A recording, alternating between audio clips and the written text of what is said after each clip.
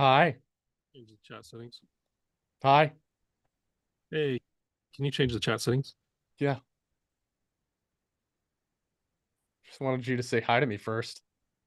Hi, Jake.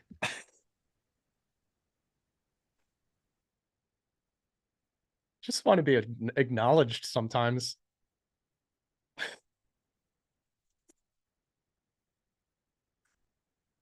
What is up, awesome people? What's going on? Hope everybody's doing well. Good morning, good afternoon, good evening, depending on what part of the world you are currently in. Let me know what part of the world you're currently in the chat section. Make sure to change your chat settings from hosts and panelists to everyone. Well, Caleb, I see you on machine number 2. Is that recording? Recording machine?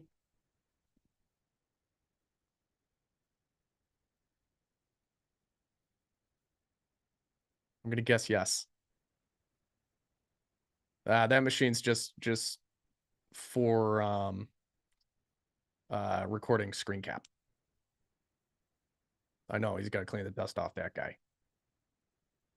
That's for sure.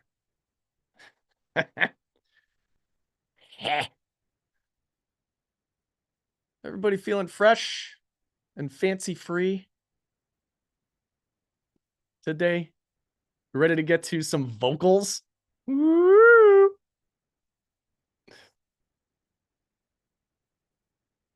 I do. I have a museum of hardware behind me. That's right. That's what it is. Doesn't it look nice? I was thinking about planking the and having Caleb pay for planking around this room. Wouldn't that be sweet? Just like these, like just all wooden room, like shiplap or plank, right? I've always wanted that. Always wanted that for the space.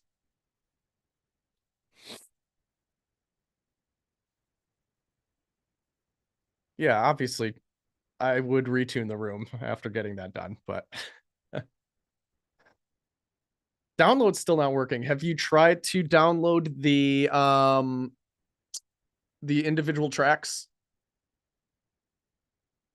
Like just one by one, just going down, just download one by one. I think that's the way that it has to work. Yeah.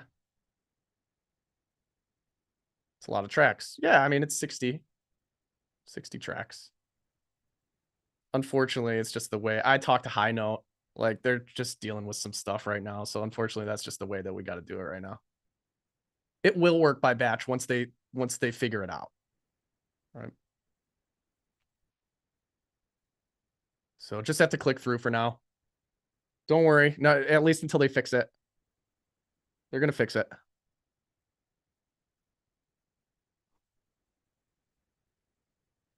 A small price to pay, you know. Work with Matt's tracks here. Get some practice in. All right. What happened to me? Why? Because I keep going like this on my arm? Yeah, I got like some new ink on the inside, on like the inside of the arm here, and it's like splitting and cracking my skin.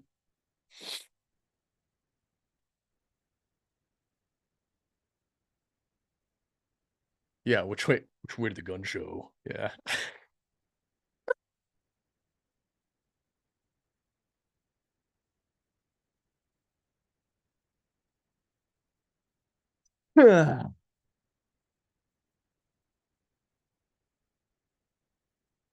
Where am I at? I am in Rochester, New York. Rochester, New York. I'm about an hour south of the Canadian border. Or I guess not south, an hour east.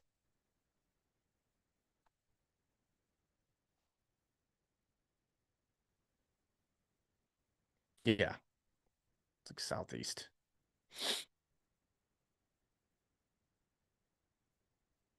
Totally. Did everybody do their homework?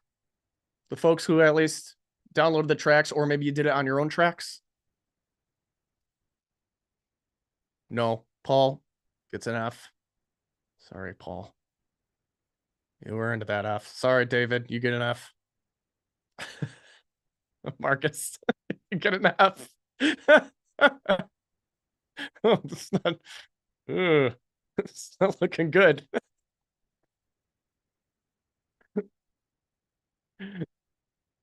First class, first class, first class. That's cool. Yeah, you put the F and fix the mix. Good one, Matt. We're gonna get started here in a few minutes, 4 or 5 minutes. Just giving people a chance to kind of come into the class today. Just gonna chit chat here. Ooh, you were sick? Someone was sick as a dog. That sucks. Sorry to hear that.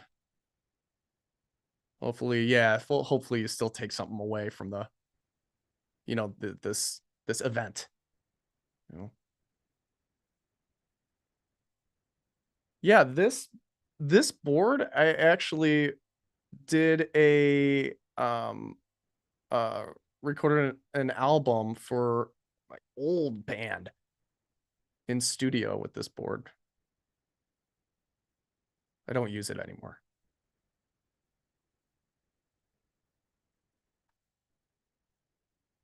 It's an old it's a Control 24. It's Pro Tools Control 24, but this is the one that they did with Focusrite before they released the C24. Right?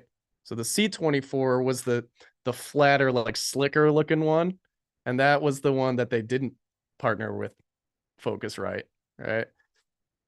And then this is the one that's just bigger and bulkier, and it's got all the, it's got the 16 Focusrite pre's in it, and all that jazz.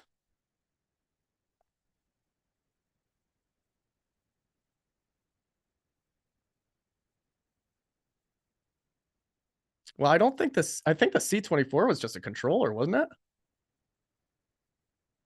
I don't know that it actually had like preamps or like inserts or anything like that. Yeah, that was just a controller. Yeah, $10,000 controller. Totally. Yeah. No, I mean, I don't use it. Just to be like completely transparent, I don't use it in this space. It just looks cool, makes me feel good. Just being honest, like I'm all in the box.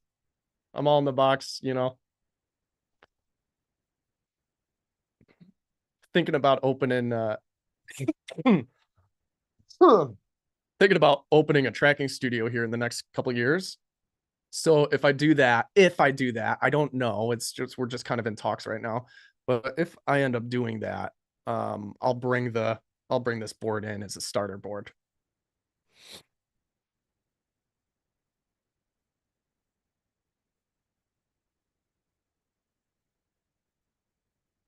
Need to move some of those faders up. Yeah. Yeah, here. I'll just stick it into Vegas mode. Just let them wiggle around. I don't do that because it like reacts weird on the screen. Like you see like those LEDs, they're just like super annoying. We're not gonna do that. Not gonna do that today. Yeah. Anyway, any questions from yesterday, guys, that I can help answer for you while we're letting Caleb kind of tighten up before we get started here today? Somebody asks, when you were clipping the guitars, I saw as you clipped the audio, it seemed to be not destructed. Is that Logic feature? Was that a cut instead of automation? No, I didn't clip any guitars. I didn't do any clipping on the guitars. Nope. No clipping was done. Oh, do you mean just like the editing? Oh, like cutting. Oh, got you.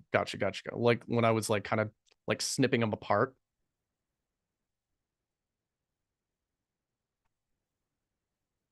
Yeah.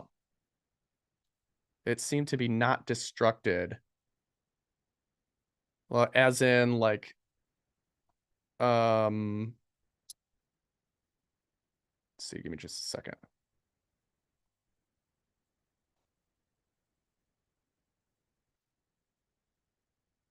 As in like these sections here where I've got them grayed out. Yep. Yeah, so you can, and you can do this, I think, in any DAW, right? Where you can keep the regions and then just right click and mute them. So the regions are still there, I've just muted them.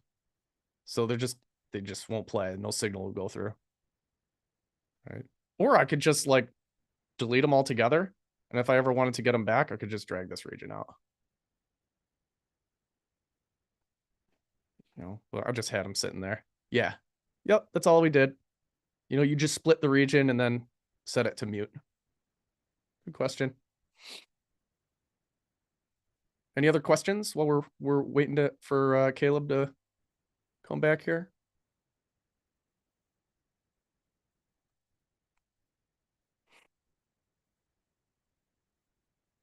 Do you prefer to use the built-in Logic channel EQ, or is that just to illustrate? Yeah, I actually do. I prefer to use it.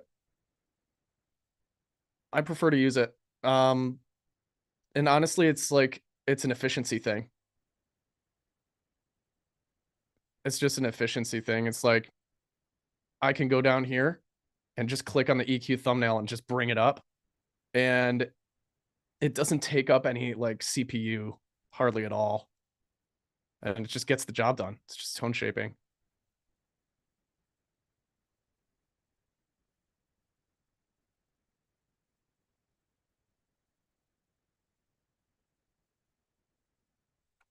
Great question, Tom. Tom asks, the song is still in the mixing process, but your reference tracks are already mastered.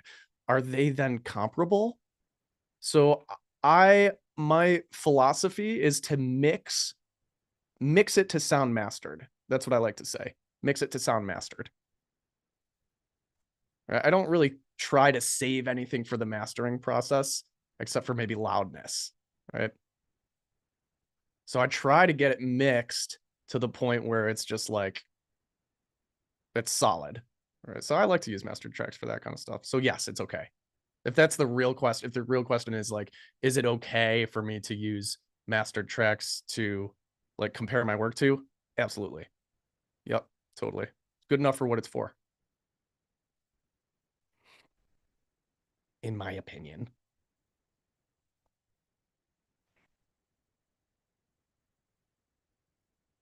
Dimitri was wondering the reason behind using two different console emulations on the same track. Is it so they don't work too hard on their own, or is it more about the color? Yeah, honestly, I don't even think about it. Are you talking about like two different console emulations? I don't typically do that, Dimitri.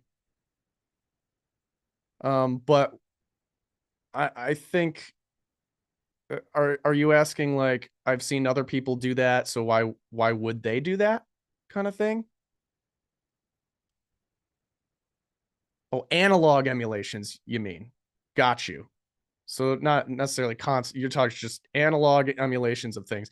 Yeah, I don't really think I don't really think too hard about it. I just pull things. I just pull things in. I think like, oh, this thing's different. That thing's different, right? Sometimes I'll do some tests, run some tests, but I think it's like for me, it's blending just different saturations and harmonics and stuff like that. It doesn't really go much deeper. I don't have like a scientific like formula or explanation for that. I just try stuff. If it sounds good, great. Sounds bad, well, I'll try something else. It's all in the box, right? I'm not limited in that way. Yeah. Sorry if that's yeah, if it sounds good, it is good. Exactly. That's kind of the once you get to a certain point, then that you can trust your ears and you're feeling confident in that way. Then yeah, I mean, then it's about it sounds good, it is good, right? What's up, everybody? What's up? Welcome back. Y'all ready to get started? I'm ready, Caleb. Everything's Paisley. They called you out on it right off the bat. Oh,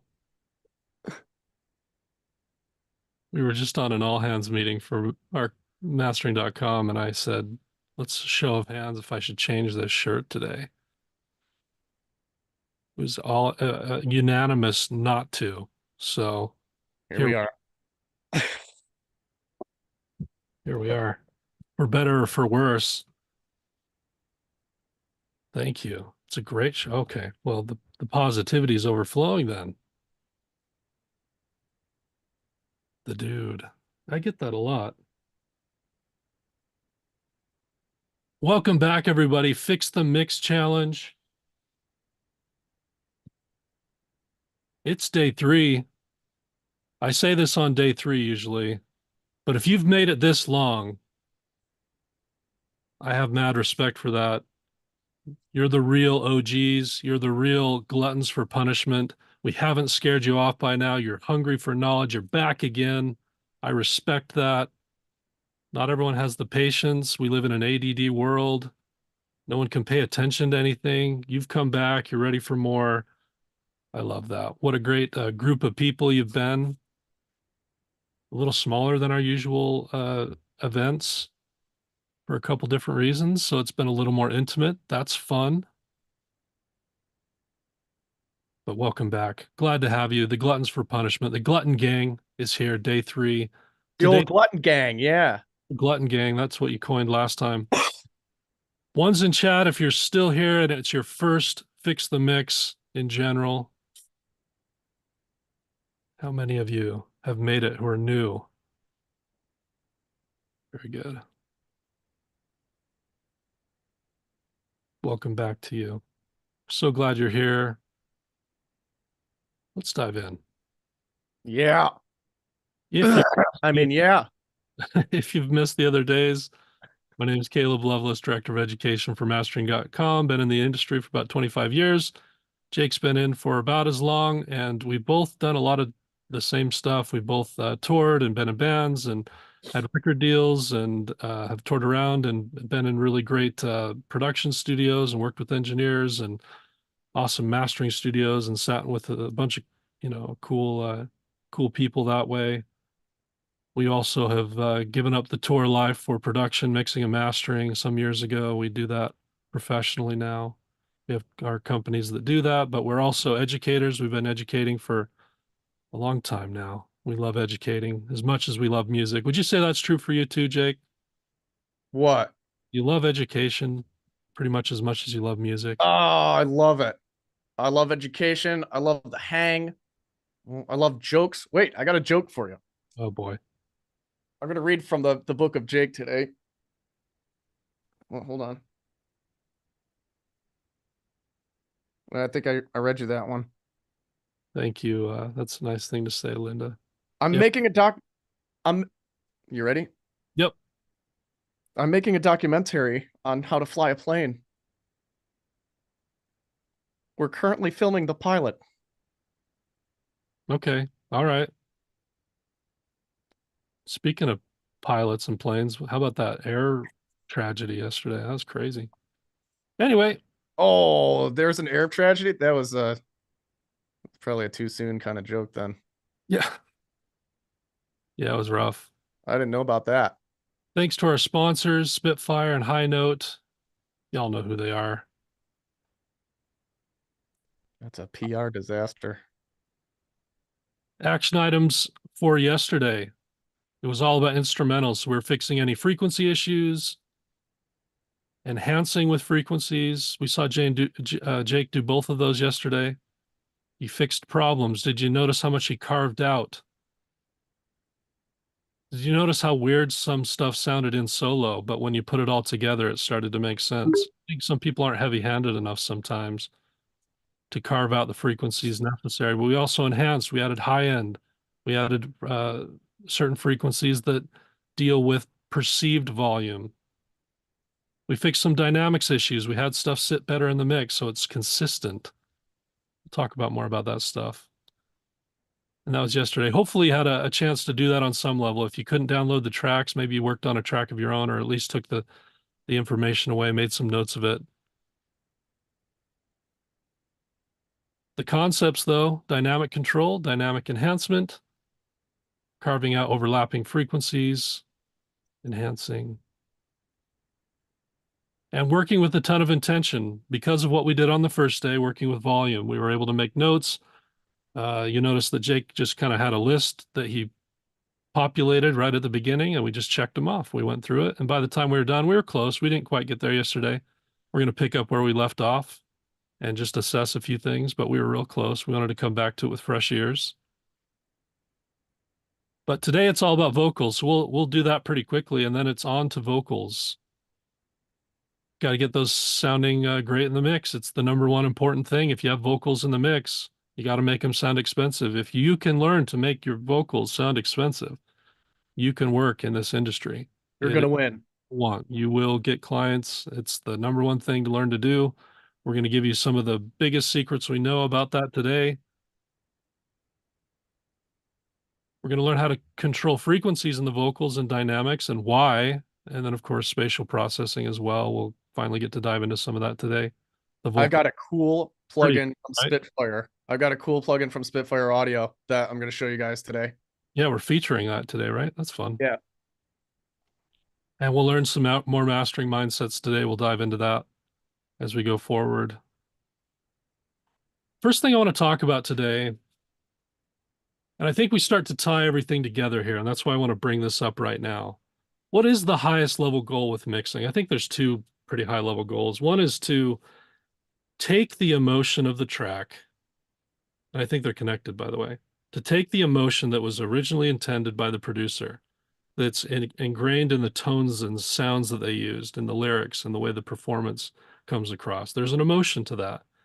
And your job is both half objective in that you need to make things sound good. You need to learn to take that information and have it be translatable in these little analog boxes we call speakers. And speakers aren't necessarily kind to audio. If you do things wrong, if you have buildups, if you haven't controlled the dynamics, things don't sound good coming out of speakers, which ultimately stops you from expressing the emotion of the track. It's a wall that people have to get through to actually connect with the emotion sometimes. Not that they can't, but it's harder to because it's not being translated correctly. And then our job is to enhance that emotion through our mixing. So it's part objective, part subjective. But I really do, I say this phrase a lot. I think so much of what we're trying to do is telling a story through the music. And so I have an image here that I want to break down. And I think this has a lot to do with how I see mixing in general. I think of it as like a dance company or a play. This is the musical, I think, Hamilton, Lin-Manuel Miranda, sitting right up front. Sometimes connecting something visual with something audio makes a lot of sense, but I think they're very similar. Putting on a stage play and creating a stage for people auditorily through music is a similar thing. And let me explain what I mean by that. Within any play, in this frame denotes a situation where you have the lead and then you have the backup. When we're making audio, when we're making a song, we're mixing it, we also have a lead. We have something that we want the listener to pay attention to. And then we have everything that supports that lead. That's how we should think about it. And it's our job to direct the listener's ear from moment to moment as the lead changes. I mean, Hamilton's not always the person that's standing at the front of the stage. Sometimes it's other characters in the play. A lot of times the vocal is the thing that we want people to pay attention to, but there's also other hooks that come intermediary sometimes within the song that we want the listener to start paying attention to. How we mix things determines whether we're able to direct the listener's ear to different parts of the song. So let's break it down even more. If, for example, one of these cast members in the background starts flailing around and doesn't follow the script, they just start freaking out for some reason. Yeah, call the police. Something's probably wrong with them. Let's pretend they're okay and they're just being a jerk. Okay. Where does our eye go? Off of the lead and onto the backup. This is similar to an audio soundscape that we're creating. If, for example, we have an uneven snare hit or some other instrument that suddenly pops out of the mix, where does the ear go? It goes to that thing, and it's distracting away from the lead. And the lead is also a similar thing. If the lead is right in tune with the background and they're all one entity moving together, we can really immerse ourselves into the story. But if the lead were to start flailing their arms and trips or something like that and falls flat on their face, we're suddenly jolted out of the experience and the emotion of what's going on. Similarly, if our vocal in the mix, for example, starts dipping in and out of the track, sometimes we can't hear it, we lose some of the notes, sometimes it's way too upfront. Suddenly we stop being immersed in the emotion and we're listening and we're trying to understand what's going on with this vocal. Why is it coming forward? Why is it going back? Why is it panned weird? Why does it have this sibilance? That can be distracting.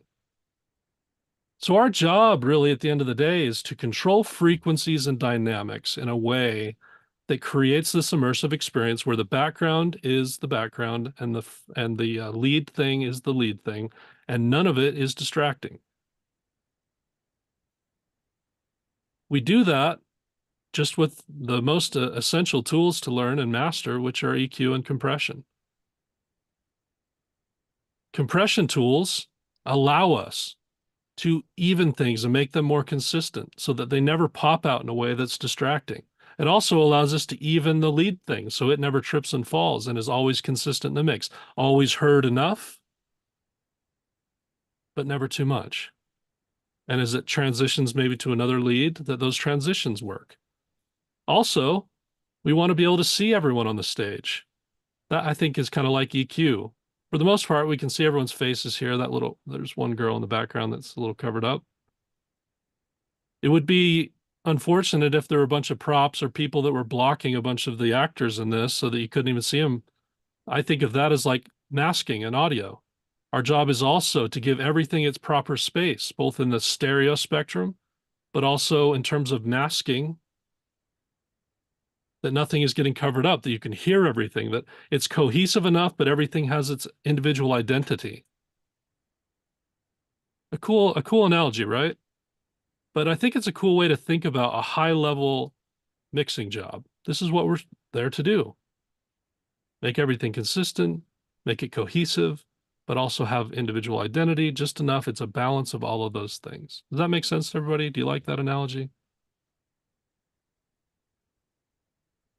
I like it, Caleb. Thanks.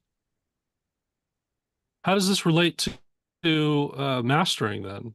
Because everything we're doing here, and we've always tried to relate it back to the end in mind perspective. There's also a reason to do this in terms of mastering. The better we can do all of this stuff in mixing, the better the master is going to sound for a few reasons that I'll explain. But we also need to understand that the mastering engineer can't fix these problems that I was just talking about for the most part. If you have things cluttered up or if things are too loud in certain moments, that's not something a mastering engineer can take care of. That snare that's popping out is still going to be popping out too much. So what do I need to really nail in the mix so the mastering engineer can do their job? And why does this stuff matter? Let's talk about dynamic issues. Let's just go back to a full technical level. We were just talking about the emotion and just kind of a flowery way to think about all of this. But in a very objective technical sense, if you have transient peaks in your mix that are really loud, you're wasting energy. We're going to talk today about how to control transient peaks. We can even give you a tool maybe to where you can assess these in a mix. But if you have major transients coming through, these big spikes, what happens in a mastering situation is that, a mastering compressor, for example, wants to be subtle. It doesn't want to do a lot of work. If you have mastering tools doing a lot of work, that's when you get like major pumping or major artifacts or issues. So if you have a spike that's really big or a bunch of spikes that's really big in the mix, in the audio, when you get to mastering, all of it, you have kind of two choices as a mastering engineer, and there's some ways around this. A good mastering engineer can deal with it to some extent, but it's not ideal. But you really have two options. You can either have your compressor setting set to where it's only handling those peaks, and then it's not touching the rest of the track. But a mastering compressor's job is to subtly kind of compress the entire, it's like the last glue that you put on a track. You want it to act as that, and it's not. It's taking care of these transients, but it's not doing anything to the whole track. Or the other way is that you set the threshold so it's taking care of the whole track and doing what it's supposed to do, but then when it hits those transient moments, it compresses too hard and starts pumping. Do you see the problem?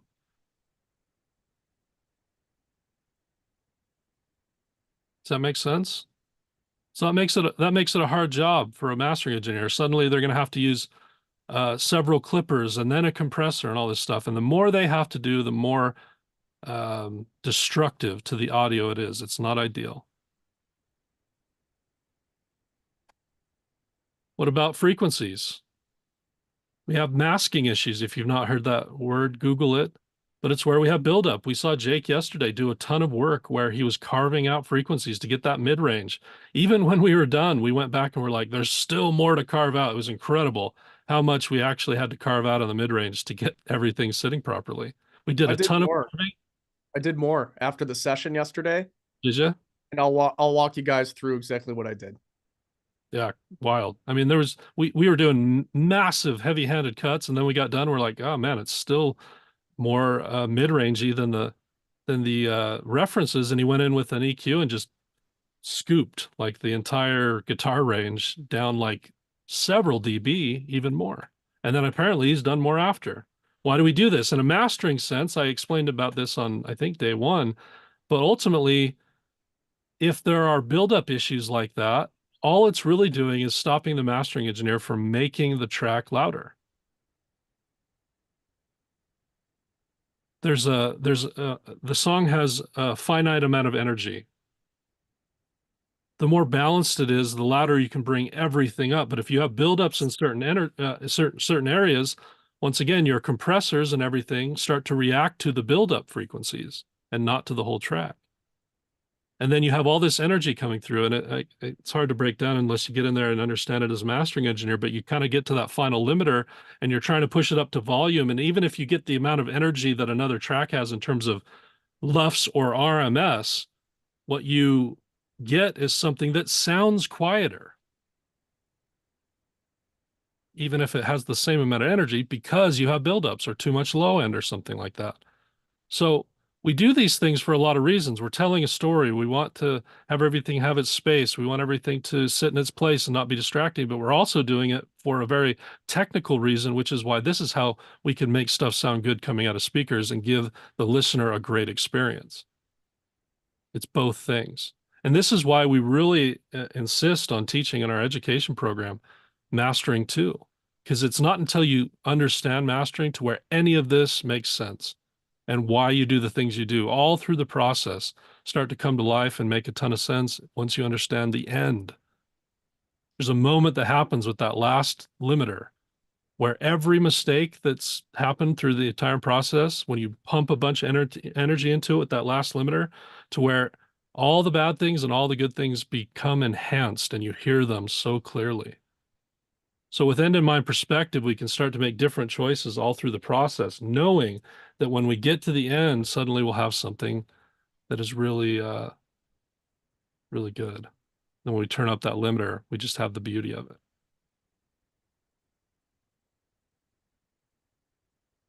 All right. Enough about mastering. Let's switch gears to mixing vocals. I'm only going to talk about one principle today because a lot of it has to do with what we're talking about: compressors, EQ, the setting the stage, having the lead be the lead. What is the one thing I see a lot of people not doing though? And that's got to be gain automation. I've traveled around. I've been in studios with tons and tons of engineers that only do vocals, that do stuff on major records. They're all doing this thing we're going to call gain automation. We did gain automation yesterday, but that's not what I'm talking about. Whenever you're looking at the most important parts of the song, and it's usually just the vocal or maybe a guitar solo or something like that. It's not enough to just throw compressors at it.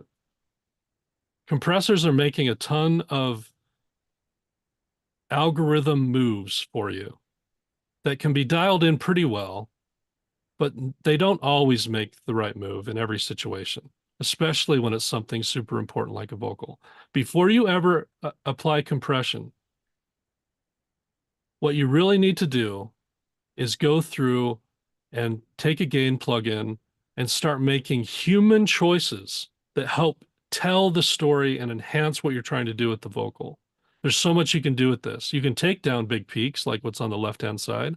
Certainly, that's going to allow the compressor to work better later so that we can set a more subtle setting and have that compressor really do great work because we've already balanced things.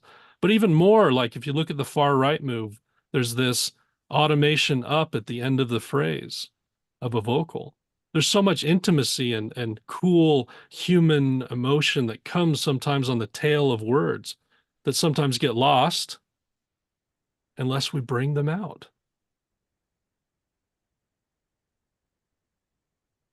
So we're going through and making human decisions. This is why I think it's going to be a long time before AI takes many jobs in this space, because it's such a human process to go through and to feel the emotion of the intimacy in the moment. It's beyond technical. It's emotional, and you're making emotional choices about the moments that you accentuate within the vocal. And if you do that, this is how people are getting expensive sounding vocals. Okay. This is how people are bringing out all the great stuff. And then when they're still going to compress it and do all that stuff later, but now things are more even and they brought out the intimacy. And you'll watch Jake do that today. We're going to bring out great moments. We're going to tuck everything. And just already after gain automation, before we ever compress or anything, you're going to see how much better the vocal is sitting in the mix compared to where it was before. It's cool. This is one of my favorite things to do. It's one of my favorite processes. It takes some time, but it's worth the time because this is how you get the expensive sounding vocals. That makes sense to everybody?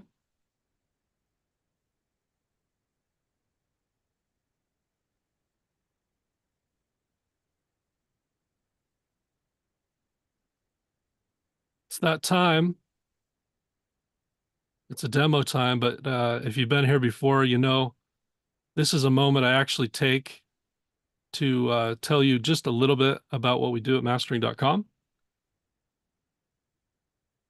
and a little bit about our audio school. A lot of you have been asking about it. Some of you have been here for a while, so you know about it, but it's always changing too, and we're always enhancing it and improving it and different things. But mastering.com, we're an audio school. We teach engineers and producers. And we have an incredible program that I want to just tell you about. Definitely not a sales pitch. This is more like if you're looking for something like this, here's a great option for you. And we should have a conversation.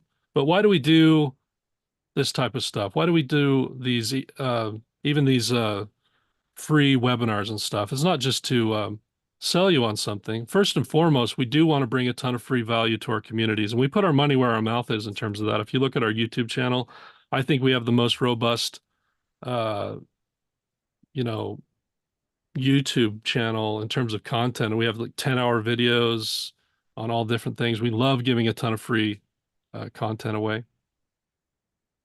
We also do these because we want to earn your trust instead of expect it. There's a lot of places you can go, and I think there's almost this like fatigue that's happening with all the different courses, all the different things and options that are out there. Do I go to school? Do I go to Berkeley?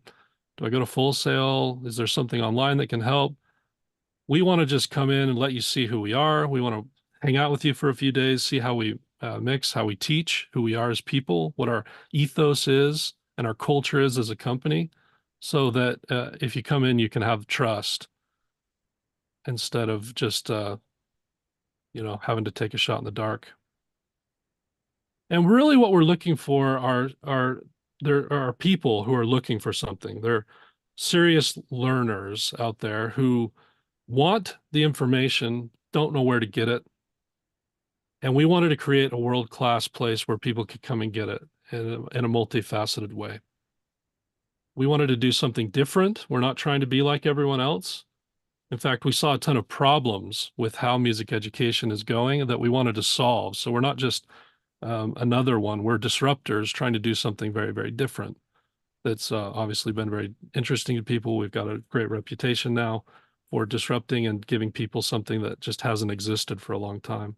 So we wanted to solve problems for you. We wanted to help and really be honest and assess things that even we were doing wrong 10 years ago because we've been around for a while. How could we adjust? How could we innovate? How could we be something different going forward? That's what we really wanted to talk about.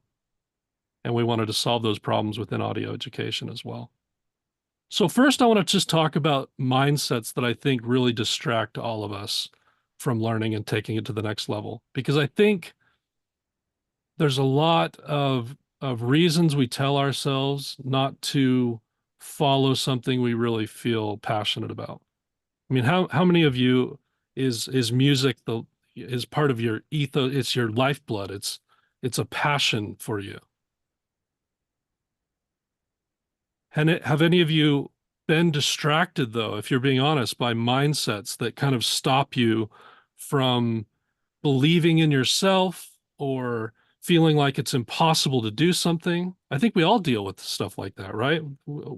Even now, you know, I deal with, there's always a little voice that can say things. So let's talk about some of these mindsets that I think distract us. Some of us say the industry is oversaturated. There's no place for me.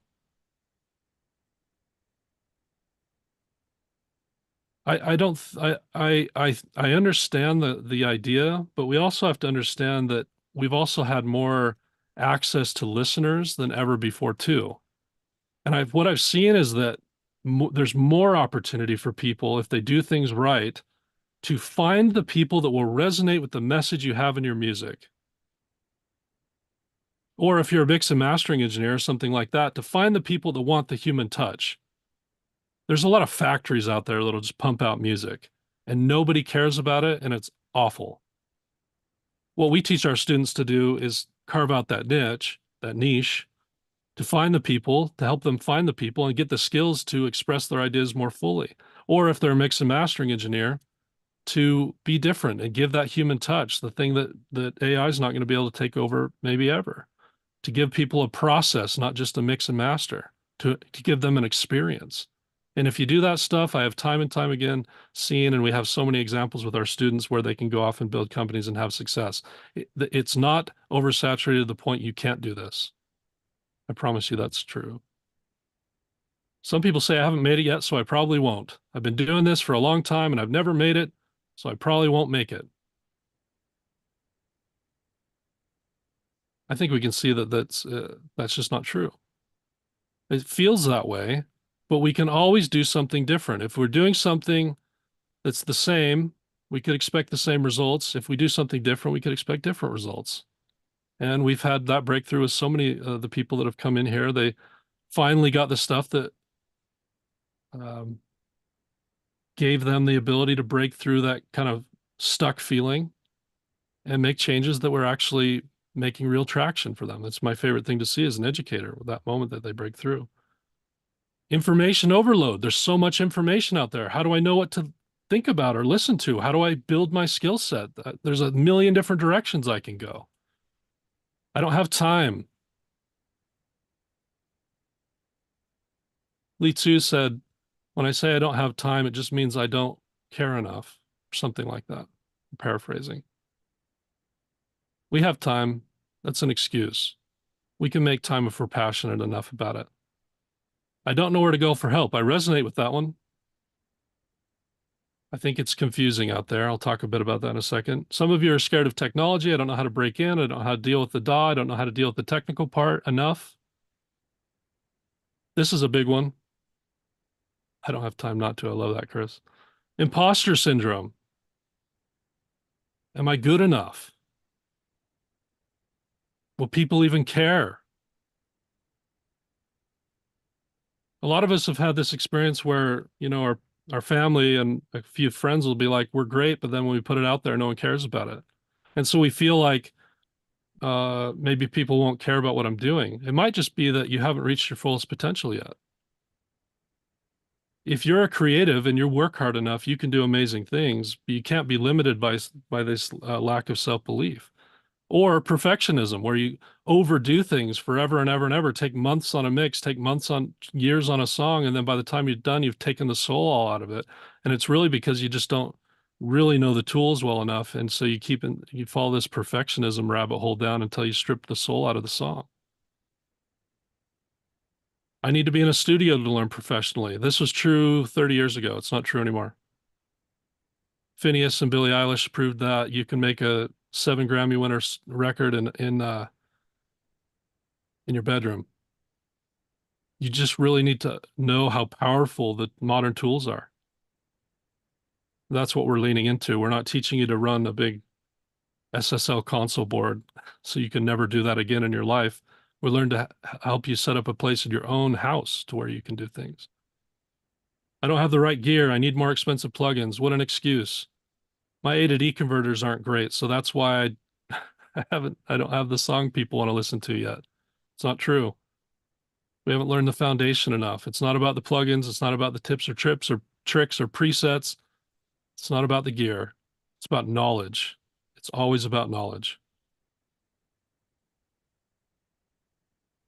I don't even know what I want to do. That can be a thing too. I feel directionless. Here's the truth. There are real fundamental reasons why you feel this way, and you aren't alone. We all feel this way. We've been made to feel this way. Part of it's our fault, and part of it's the industry. The part that's our fault is that I think we're turning into a generation of people that want the quick fix, the easy way, no pain, no suffering. I want it all tomorrow. That may or may not resonate with you, but I think as a culture, we're moving towards that. Yeah, Burger King. The problem on the education side is that it's either antiquated, it's 30 years old information, or it's modern people that don't really understand education, don't know what they're doing. They just have a famous name, but they're not educators. Or problems like YouTube, where everything becomes clickbait, where everything becomes tips and tricks, tips and tricks to win a Grammy. And so we think it's easy, but it's hard work. I think the YouTube algorithm is such a hindrance to us for learning. We get all this hope that these tips and tricks will solve the problem. With what we need is really a foundation. We all learn this stuff and it progresses us and we feel that progress. But what happens is we hit this intermediate plateau where we have a foundation that's based in that stuff and we don't have a real foundation to actually push through and master the things that we need to do to be totally successful and to really translate the ideas we have in our head to come out of the speakers the way we hear them. So the problems I see that we're solving, university and other programs are outdated. I've had friends that went and spent $50,000, $100,000 going to audio school. They learned to run a big console board, record to tape, which is all really cool. I love that stuff. Doesn't apply to how music's being made right now very much. You'll never get a job at a studio that even has that gear anymore, probably. Most music is being made, whether it's for sync, whether it's artists, they're doing it in their bedrooms, they're doing it in their home studios. All that stuff, all that expensive experience going and learning that stuff. I've literally had friends who got out of that, got an internship, made coffee for a few producers, and then got a desk job because there was no opportunity for them. $50,000 or $100,000 later. It's not their fault. Universities have a ton of red tape. They can't move at the speed of music. Music, the industry is moving too fast for them. It takes them years to change curriculum because of the red tape that they are dealing with, so they just don't. YouTube is becoming less and less helpful. I just touched on this. YouTube is a big washing machine that sucks you in and spits you out, and maybe you get something out of it, maybe you don't. There's good information out there, but where to start? And unfortunately, again, the algorithm is rewarded. If you put a sexy picture of some girl on there and say 5 tips that'll win you a Grammy, that goes to the top of the algorithm. So we're inundated with these false ideas about reality, and we're not getting a foundation. We're just getting tips and tricks, and we're learning that stuff instead of the real material that could actually help us translate the things that we have in our head to come out of the speakers the way we hear it. And we get stuck at that intermediate plateau. There's also this industry gatekeeping that's going on. If you read the forums, Gearspace or anything like that, there's so many trolls in there, all these people that have been doing it for a long time that have these big expensive studios telling people that they can't because they don't have the gear, they don't have the microphone, they don't have the A to D converters, they don't have the right stuff. You need $100,000 worth of plugins and gear to make great music. It's nonsense. They're scared to death of how powerful technology is right now. And they spent all this money on it. And so they feel like they need to come down and make people feel like they're limited because they don't have X, Y, and Z. It's nonsense. It's not true. Knowledge is powerful. That's upsetting. That fires me up, dude. Yeah, it fires me up too. Jake has done these whole fix the mixes where he'll do something in the box with free DAW tools and free plugins, and it sounds world class. Don't believe those people that say you can't because you don't have X, Y, and Z. Your music isn't bad because you don't have X plugin. It's bad because you don't have the ability to translate it yet. You're all creatives. You all have beautiful ideas. You all have a message, but being able to get those things out of your head is a whole different story. And it takes time. It takes time and it takes energy. Just telling you the truth. So we developed the reverse engineer, and we've been doing this for a long time. And it wasn't just something that we brought out of the ether. Wasn't just a drunken night at a bar where we had a cool idea for a name. It was everything we've learned over the last 10 years from you, from our students. We've trained thousands of students over the last 10 years. And we poured it all into the most engaging and comprehensive program that just changes the game. It really is something different. It was addressing all of these problems that we're talking about, and it's trying to do things the right way. Because of what we learned, it took some humility on our part to say, hey, we've even been doing it wrong. Let's do it right. And let's give people something of real valuable to help them get to where they want to go. So it's all that passion we have for teaching and all the passion that we have for music and what we've learned for our students poured into a program that we now know ended up being a great idea, and students are excelling and loving it and getting the things that they want, becoming the artists they want, getting sync deals, getting out in the industry, working for major labels. Had students go on to work for all sorts of different labels, companies, Disney, different things. We've had students go on to get nominated for Emmys and all sorts of wins that we always celebrate. And this is the secret behind it. What we realized most of all is that people lack an objective foundation. We're creatives. We love the fun part of creating, the subjective going in and making stuff. But the love of that sometimes stops us from getting just really the foundational tools, the objective tools enough. And what happens is with the gaps in the knowledge of the objective parts, we don't really have the tools that in the moments of creativity, we know the right knobs to turn, we know the right tools to use and how to use them, again, to translate the ideas we have in our head to come out of the speakers the way we hear them. Have you ever had that issue where you have this great idea, but when you put it into the DAW and you have it come out, it doesn't quite sound the same? It's not that the idea was bad. It's that sometimes we lack the objective tools to get there. What happens is when you have the objective foundation, when you know the tools, when you have the ears, when you have the room that can translate properly and a deep understanding, when that all becomes instinctual for you, something really special happens. You become unlocked creatively. You become super powerful. This is the thing we learned over the 10 years more than anything is people were lacking this objective stuff, that we needed to develop a program that emphasized that, not just touched on it. So we actually teach in reverse. We start with mastering. We give people that end in mind perspective. Mastering is also the most objective part of the process.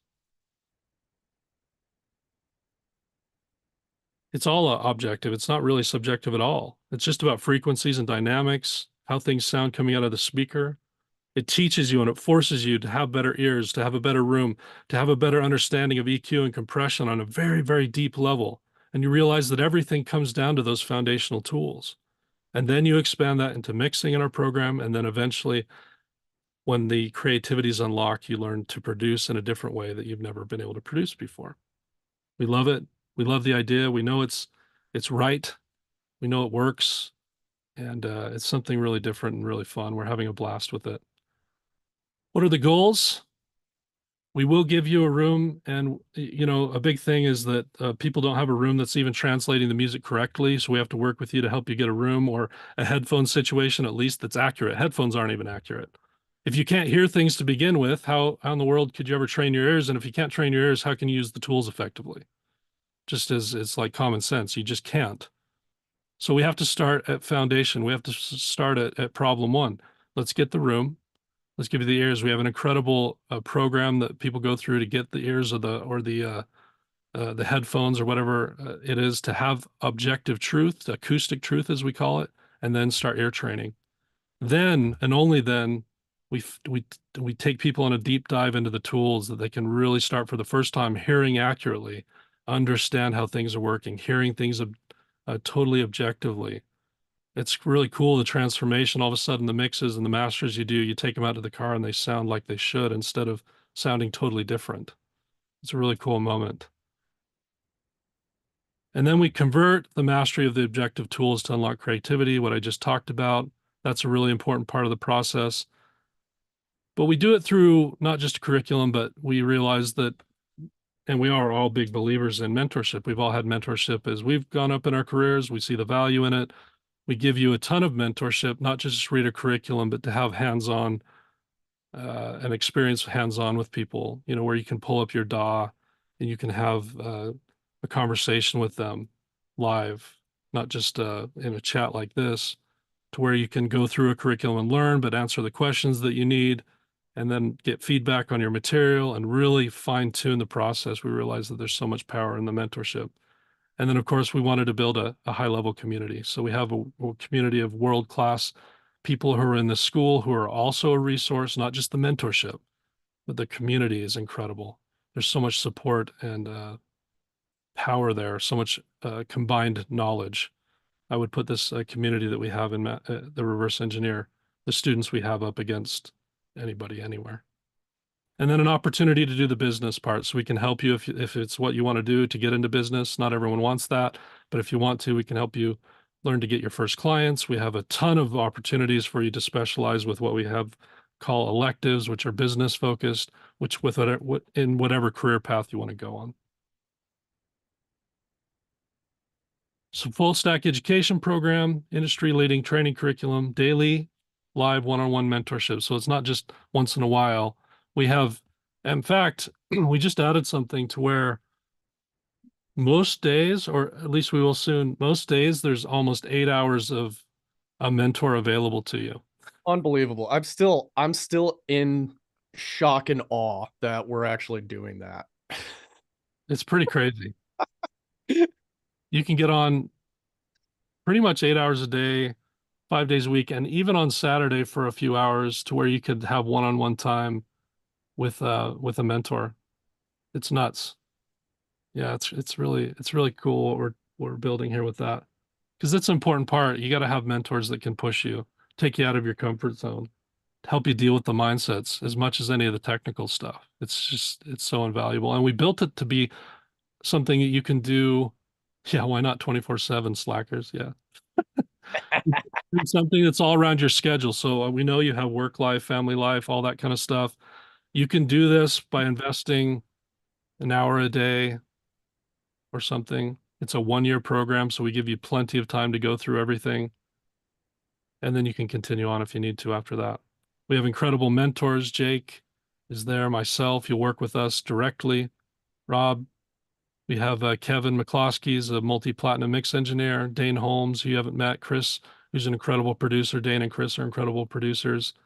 We don't hire for celebrity. We hire for finding what we've done is found the best teachers, incredible teachers.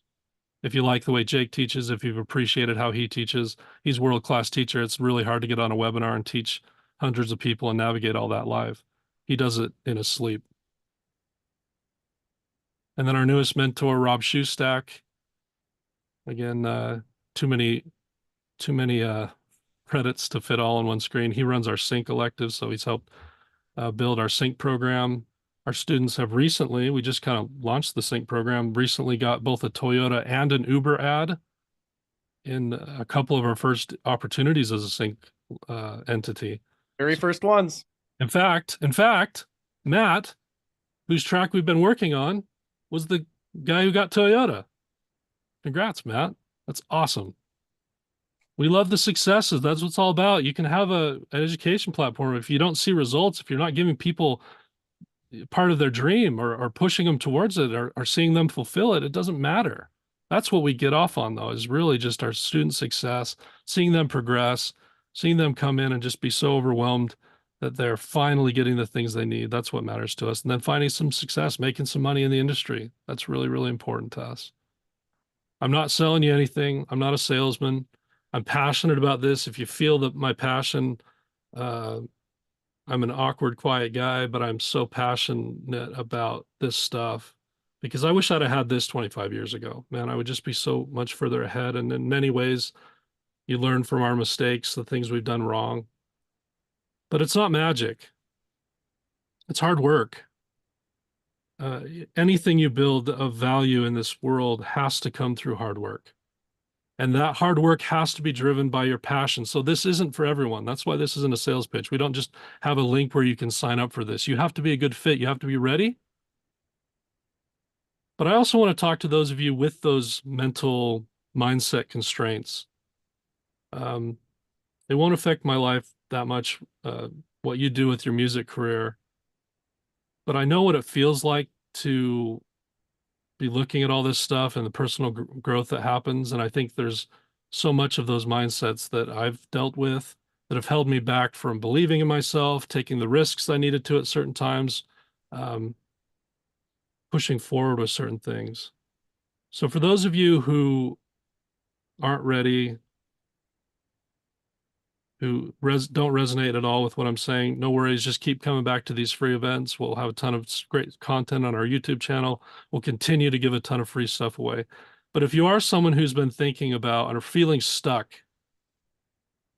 and have feeling like they really want a way to push to the next level, if you have that voice saying to you that you should do that, but you also have the other voice saying all the fear stuff, stop listening to the fear voice. Sometimes you just have to believe in yourself, come in and educate yourself. Knowledge is power. Knowledge is loving yourself. Knowledge is loving what you do. And it overcomes fear. Knowledge trumps fear. It's the only thing that does. So for those of you, it can be very magical, a magical experience. If you're willing to take that passion and turn it into hard work and come work with us, you can have a magical experience. How does it stack up in terms of cost? These are the costs for a similar program elsewhere. We are also very dedicated to keeping our costs low. We've structured it in a way where we could give you all this kind of mentorship and one-on-one time and all this access. But the way we do it is very scalable. And so we don't have to charge as much as other people, not nearly as much as other people. For a 1-year program, a full 12 months, like three. Oh, it says 2 year. It says 2 year there. Oh. Oh. We'll forget about that. It is just to be clear though, guys, it is 1 year. Yep, 1 year. Used to be 2 year, but we got really, really great updates into the program that we're seeing people just streamline right through it. Yeah. So, we've found ways to speed everyone up. You don't really need 2 years. 2 years was actually daunting for a lot of people. We can get you where you need to go faster now. So it's a 1-year program. I dropped a little teaser yesterday that we were going to do something special. A lot of times we do our deal on Black Friday. If you've come to these, you know that I'm not just making this up. We don't do deals almost ever, except maybe once a year. We're not going to do it on Black Friday this year. We're actually going to do it this month. People just, they got their tax returns. People are ready to go. Sometimes they have access to things, and everyone else does it on Black Friday. We're actually going to do it this month. I'm pretty excited to announce this. We're going to do a full $1,000 off until end of month on the program.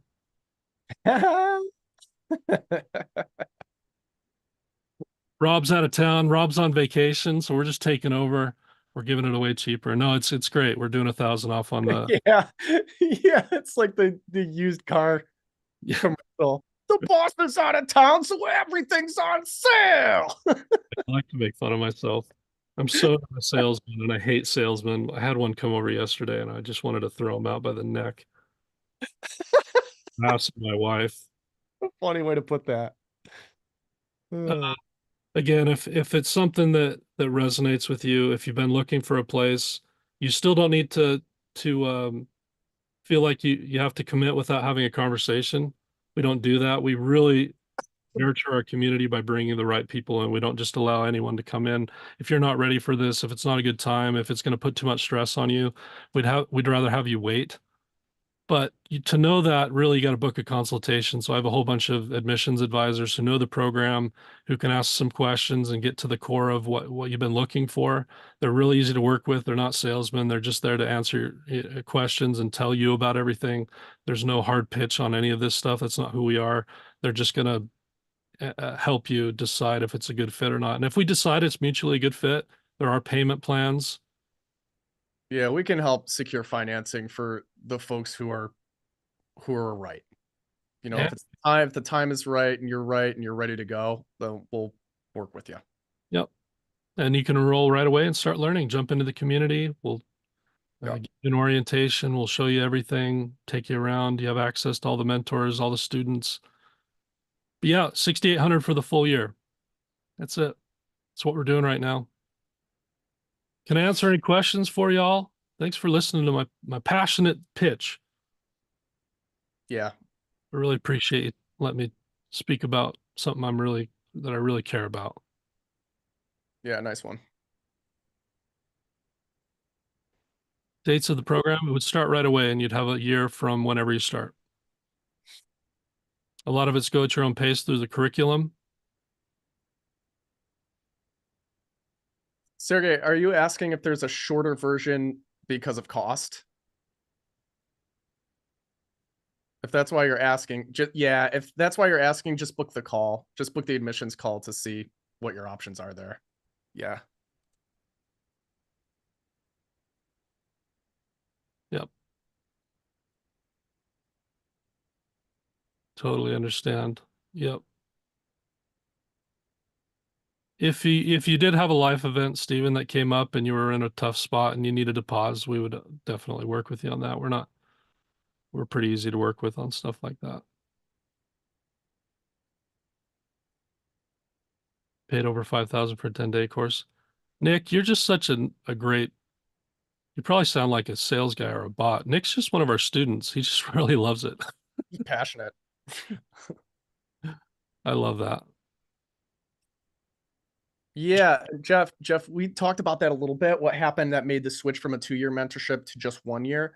Yep. We updated the curriculum and the program. We've been doing this and basically running tests, and we're constantly looking for ways to improve the program and make sure people are able to, one, understand the concepts and move as quickly as possible through those while understanding those concepts on a deep level.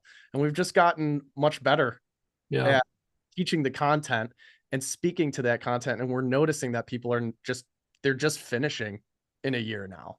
And right? we didn't take any content out per se. We refined one part of the process that was taking people like 3 to 6 months sometimes to do. It was room stuff, and we have a much more incredible process now for getting people acoustic truth faster. We really revolutionized in that. We have this whole thing that you're guided through that used to take 3 to 6 months sometimes. Now you can do it in 3 to 4 weeks. So we didn't really feel at that point that you needed the 2 years. A lot of people want it to be more streamlined, and that's what we're giving them. And there's also ways to continue on after the year if you want to do that, or you can get into the electives and start specializing in the business side of things. No in-person attendance, but a lot of hands-on one-on-one mentorship where you can hop on. I can share my screen, show you something. You can share your screen. We can walk through it. No one else is talking. You can also listen into mentorship happening. So if other people are getting on asking questions and you don't have one, our students love to learn from the other questions that get asked. David, no, we're not accredited. Otherwise, we wouldn't be able to move quick, like what Caleb was talking about before, how colleges can't move quickly enough to keep up with the industry. We are not accredited so that we can stay ahead of that curve and that we can constantly be updating things as technology comes out and things improve and things are updated, all of that. So I looked into it unfortunately, actually. we're not going to be able to cover VA or anything like that. Yeah, we can't cover VA, but it's the right decision. I looked into to it. What is it called? Certificate, It's not called certification. it's called red tape, is what it's Yeah, called. it would like they wanted their systems. It would take a year or two for us to update curriculum when we wanted to. We in a year we've updated our curriculum like many times. Lots and lots. And sometimes we'll just do it right on the spot. Like I'll be on a mentorship call and somebody will say something like, "Oh, well, wouldn't it be great to have this?" Or I wasn't clear on the lesson here. I'll shoot something like right after the call and upload it. Like that's how quickly we can update material and things like that. Yeah, it's cool. Just allows us to move the way we need to move to be the best.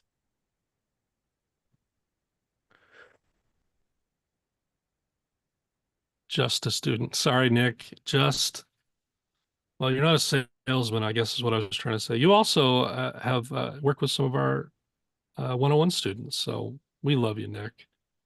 We have a lot of great students. I love our community. It is the best community ever, yeah. Anyway, very supportive. 6 hours of mentor calls today. I'm in the elective with additional Yeah. 2 hours. Yeah. It's wild. You have a lot of access to support. That's what it's about. If you I want don't support, but you're still gonna have to come in and do the work. We can't do it for you. We can know. support you if you'll show up and engage with us. Anyway, let's take five. Allow you a few minutes to book a consultation. Just go to mastering.com/TRE to book the consultation. We'll give you 5 minutes to set that up and just ask a couple quick questions. Again, no pressure. Even if you just book the call and want more information, that's a great place to get it. I would definitely, sign up if you're somewhat serious about it. If it's not the right time, no worries. We can talk again down the road, or um, maybe we're not a good fit for you, and that's totally okay too. Either way, keep making music, keep getting education, keep learning with us or with someone else. It doesn't matter. Music, the world needs more music. We need more humanness as everything turns more digital. Your voice matters. So, um, yeah, let's give you five. We'll take a quick 5 minute break, let you book those consultations. Again, thank you for letting me uh, talk to you for a little bit. Appreciate y'all. Nick, let me know too, guys, for those of you who want to book, let me know if you have trouble booking, if slots have filled up or anything like that. Just hit me up in the chat section and we'll get more slots open. Okay. Right on. BRB.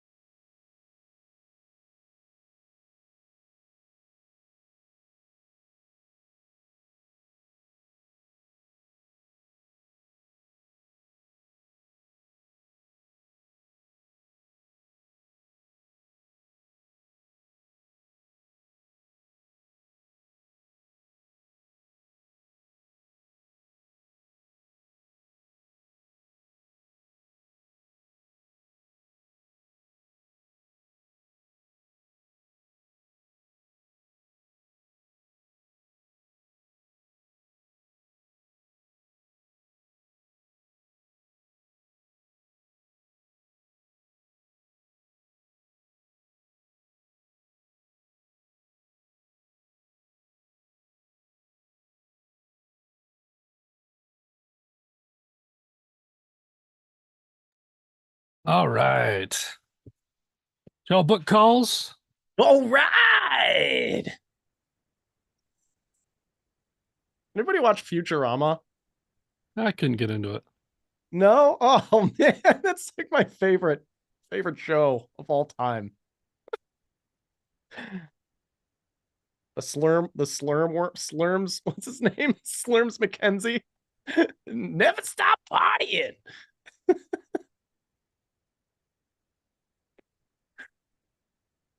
Worth checking out if you guys like silly stuff.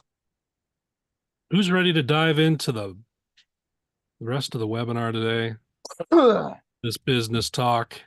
I am, Caleb. Get a little carried away when I wear a floral shirt. So Wasn't gonna say anything. I was gonna wait to talk to you after the event, but since you're bringing it up.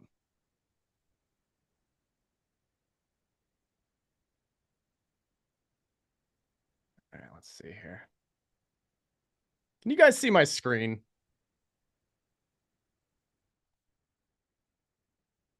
Yeah? Sweet.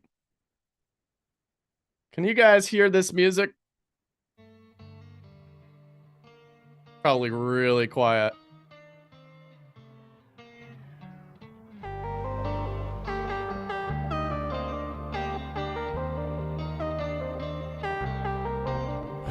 Still and silent dark. I'm gonna plug in a chorus. Here we go.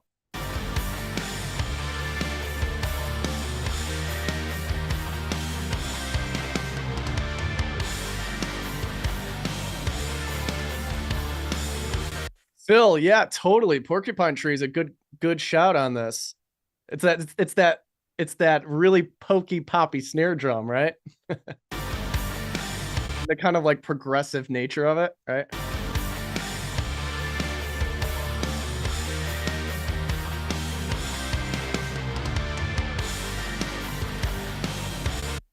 How's that for volume, guys? Low, still low. Let's see. It's okay. Just a little. You wanted me to try to eke a little bit more out of it? I can. Here, I'm gonna do it this way though. Y'all ready for this? Bum bum bum bum bum bum bum bum bum bum. How many of you remember that song?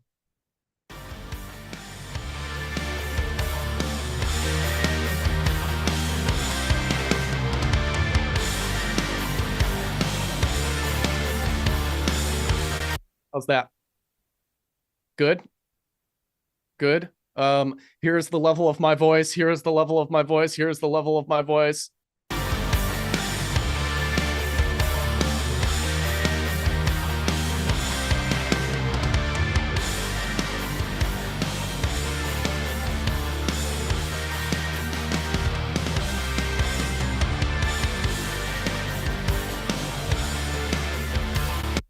Here's the level of my voice. Here's the level of my voice. Good. Good. Once. All right.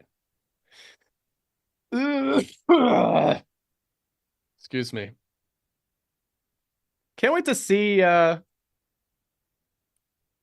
who comes into the program to hang with us. Who am I going to see on the inside? We have fun. All right. Let's get into this here. So, few things. I want to walk you through some of the changes that I made inside of this session after yesterday's session. Okay, I just made some, did a little bit of rebalancing volume levels, just some tweaks here and there and things like that. I think the big moves that I made here was this on the drums. I sucked out like this mid-range on the drums to make them just like a little bit more snappy. You know what I mean? So here it is without.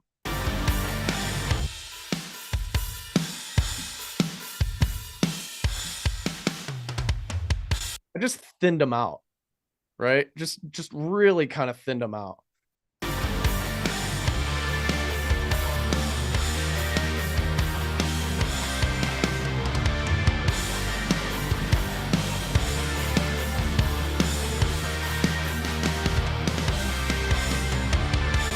That is not a move that I would make in solo, honestly. I personally like the way that the kit sounded, just full frequency range, before I dug out all that mid range. But honestly, in context with the rest of everything else, it just seemed to really pop. Those drums just tightened up really nicely and left all of that room. There's space there now for the other instrumentation to kind of breathe and fill things out, you know? So I made that move yesterday. I also put, check this out. I also put a level of parallel compression on these drums. Check this out. Just because I just wanted them to slam harder, you know? I did additional processing on the snare, the kick, and the drum bus. Right.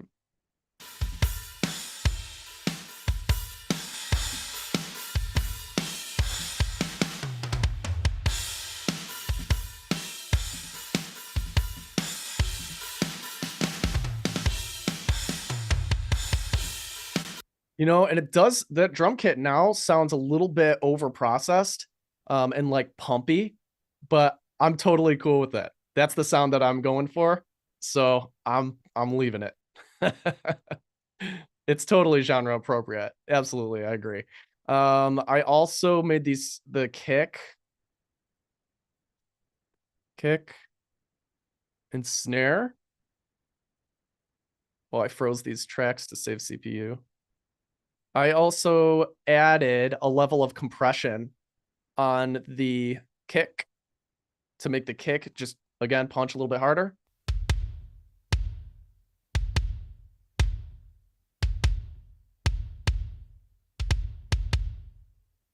And really slamming this thing. I mean, slow attack, and I'm getting like 5 to 7 decibels gain reduction on that, right? And the snare, I did something similar. Yep. Just, actually, you know what? I think this was in place yesterday. Didn't I put this in place yesterday? I don't think this is any different.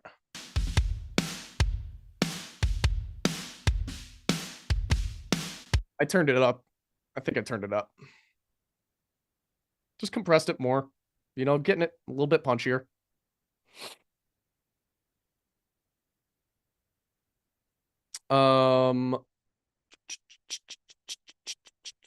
What else did I do here? Oh, virtual tape machine. I added to all of these tracks.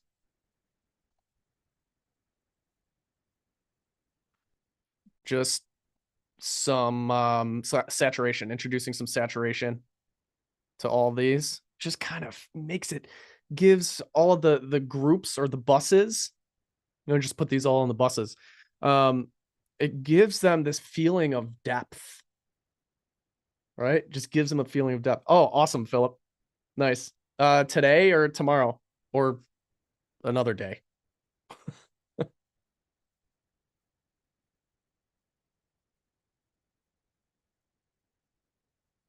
Today at 5 with Gord.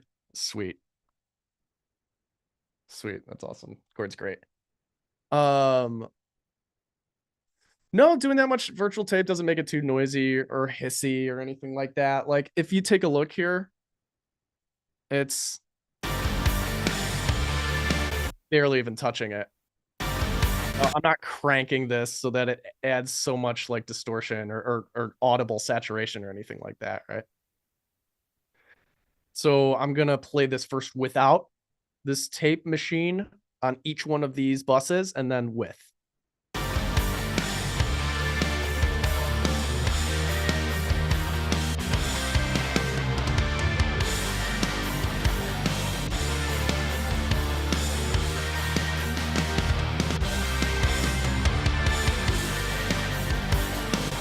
There's a punchiness that happens, right? It's like a depth. It feels like, it feels like it's accentuating the lows and the highs. There's depth happening there. It feels taller, a little bit taller. And that's the magic of kind of like saturation and adding harmonic content to an audio signal, right? It's just kind of tickly and does some magical kind of stuff, right?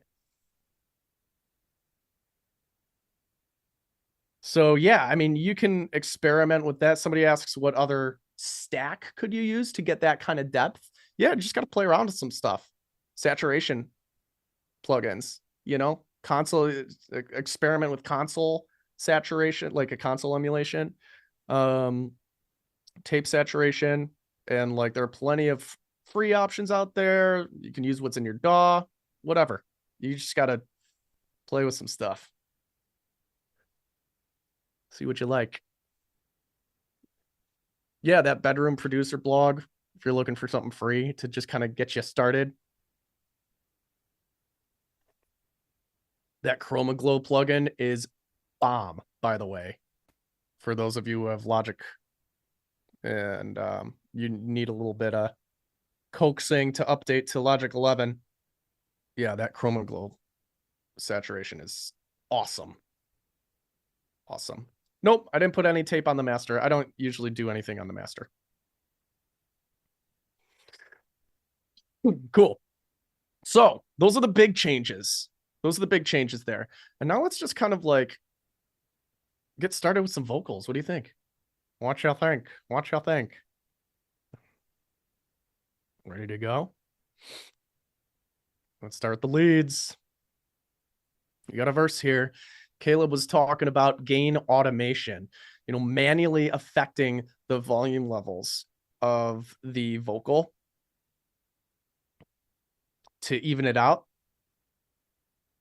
to level it, right? So that's what we're going to do. We're literally just going to listen through and level out all of the lead vocal parts in this track so that they're nice and consistent and upfront in the mix. Once we do that on this level, I call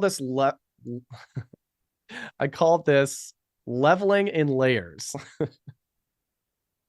So we're going to do one level or one layer of leveling. See, I can't even say it. We're going to do one layer of leveling and then we're going to do like another layer of leveling with some compression, and then we'll probably do another layer with some other kind of processing. But you'll see how it works. Stick with me. Let's start with this one. Yeah, that's all this is. That's all this show is, folks. Dad jokes and tongue twisters. A bunch of nerd talk. That's all we do here. If this resonates with you, you found your people. Book a call.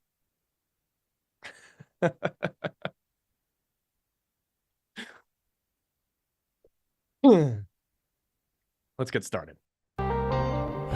Still and silent darkness, open eyes. Shaded windows block the day. Still and silent darkness. So right off the bat, right, we're losing this whole phrase. Let's bring that up. Still and silent darkness, open eyes. I'm getting real detailed here. Darkness, That K, I know that's going to be a problem for us. Darkness. So I'm going to just bring that down. It's the detail work. and silent darkness, open eyes. Bring that down a little bit more. In darkness, open eyes. Shaded windows, shaded windows. Let's get this S at the end of this phrase.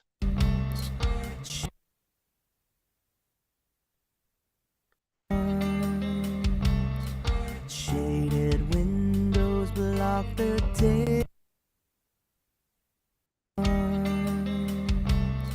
Shaded windows block the daylight that drove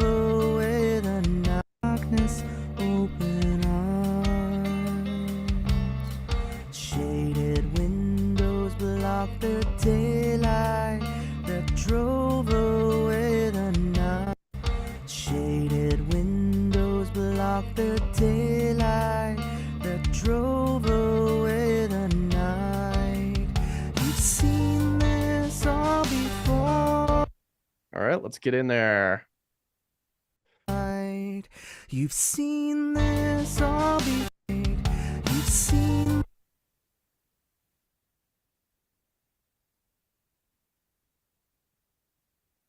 You've is getting lost.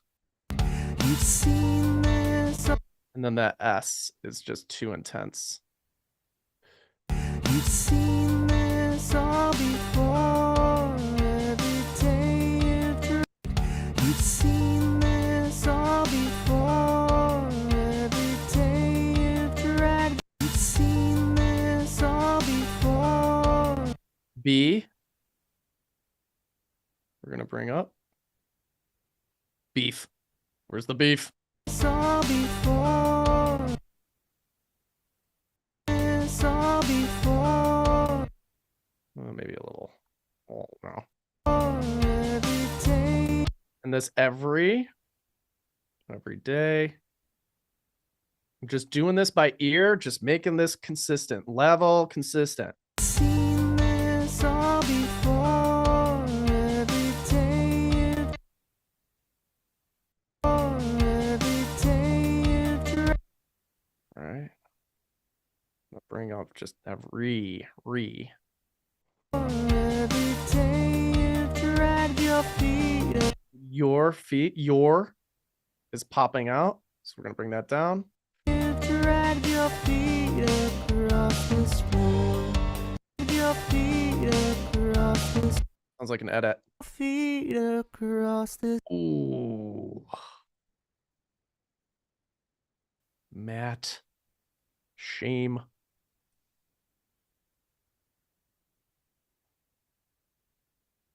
Oh boy. Okay, here we go.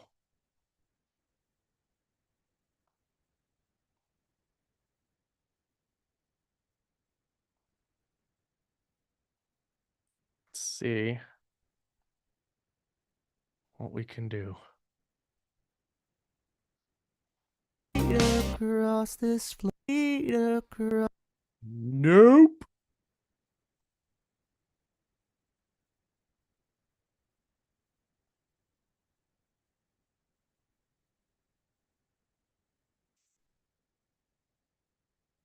Yep.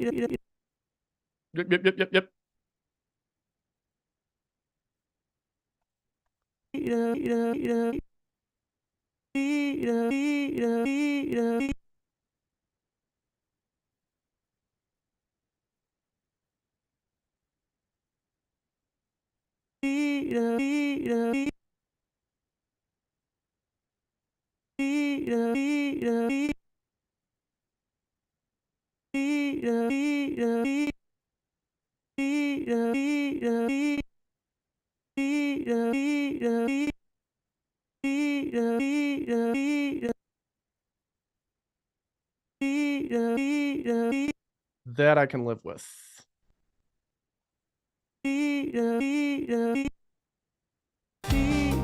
Across this floor. Wait. Your feet across this floor.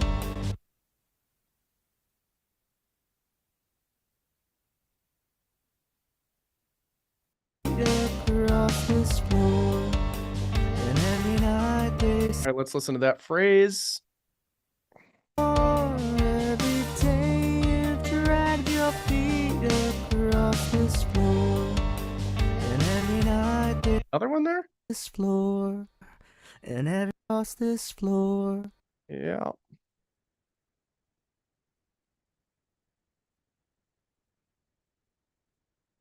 This floor.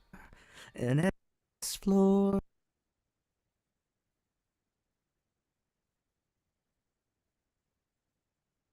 This floor. This floor. Can't tell if it's there or if it's over here. this floor, this floor, this floor, this floor, this floor, this floor, this. Yeah, I guess it's right there.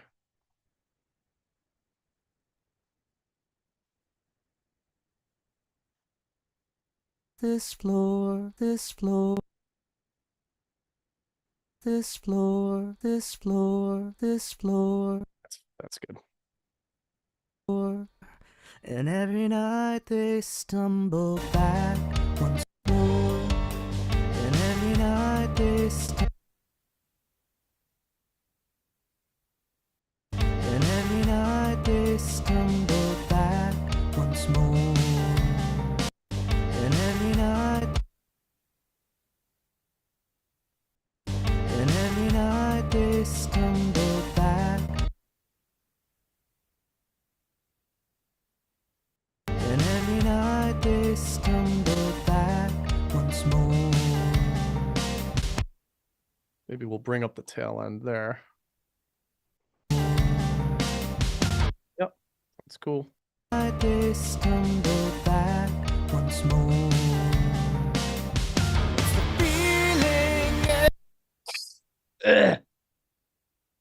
Okay, phrase number 1, or I guess verse number 1 is done. It's pretty good. Did you record this through anything? Compressor? Seems a little squishy, a little controlled right off the bat. Maybe through like a UAD, like DSP, or maybe you're just, yeah, your singing is just super controlled.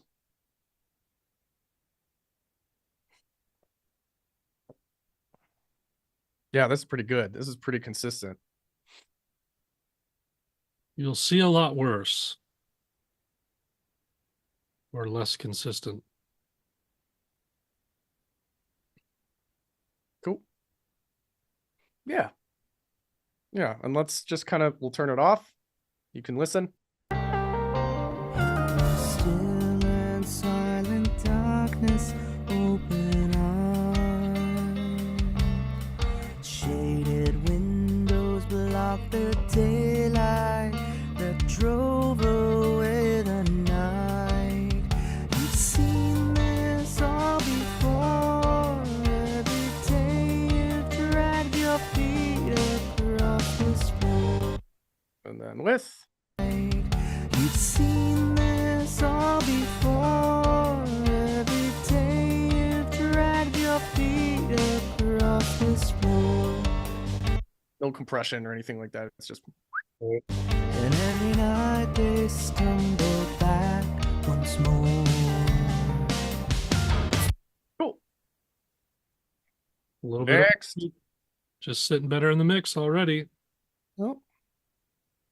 Totally, totally, totally cool. Let's do it again. Feeling every day. It's the feeling. It's the.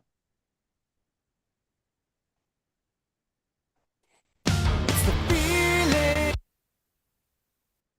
It's the feeling. It's the feeling. I have to.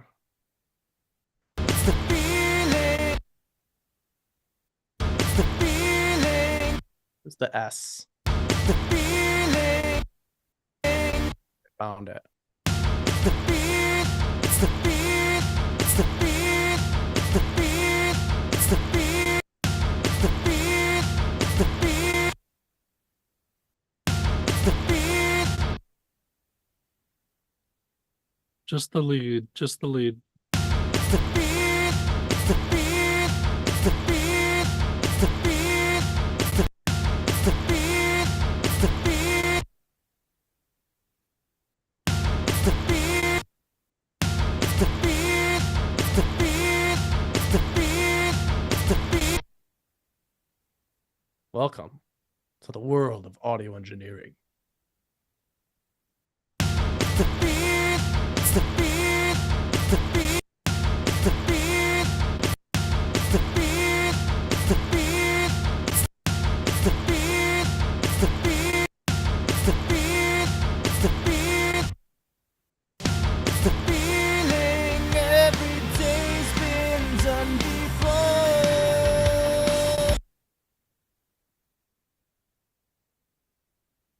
the feeling every day's been done before. Every day's been done. Stumble back. It's the feeling every day's been done before. It's the feeling every day's been done before. The reeling.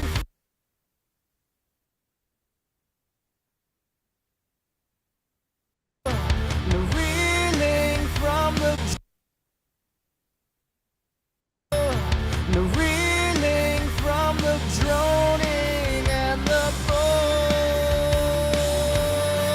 From the land, day to day, on and the bore. And the bore. Start to fade that out. From the land, day to day, only waking up. From the land. Next.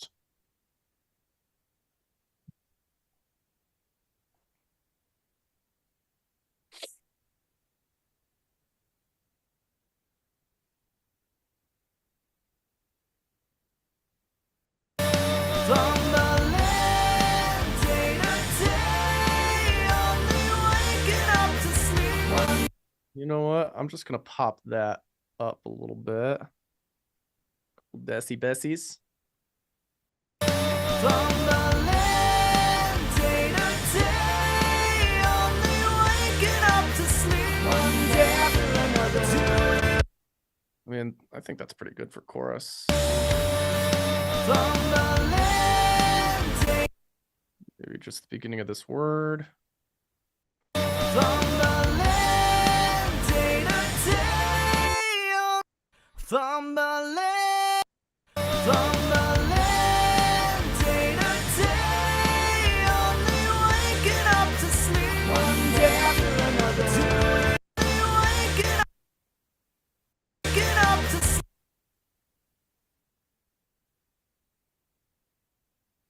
Waking up to sleep.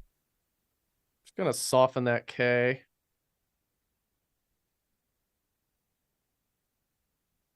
Waking up to sleep. Waking up to sleep. Waking up to sleep. That's pretty okay.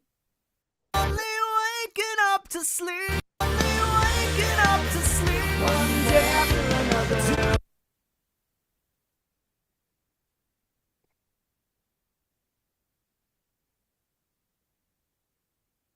Only waking up to sleep. One day after another. And this needs to duck out of the way for the response vocal. Waking up to sleep. One day after another. Waking up to sleep. One day after another. Pretty good. To ourselves.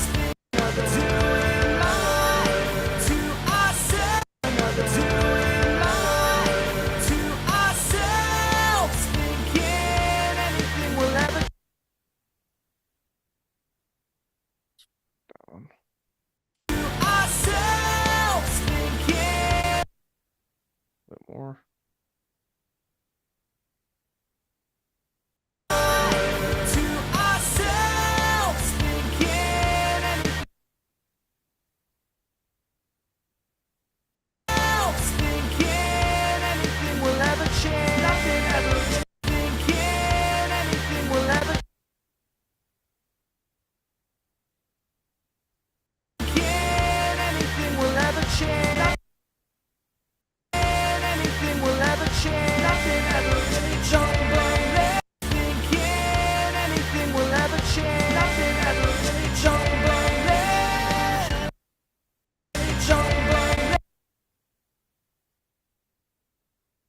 Let's hit this bad boy.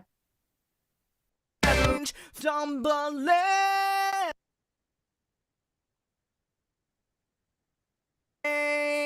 stumbling, What's the lyric there? stumbling on our way, only Stumbling. never Stumbling or tumbling? change, stumbling, Stumbling or tumbling? stumbling, Tumbling. Stumbling. We need to know. and never change, stumbling to ourselves, thinking. It's time for some magic.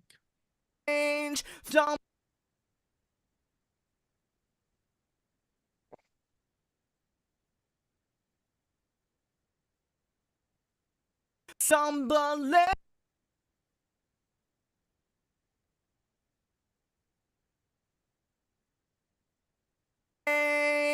stumbling,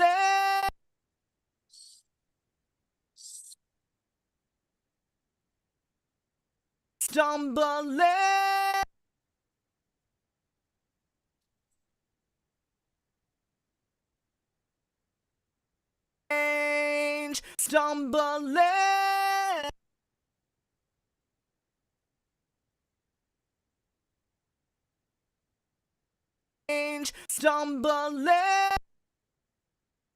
stumbling, stumbling, stumbling, stumbling, stumbling, stumbling, stumbling, You know, T in there. stumbling, stumbling, stumbling. Matt, is there another take I can grab this from later on? Are they flown? Did you fly the choruses or are they unique?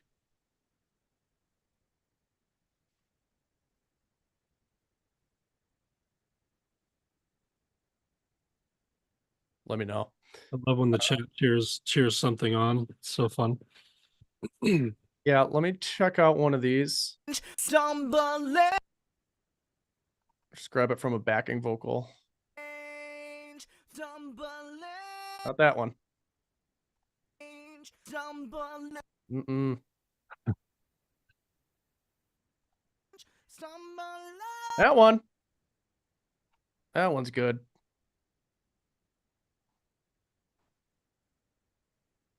Let's nab that.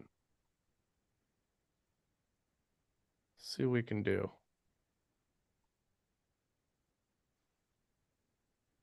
Oh my god, what is he doing? He's crazy. You crazy. I would never do that. Stumbling, stumbling, stumbling, stumbling, stumbling,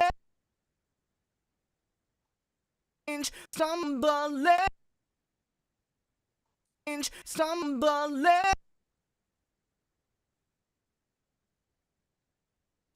Crazy.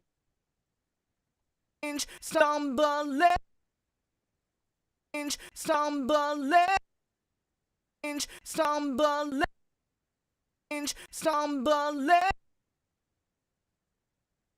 stumbling, stumbling, stumbling. And I'm just gonna fine tune this down a touch.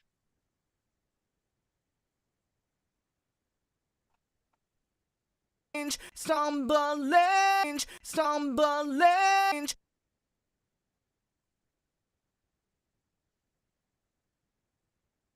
stumbling, stumbling, stumbling. Better than it was. And in context, change, stumbling on our ever change, stumbling on our way. They never really stumbling on our, they never really change. And this is hitting at the same time.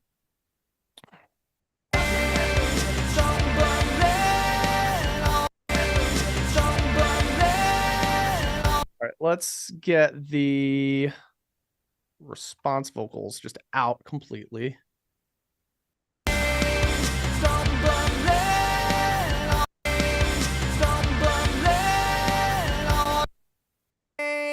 Stumbling.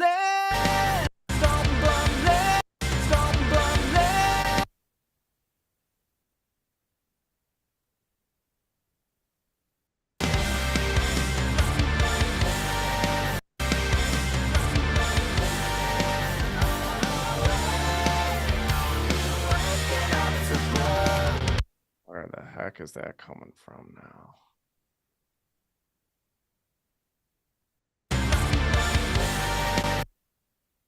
Let's just do this.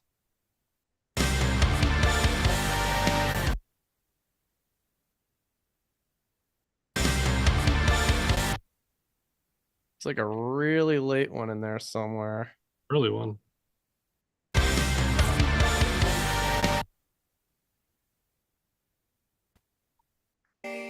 Stumbling on our way, only waking up to put. Oh yeah. Stumbling. Yeah, just needs some tightening. Stumbling, stumbling, stumbling on our way.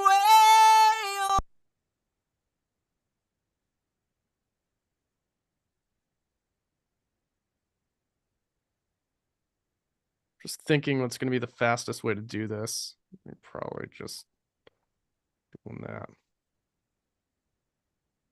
Honestly. It's like, do I want to get into vocal line right now? No. Do flex time. I don't like what it does.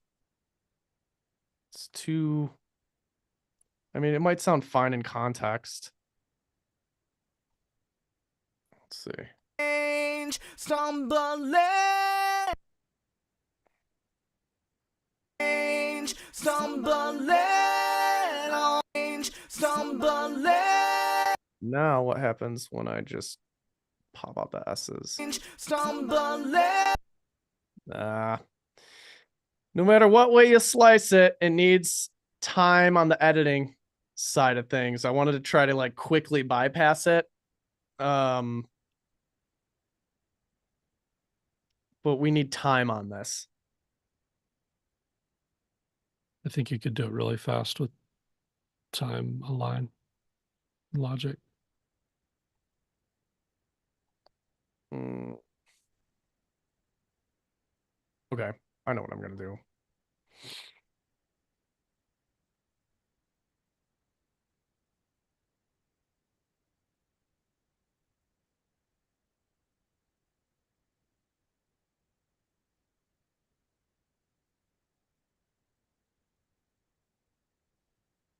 Stumbling. Ugh. Fumbling day to fumbling day to day, only waking up to sleep. Is this also stumbling? That Or is this one's fun. fumbling? Fumbling, okay. It sounds like fumbling. Fumbling day to day, only waking up to sleep. Do fumbling day to day, only waking up to sleep. Do we lie to ourselves, thinking anything will ever change? Stumbling on our way, only waking And is life all the same page after page? Another dreary day.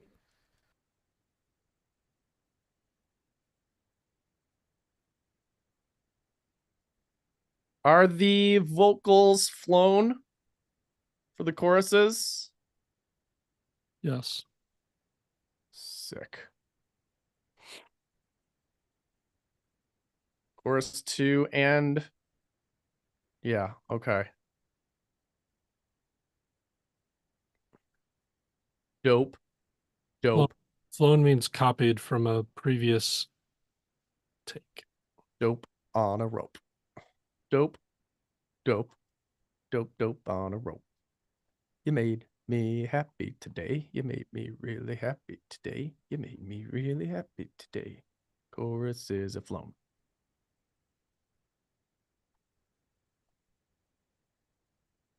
Dope. Yeah, one chorus flown to the other choruses. Dope, dope, dopey dope. Dope, dope on a rope. Hey, dope. Dope. Dope on a rope. Dope, dope, dopey dope. Dope, dope on a rope. Come on. Dope. Yeah. Dope on a rope. This is what we're gonna do. We're gonna finish this first.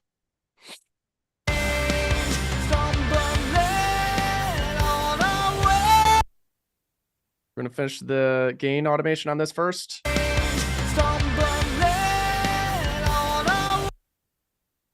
Just very quickly. Oh crap. Oh crap.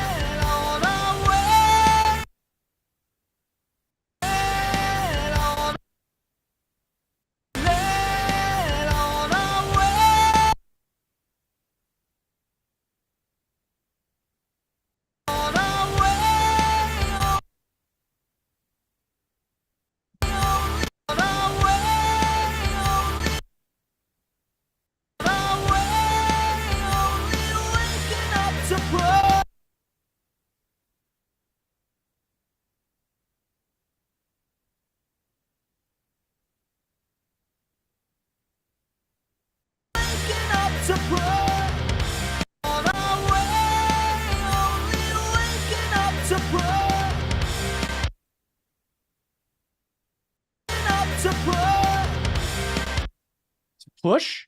To put. To put. What? And is life all the same way? Only waking up to put.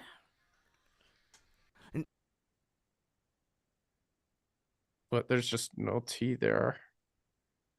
Up to put. Only waking up to put. Only waking up to put.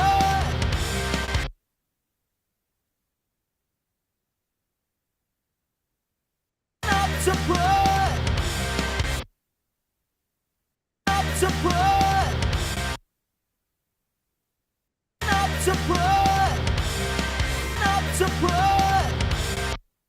That the at the end of the word makes it put. Kind of the T. Yep. Is life on and is life and is life on the same page?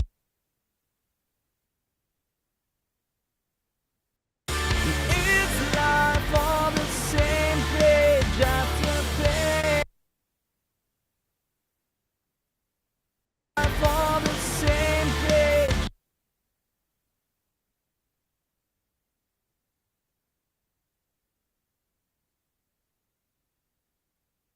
Same page after page. On the same page after page. On the same page after page. On the same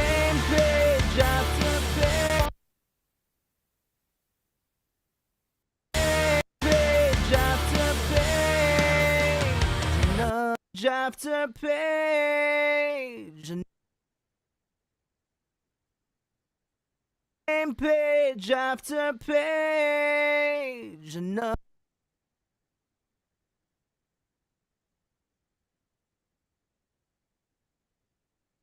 page, another dreary day, another dreary day, another dreary day.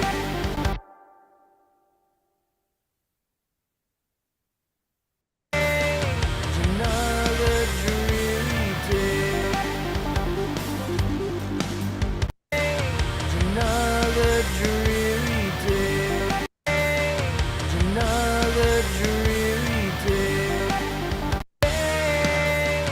Another dreary day. Let's pull that up.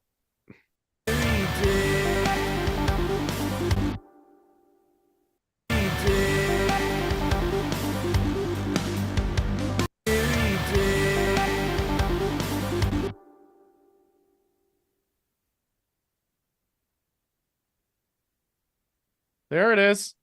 Yep. Good And point. that, my friends, is a chorus. It is. Excuse me. Love that sound. Am I still here? Yeah, I am. Cool. Like my camera's not blowing out. Cool. All right. Well, that's a chorus, my friends. Let's go ahead and take that and can't be right there. Boom. Done. Ooh, what about this part? What about this part, Matt? This part right here? Is that flown? It looks different. Is it different? Should be flown. Okay. Seems there's never something more than myself. It's not only waking up to play, only waking up to sleep.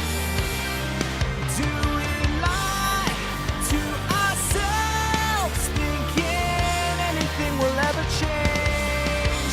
Stumbling on our way.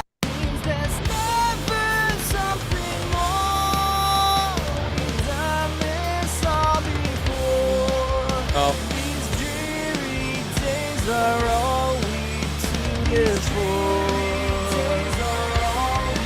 Seems there's never got you. Okay, so these are this is actually a different part. So we gotta get it. Seems there's never something more than this all before.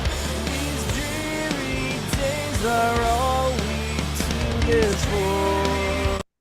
Seems there's never something more.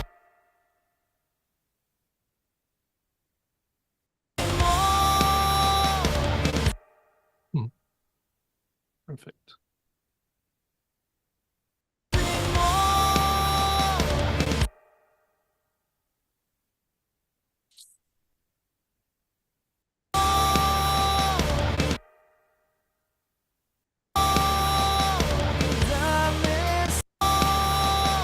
That, and that. Harmonics. Seems there's never something more. Seems there's never something more. Never something more than this all before. Never something more.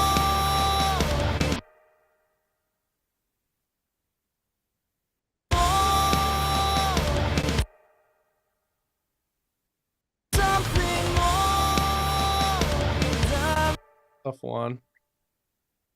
Never something more than this all before. These dreams, we've done this all before.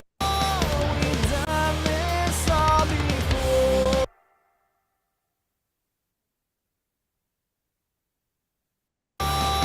We've done this all before.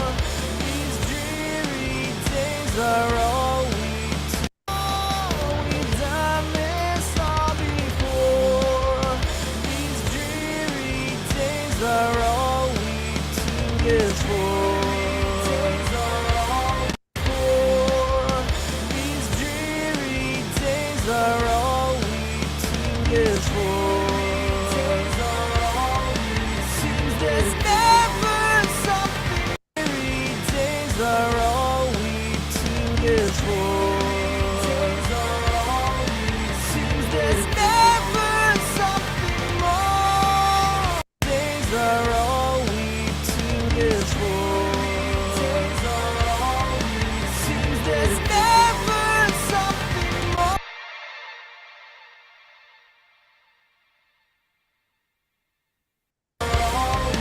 Seems there's never something.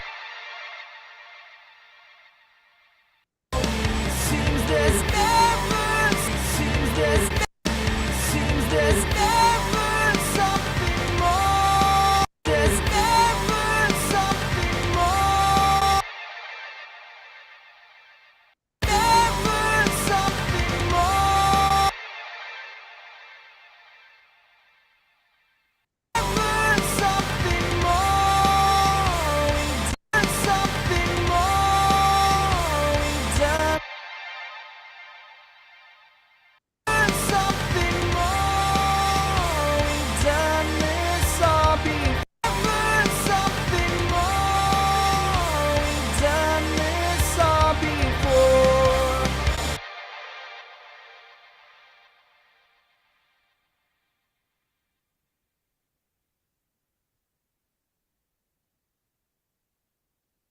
We've done this all before.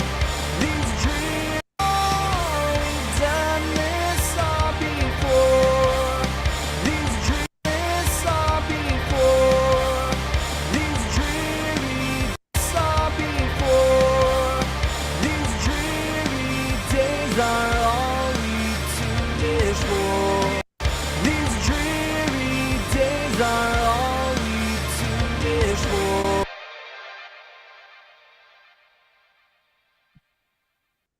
Days are all we to live for.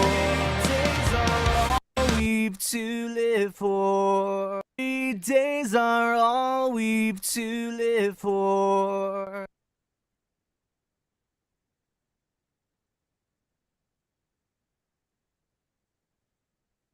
We've to live for. All we've to live for. All we've to live for.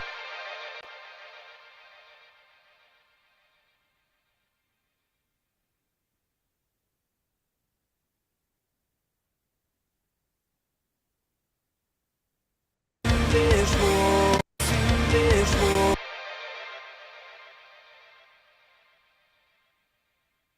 Live for. Live for. To live for.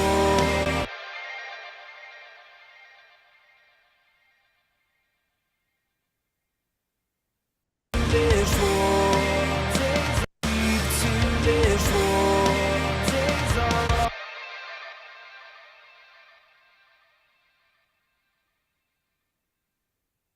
live for.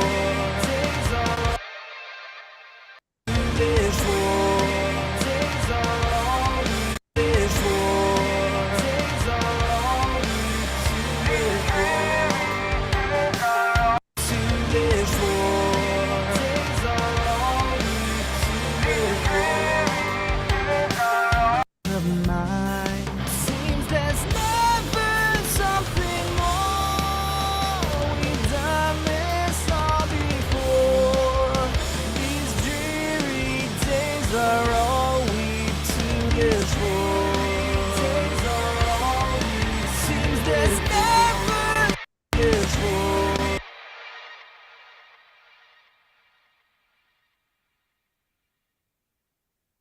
Live for. Leave to live for. Leave to live for. Days are all we seems there's never something more. Never something.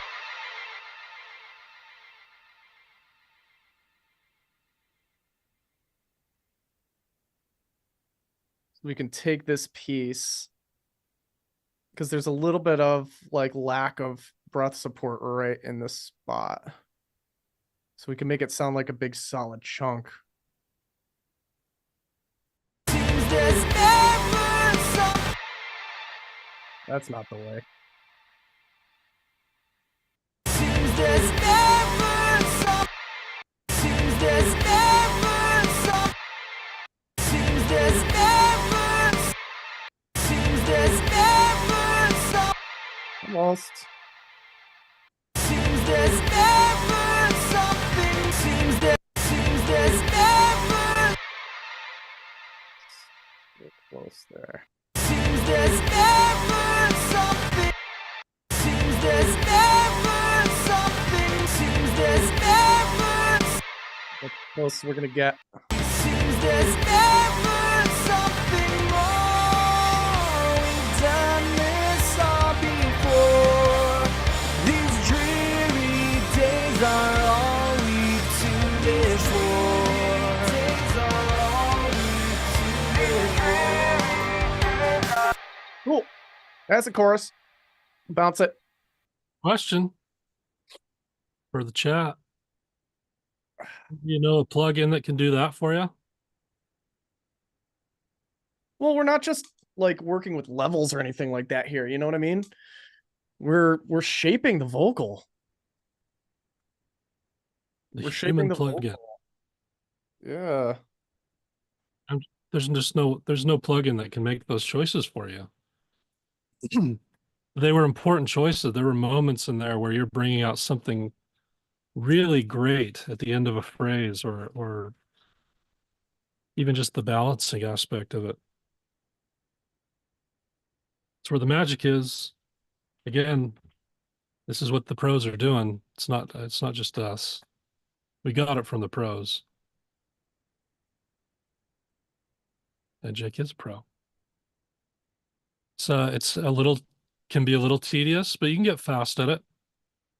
And it's one of the most important things you could do in the whole mix.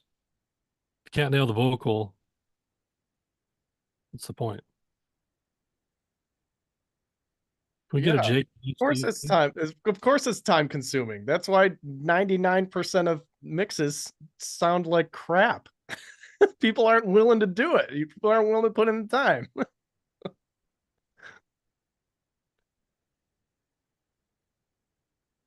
Sweet. It Great didn't job. take that long. Didn't really take that long, did it? Like an hour. Half hour, something like that. The mix takes you 4 to 6 hours. That's one of the most important hours you could spend. Yeah. So that's just the chorus. I mean, we still got to go back and do some of this stuff. Verses. We still got verses and some pre-choruses and stuff like that to do. It's just what it is. You want to do that today? Take your time. I think they get the idea. Cool.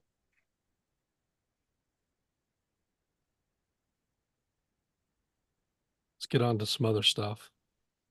Yeah. I agree. Oh, we are not going to do tuning today. Maybe I will. I don't know. Maybe I'll throw like a little auto tune on there or something. Yeah, just a little. Just a little touch. I'll do it by hand. Just go throw a little tune on there. Totes my goots. Cool. Let's take a break. Yeah, You gonna hang out? Yeah, I can hang out. Sweet. I'm gonna step away for a moment. Yeah, go ahead. step away if anyone needs a bathroom break, refill on the coffee. I can answer questions here. I saw a couple people that wanted to see the program inside, behind the scenes, behind the curtain. Would that be interesting? Would you like to see the platform for the program?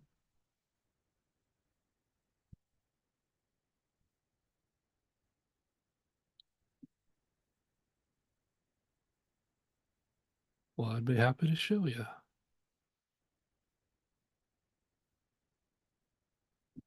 It's a pretty fun little platform.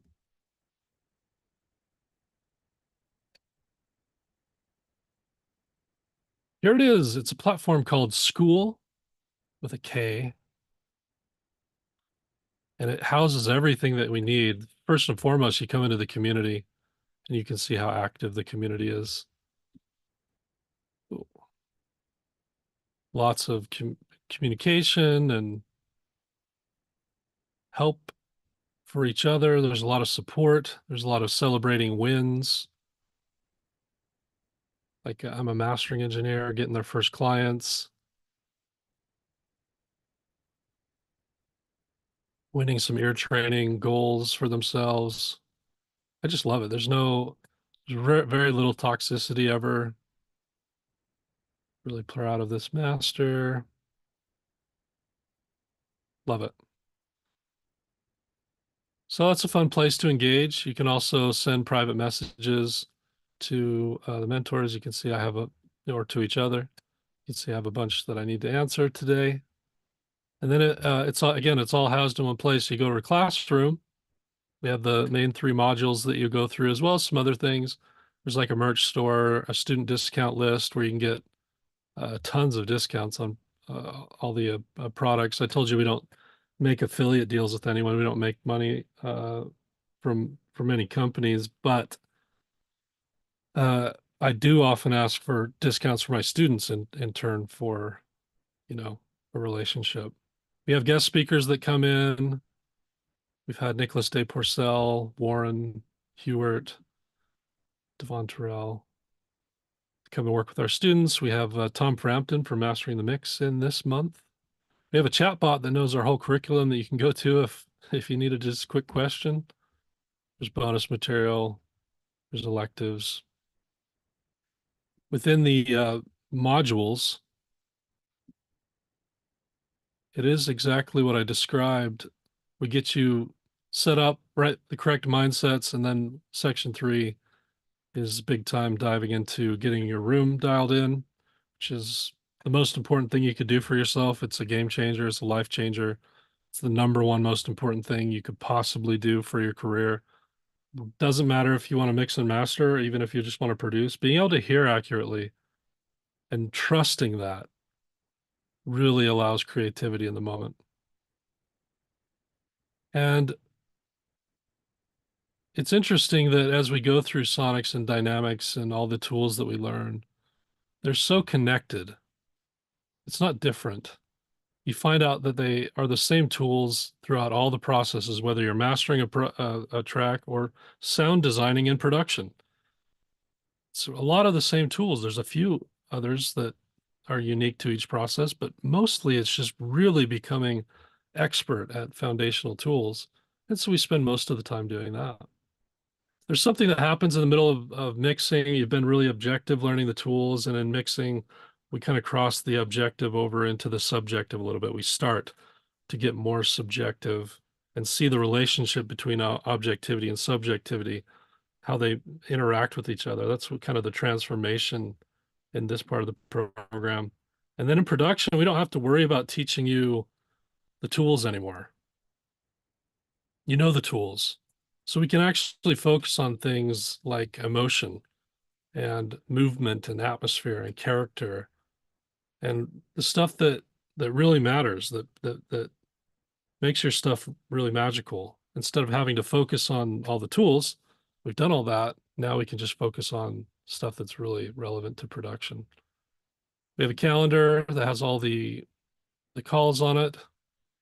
Again, there's a lot of opportunities. Just today, there was a production call with Chris, who's one of our producers. He's amazing. And then another call at 3 p.m. today. Yesterday, there was office hours with Dane, so he was on for like 4 or 5 hours plus other mentor calls. You can get on, you can have one-on-one time with any of the mentors, and you can also just listen in if you want to just listen into other people and learn from the community. It's really cool that it's all in one place. We really love it. It's just been a lot of fun. Any questions about any of that?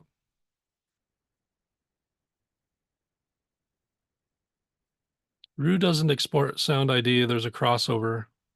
Sorry if I missed any questions. I wasn't looking at chat.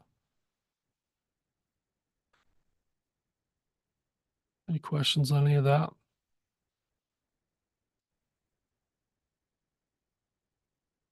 If you haven't booked a call yet and want to, mastering.com/TRE, it's in the chat. It takes just a couple minutes to book that call. Just talk to the admissions counselor if you are interested.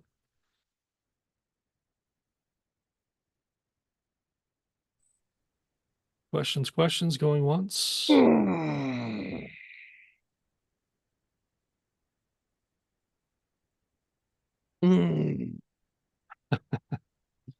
Right on, Lou. We all do a hip hop FTM. Yeah, we've done it before. We'll do it again. Do another one. When do you want to do it? We also have, we provide as part of the curriculum all the music that to go through. It really guides you through a process, and it gives you all the assignments. It gives you all the music. It covers a wide range of musical styles. You realize it doesn't matter. It's principles for any style of music, but there's a lot of variety in there. The calls, Martin, are like the ones in Sync, just smaller.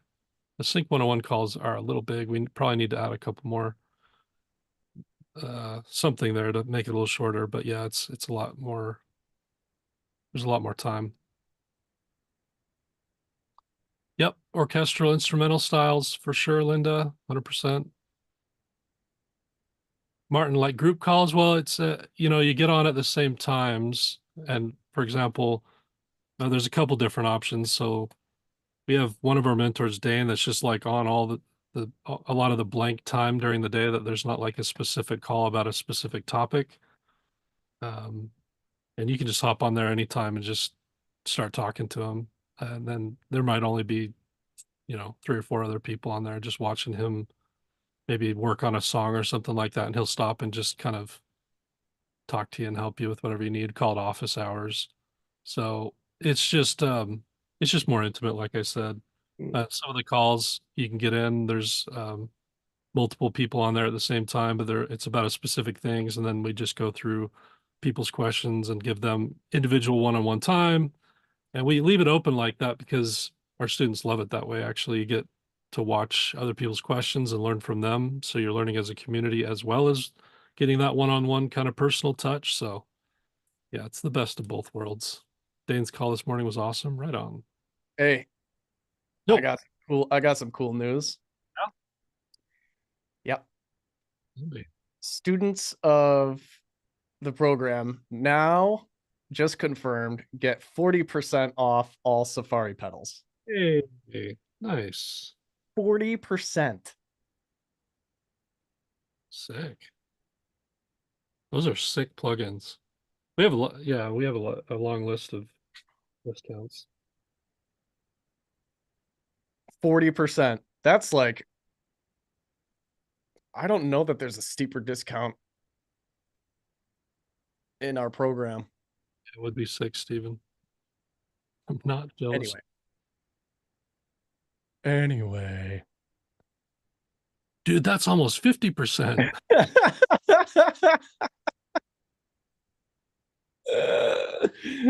Okay. Or needs to and hasn't been able to. Y'all good? Just want to make sure. No pressure either way. Just if it's something for you, we want to be available. Cool. All right. Let's do some vocal stuff. More vocal stuff. Who's ready? You guys, I hope you guys get the concept of gain automation and how important that is to really getting some detailed professional sounding vocals. Yeah, you getting it? You with me? Yeah, I'm not gonna do the rest of the track here. We'll see what we can get away with.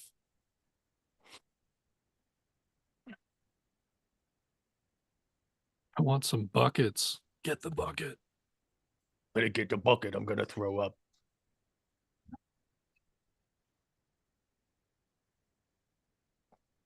So where do we want to start? Let's start at the verse here.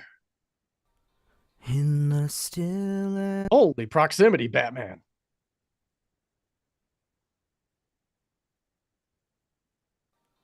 in the still and silent darkness, open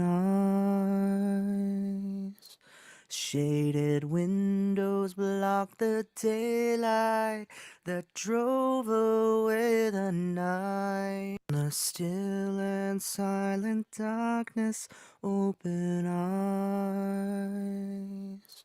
Shaded windows block the daylight that drove away. Hear the difference? Let's listen to it in context. In the still and silent darkness, open eyes. Turn the overall volume up of that vocal. In the still and silent darkness, open eyes. Shaded windows block the daylight that drove away the night.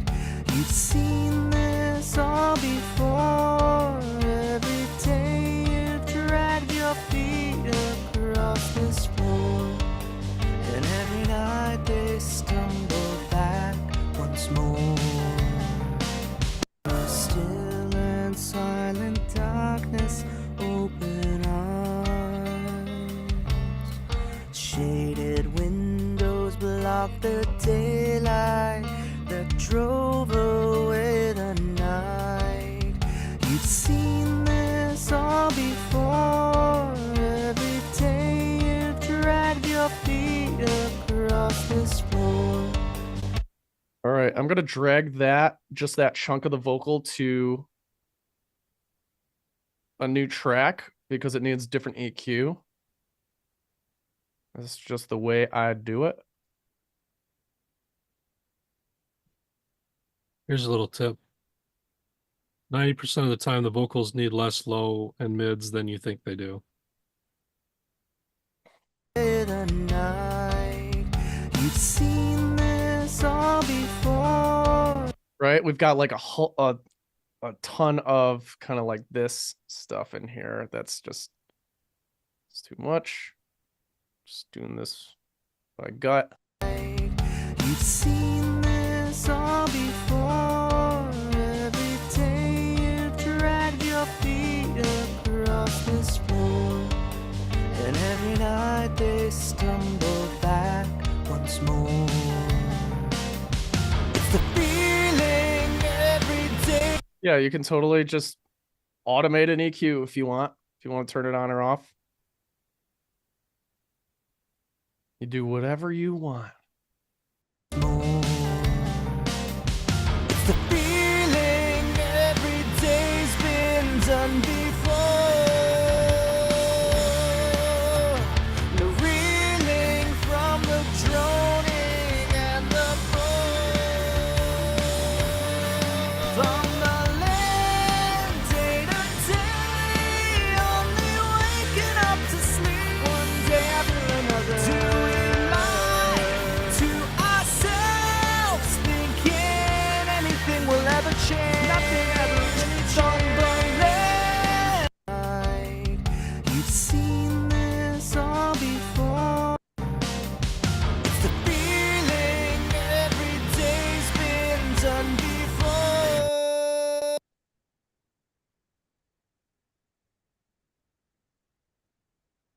Okie day.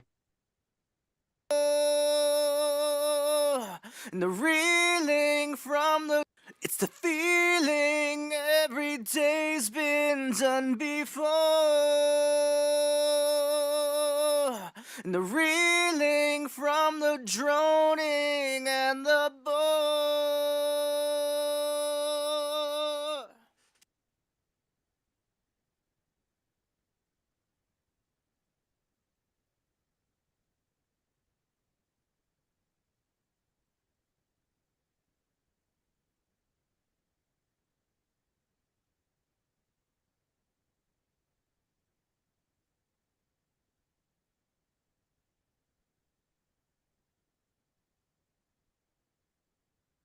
see if this gets the It's- job done.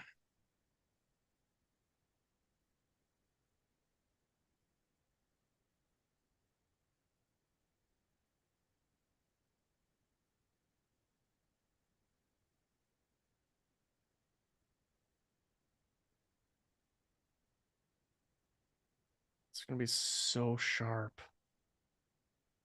I don't think this is one's gonna work.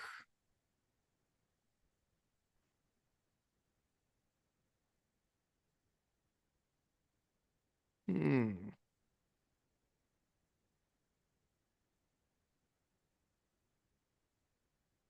So right now the goal is to tackle these really harsh frequencies. Right? On those long notes, there's like these just piercing frequencies. been done before. Right there, there's just like these really tight resonances.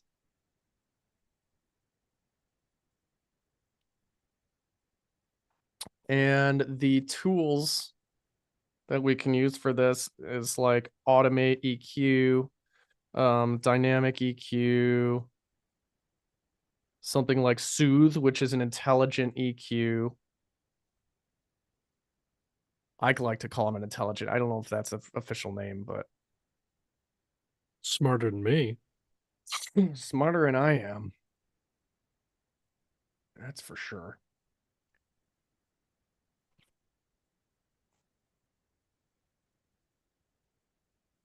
I prefer my preferred method for dealing with this kind of stuff is to manually automate my EQ to tackle these notes because it gives me control. The feeling every day. So let's just dial those in.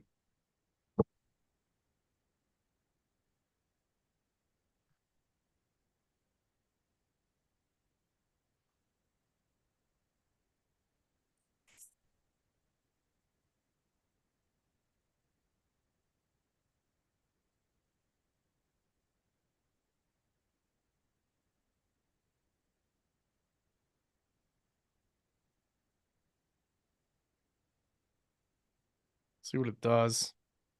It's been done before. Already better. Let's just listen. For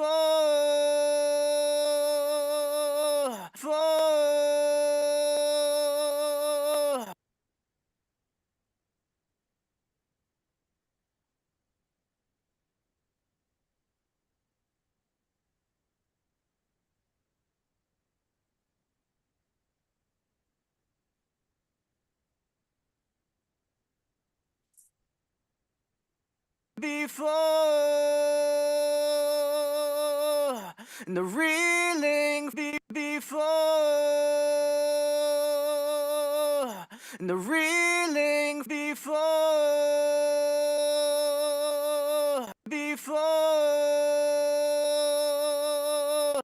Way better, right? Not gone.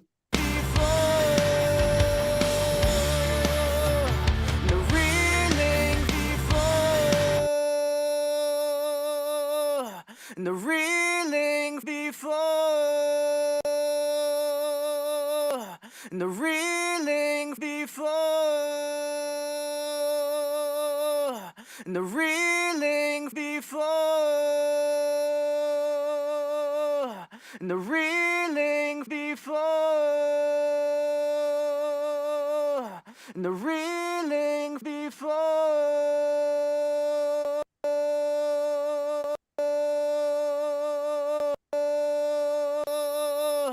And the real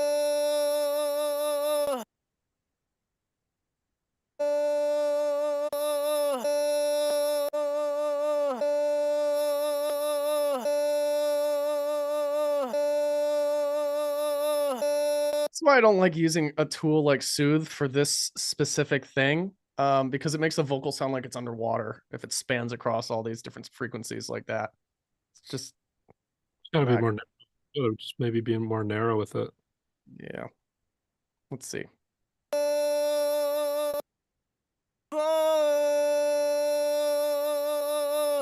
And the reeling from the droning and the bore.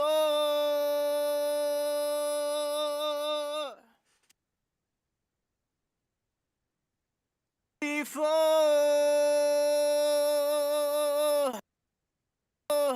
And the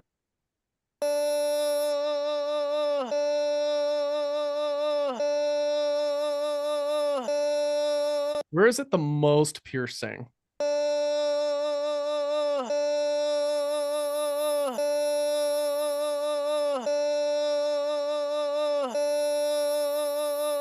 That 10K, right? Yep. That's where it's like the worst.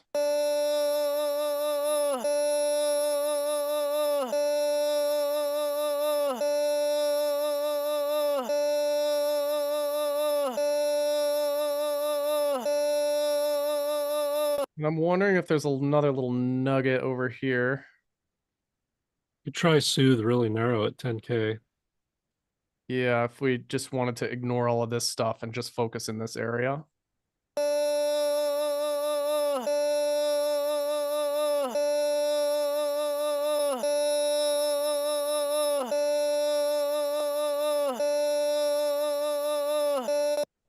And we even kind of roll this. I need a narrower.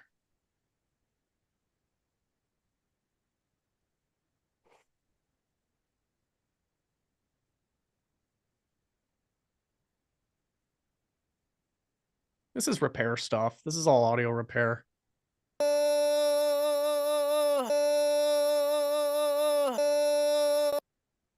So I just like really steeply roll this.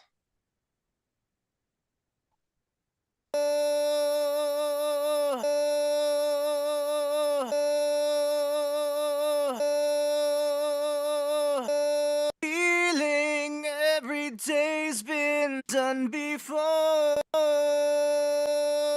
It's the feeling every day's been done before. It's the feeling every day's been done before. They stumble back once more. It's the feeling every day's been done before. The reeling from the droning and the bore. From the land, it's the feeling every day's been. Feeling every day's been done before. Every day's been done before. Yeah, let's try this last kind of instance of soothe. But this gets it. Another little layer here. I'll focus it right around here.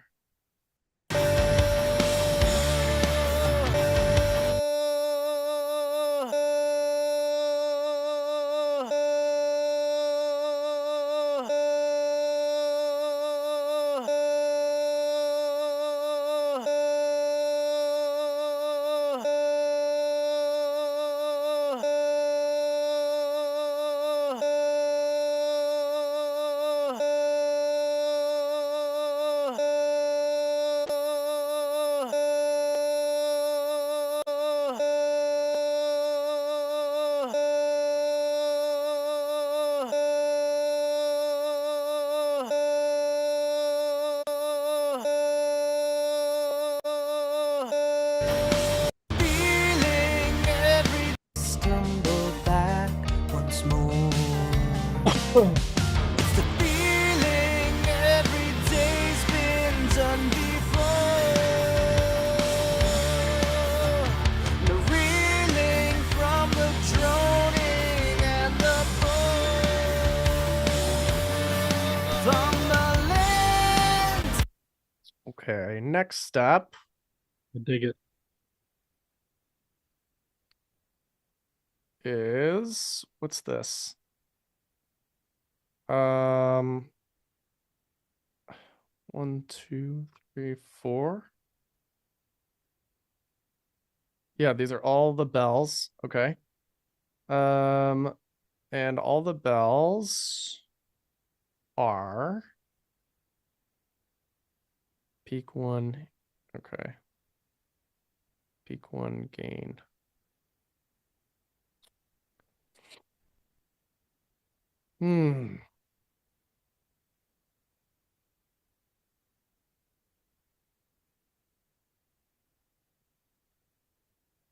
Hope you're having fun. We hardly ever do this much surgery. We never do this much surgery. It's a different that's all right, Matt. It's like a different stuff to teach. Yeah, if you don't like this stuff, Learn to like it. either learn to like it or probably not for you. Gotta know how to solve problems. Every day's been done before.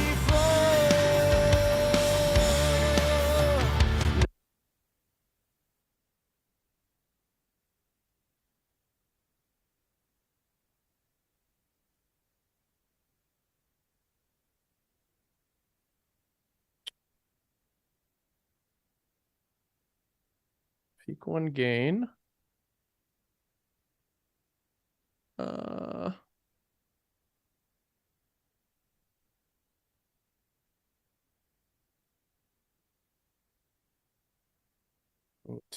Peak 2 gain. All day is just like leg day. Just needs to be done. Needs to be done.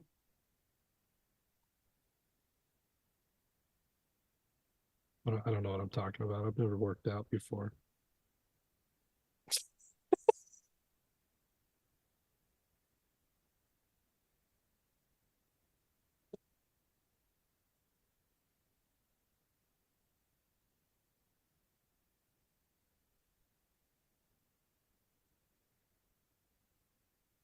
Ah, goodness gracious. Is this peak 1?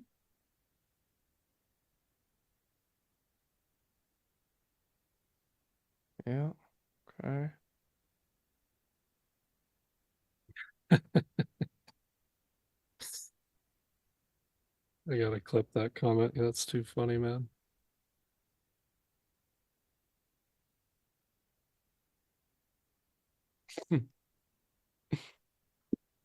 I love that.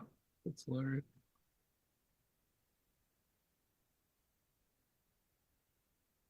Don't. Oh.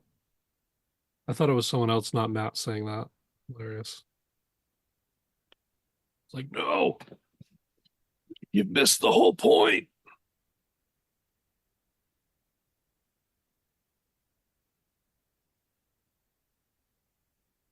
No, you can, Matt. It would be a fine place to start, very least. You have the recurring problem of this.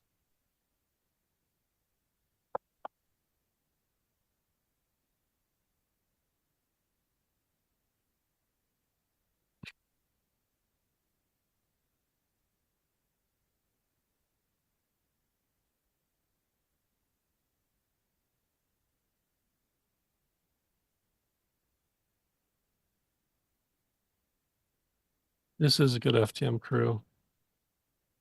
Quality folks. If you're new, did you have a great 3 days? Have you had fun if you're new?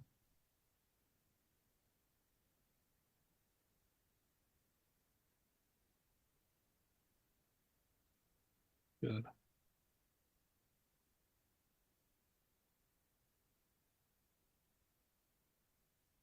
Good deal. Feeling every day's been done before. No reeling from the droning and the bore. From the land Everyone know he's done here? Is anyone lost?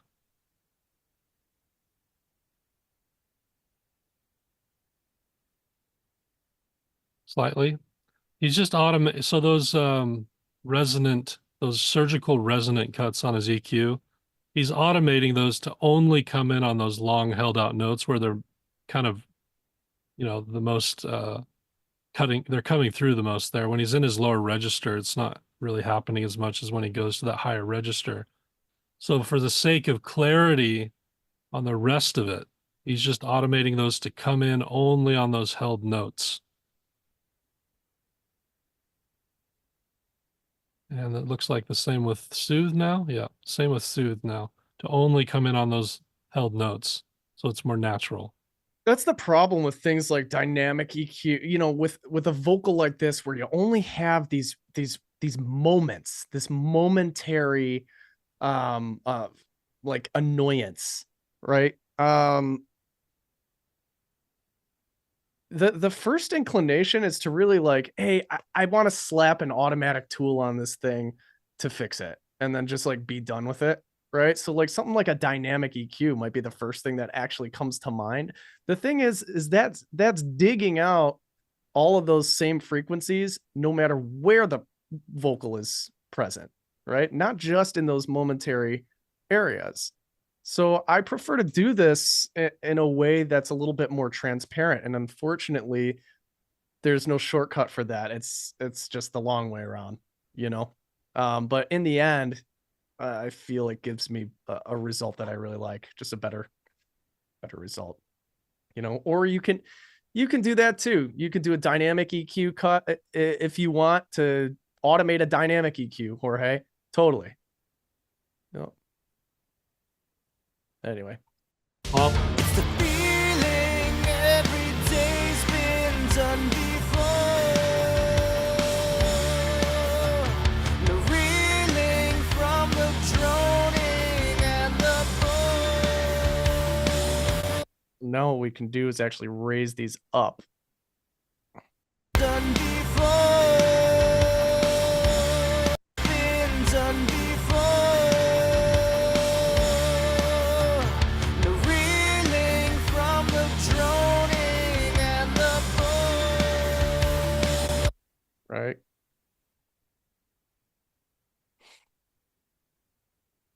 And the bore.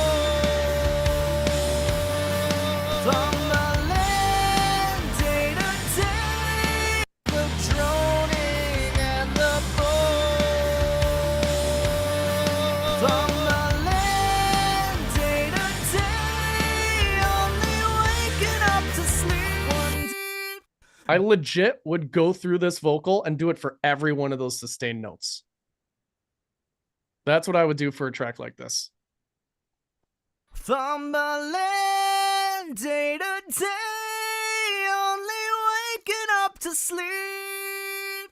That one, Do we lie to ourselves, thinking anything will ever change? right? So what, since there's so many of those, what I might do instead of like all the automation, just leave it on. no, I mean, it's Happening. creating, Almost leave it on though, what? Say that again? It's happening enough in the chorus that it almost needs it almost the whole time. Yeah, so what I would do for something like this is I would actually have these this processing set up like this. I'll show you. This is the shortcut since we've identified the frequencies. It's kind of like delete all the track automation. I'm gonna call this like LV fix. Or LV like chorus fix. And instead of doing all those automation moves, I'm just gonna have the processing for this on 50%. I'm gonna have the processing for this on, wherever we were There, and here.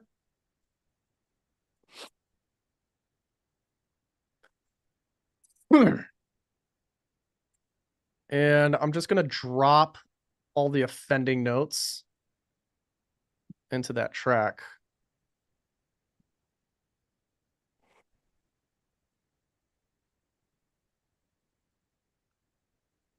Literally just dropping them, like cutting them out and dropping them in. Fumbling day to day on Fumbling day to day, only wake We'll have to crossfade a lot of that. Don't worry, we're gonna do that. only waking up to sleep.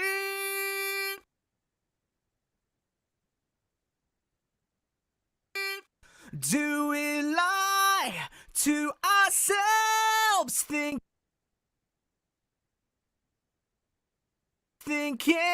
anything will ever change? Stumbling on our way, only waking. Stumbling on our way.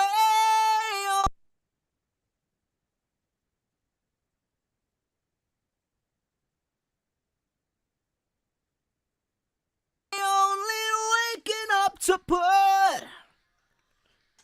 And is life all the same, page after page? Another dreary day. And since he's got, you know, he's in the lower register again there, we have another track. And is life That needs to be EQ'd differently than this track. And I would call that chorus call high and chorus call low. And then chorus fix.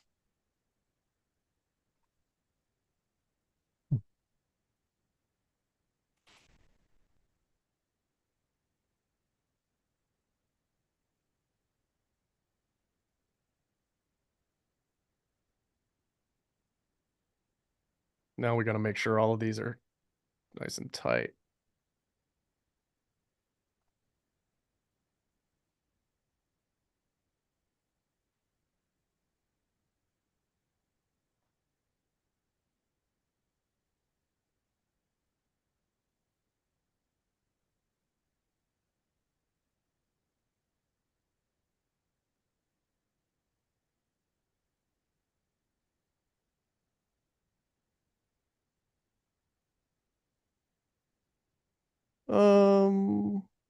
I wonder. Yeah, you could, Bradley, for sure.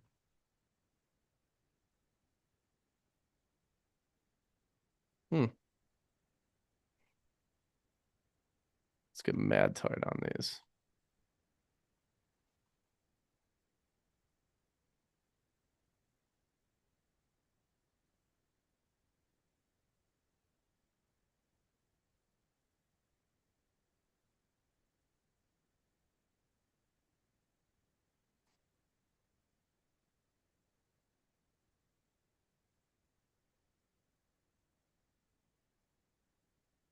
He's doing fades right now, Caroline.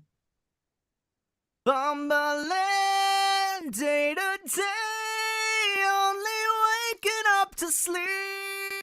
So just have to kind of oogie these so that they don't bubble. There it is. You're welcome. Fumbling, Probably right around there-ish. fumbling, Oh, fumbling. and it's just a game of this for a while. We don't have to do this today.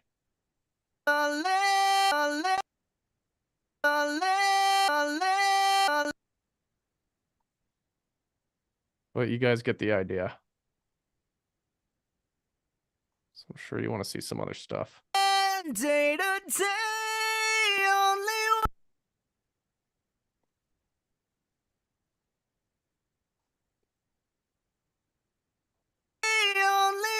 waking up today, only waking up to sleep. We'll just do one chorus. You only need to. All we'll do today is just the song up to the first chorus. To sleep. Do we lie to ourselves?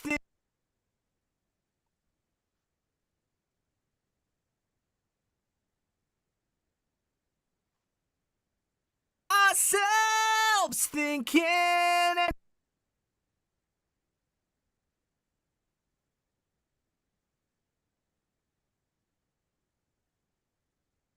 Ourselves thinking anything will ever change. It's pretty close.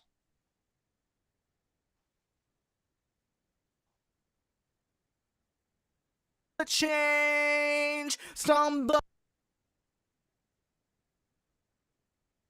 Change, stumbling on, stumbling, That stumble. stumbling on. Again, just for demonstration purposes, we're going to let that slide. Stumbling on our way.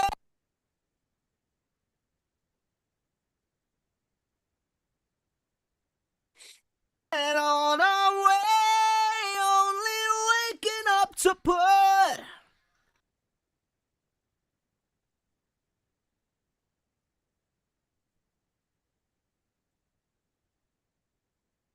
and on our way, only waking up to put only waking up to put only waking up to put.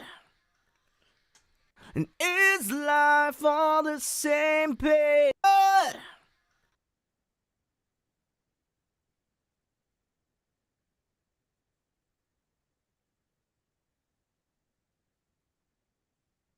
And is life on the same page?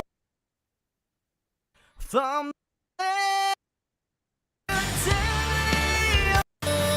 from the land, day to day, only waking up to sleep one day after another. Do we lie to ourselves, thinking anything will ever change? Nothing ever really tumbling on our way, only waking up to put one foot in front of the other. Is life on the same page after page? Another dreary day. Nice. That's a trick I never show you guys.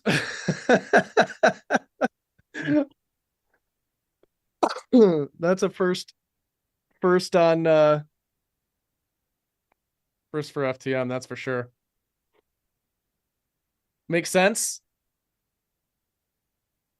Who else does this? I know a lot of mixers that do this. Who's the one that's coming to mind right now? Is it Jason Joshua? Josh Goodwin, maybe? I don't remember.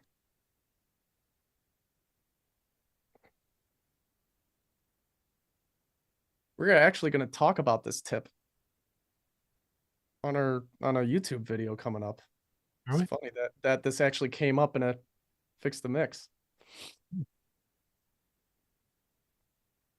Yeah, Josh Goodwin. Yeah, he does Cher and Dua Lipa, Justin Bieber, 30 Seconds to Mars, J-Lo, all their stuff. Yeah, Doja Cat. Yep, totally. Make sure you have it connected back to the why though, because there's other ways of skinning cats. The why behind it is everything. Why are we doing this? What problem are we solving? Why do we need to solve it? If you know Yep. that, you'll always be okay. A little bit easier than automating, right? Just like doing the track and then just chopping out the regions rather than automating every single point like we did on these two. Part of how you get that really polished vocal, you hear it, you know, when you hear it, you're like, man, how do they get that so perfect? It's all this attention to detail. Cool. Good. Cool.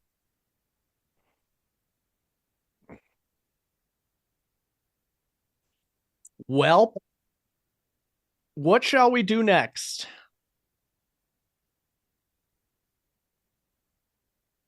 Still got quite a bit to do here.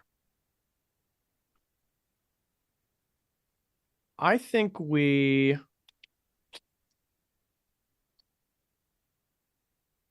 think we polish these vocals up first. I'm going to call this LV verse, lead vocal in the verse.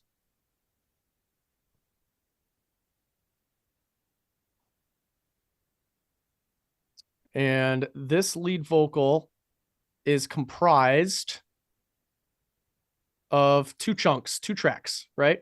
We've got this track, which is like our low, verse low. And then we have our other track, which is verse high. And silent darkness over with the night. You've seen this all before. Every day you've dragged your feet across the And I'm actually going to turn this up a little bit. sky that drove away the night. You've seen this all before. Every day you've dragged your feet across this floor. And every night they stumble back once more. Okay, so I've leveled these two out. Now I'm going to put all of my processing on the bus, because both of these vocals get sent to a single bus. It's meant to be kind of like one sound. So from here, I've made all my fixes. I've got my EQs kind of making this vocal to this vocal a little bit more consistent. Now, we've also got our gain. Did I blow away my gain automation? Did I bake it into this one? Can't remember. I think I blew it away.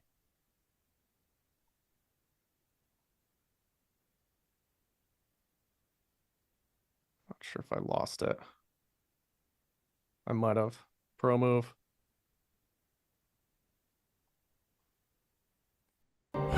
Still and silent darkness, open eye.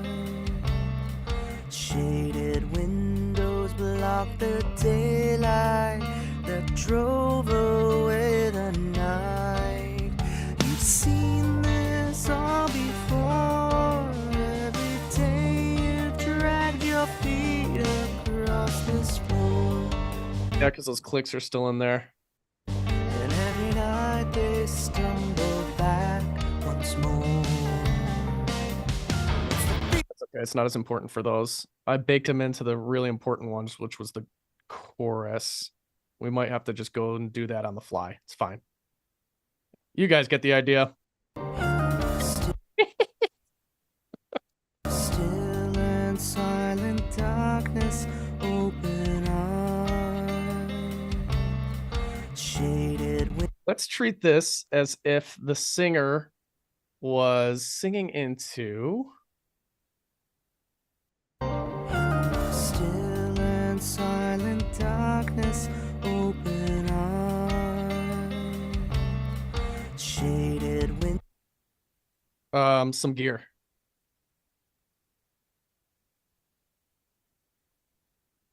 Freeze.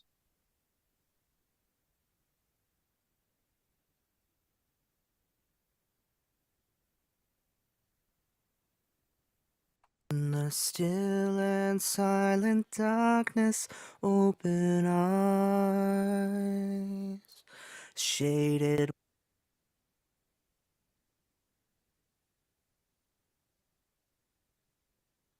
Lots of new stuff today.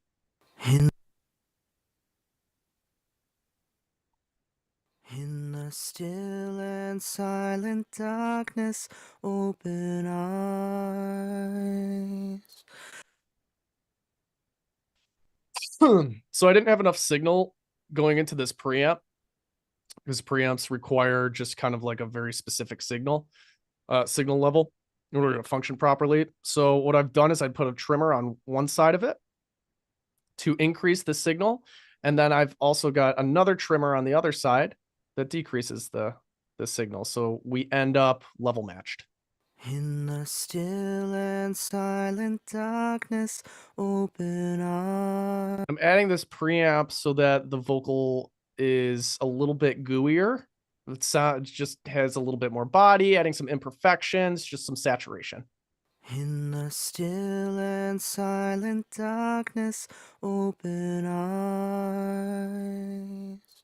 Shaded windows block the daylight that drove away the night. What happens if you drive it too hard? Still and silent darkness, open eyes. Shaded windows block the daylight that drove away the night. Cool, sounds good. You've seen this all before. Every day you drag your feet across this floor, and every night they stumble back once more. Cool. I have to grab this at the very least.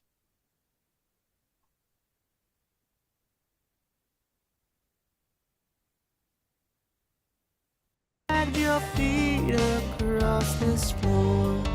You've seen this all before. Every day you drag your feet across this floor, and every night they stumble back once more.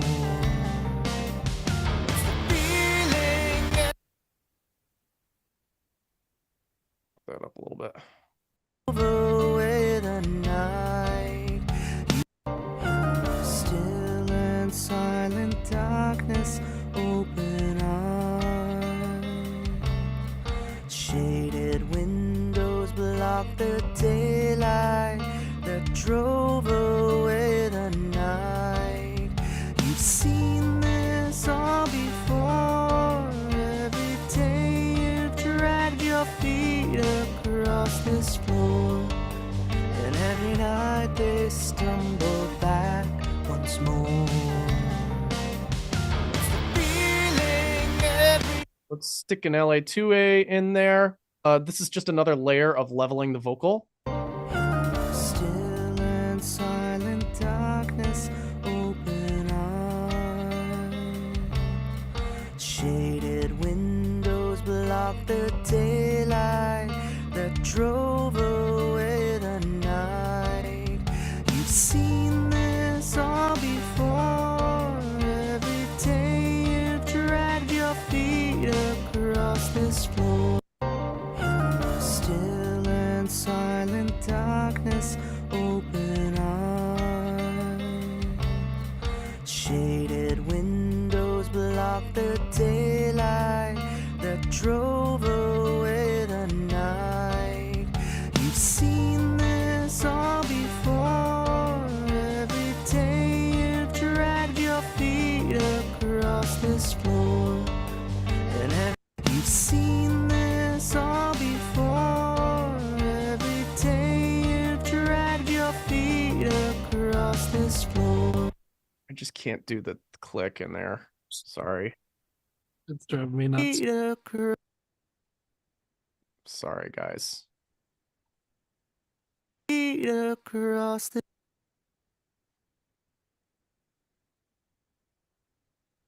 Can't do it.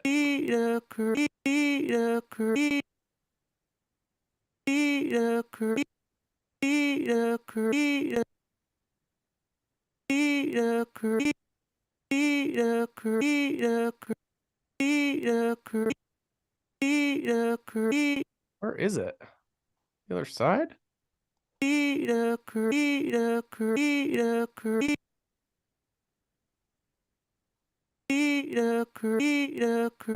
What is going on here today? Having a hard time. Turn it down more. If you want to hear it, it might just still be coming through. Yeah, my brain just might be dead. Yep.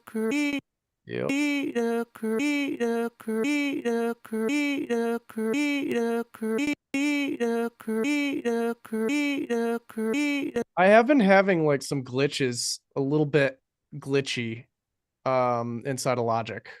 Yeah, since you upgraded to 11. Yeah, there's some little weird anomalies that are happening. You know what I mean? Inside of this program still. Yeah, upgraded. Jake upgraded for a YouTube video that we never released. Across this floor, I don't recommend it. Upgrading so quick. across this floor. Gonna leave it at that. Of really any program or DAW. Just wow.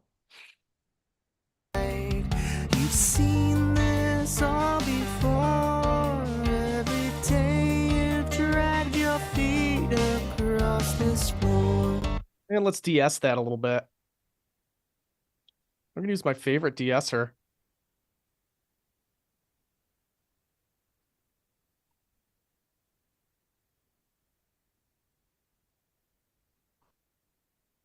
Sibilance. Oh, come on. My favorite DSer is in demo mode. What's up with that?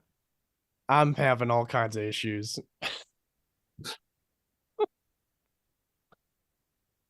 Ay, ay, ay. I don't know. I'll have to figure it out. Still and silent darkness, open eyes. Shaded windows block the daylight that drove away the night.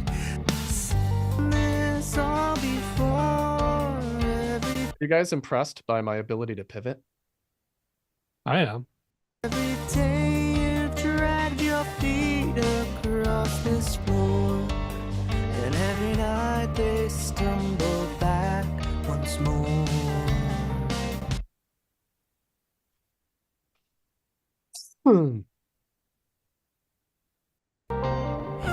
Still and silent. Oh, I'm in. That sounds lovely to me. Sounds like a lovely vocal. Let's see if we can make it lovelier.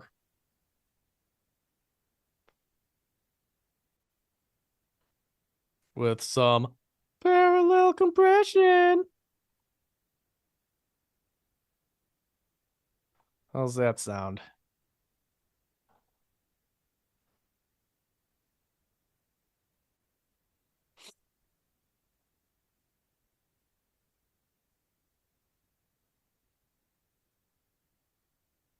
Yeah. He did it about 30 seconds. Parallel compression. Imagine being able to send signal to an aux channel or a bus that has a major saturator or compressor on there that's really cranked. If you put it on the original, it would just clamp it down and crush it. But there's some wonderful little nuance that it has in and of itself. Well, you can send and receive just part of the signal. You can mix it in. So you could take that crunch, you could take that good saturation, but only put 10% of it in and mix that with the original signal. That's parallel processing. an example of parallel processing. Well put. In the still and silent darkness, open eyes. Shaded windows block the daylight.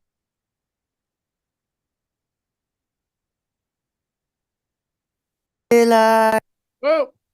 Hello. Rip! That drove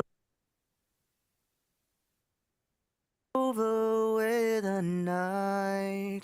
You've seen this all before. Every day you've dragged your feet across this floor.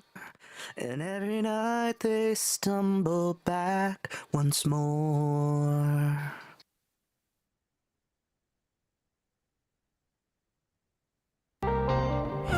Still and silent darkness, open eyes. Shaded windows block the daylight that drove away the night. You sell, he's got that channel with a pretty heavy compression on it, squashing the crap out of it. And then he's only putting a few dB of it back in the original, but do you hear how it's like giving it body? It's filling it out. There's also way more detail. What it really does for me is it brings out a lot of the detail of the vocal and pushes it right up front. It just like just pushes it right up front in the mix. Still and silent darkness, open eyes. Shaded windows block the daylight that drove away the night. Right? Like it just gets that whoop, just pushes it right up in your face. Still and silent darkness, open eyes. Shaded windows block the daylight that drove away the night. You've seen this all before. Every day you've dragged your feet across this floor. And every night they stumble back once more. It's the feeling every day's been. Balance it. Still and silent darkness, open eyes. Shaded windows block the. See, because my volume automation got blown away. Still and silent darkness, open eyes. And silent darkness, darkness, silent darkness, open eyes. Shaded windows block the daylight that drove away the night. You've seen this all before. Every day you've dragged your feet across this floor. And every night they stumble back once more. Cool. Wop wop wop wop wop wop wop wop wop wop. Yeah, and if any of the plugins you use have a mix knob on it, that's effectively the same thing. You can tell the plugin, this is how much of what I'm doing here on this plugin to add to the original. That's parallel.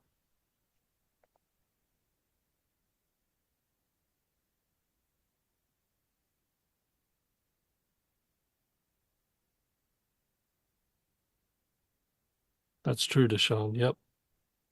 Light bulb moment, rock on. We're looking for light bulb moments.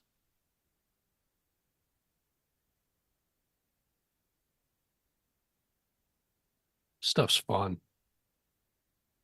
I can do this all day. I do. Should probably keep doing it.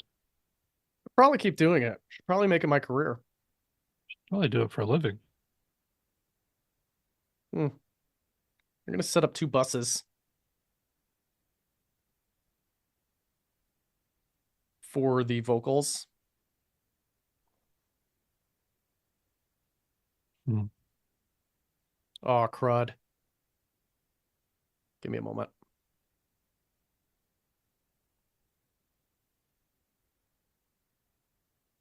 Thanks, Bradley. Do you think you could talk to him and see if he understands the issue or wants to talk about it and set something up? Right on, man. Just hit me up at caleb@mastering.com if you're able to do something. I'd love to talk to him because it makes our lives so hard. It means, for example, that I have to record this on a different computer, render it out, upload it somewhere, drop a link for you. That's why it takes hours after. If it was just recorded in stereo to Zoom, then I literally have it up for people in within 30 minutes of being done. And I have 8 hours of mentor calls every day, not just these webinars. So it's a big issue.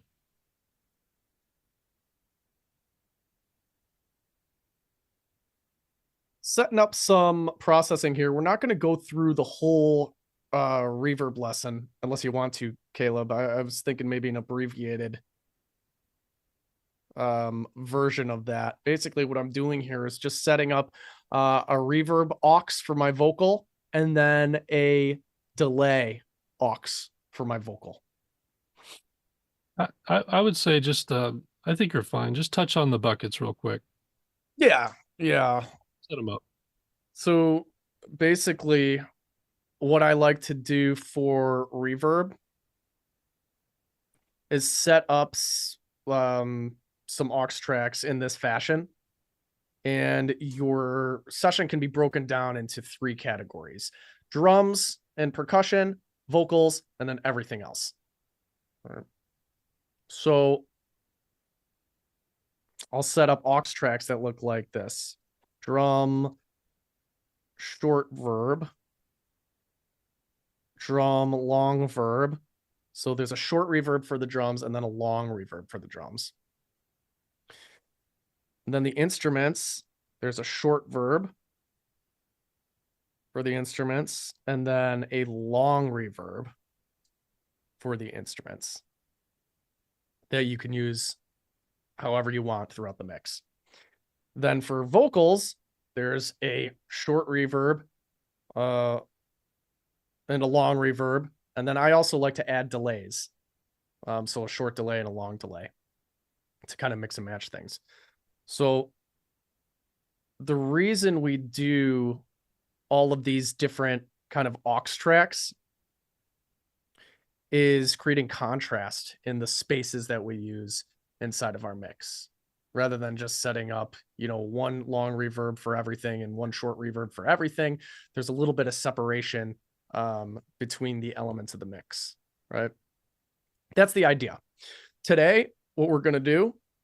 Or on the other hand, having a different reverb on every track can do the opposite. So if you have one reverb on everything, it starts to sound really one note and flat. If you have different reverbs on everything, it starts to sound too disconnected. This is kind of like a sweet spot of enough separation that everything can have its own like little space that'll obviously work together, but not so much that it sounds disconnected. It's like striking that perfect balance. Totally. So today, I'm not going to use any of that. Instead, what we're going to do is do an abbreviated version, just for demonstration's sake. We're going to do a reverb on the lead vocal and a delay on the lead vocal. What I want to show you today is Spitfire Audio's new Air Studios reverb. Yeehaw, let's see it. I haven't touched this yet. I'm really excited to. What is this? This is like the hall that they record all of their stuff in. It's wildly versatile. You can lay out the hall differently. Check this out. Layout A or layout B. Wild. Canopy height you can change. So you can put the canopy at low, medium, or high. Material, you can change from wood to Melitech. That's the canopy, right? We had this big, I ran a theater for a while and we had this massive wood canopy. We had wood canopy.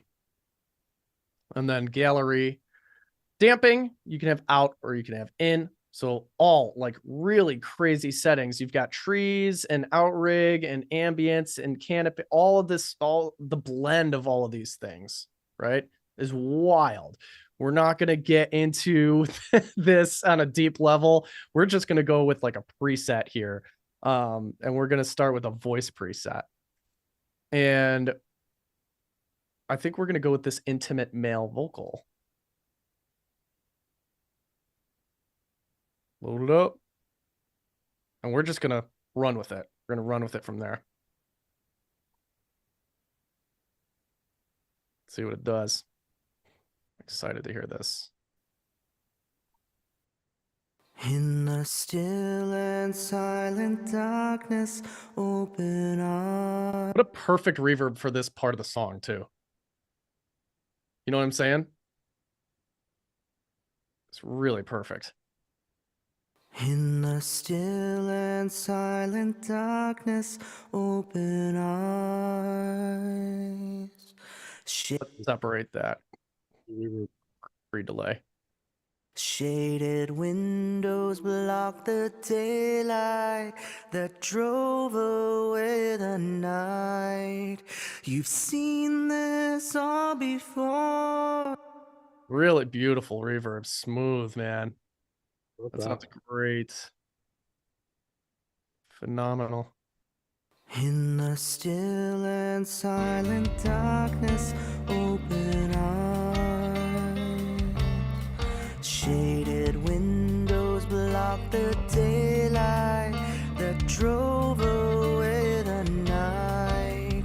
You've seen this all before. Every day you've dragged your feet across this floor.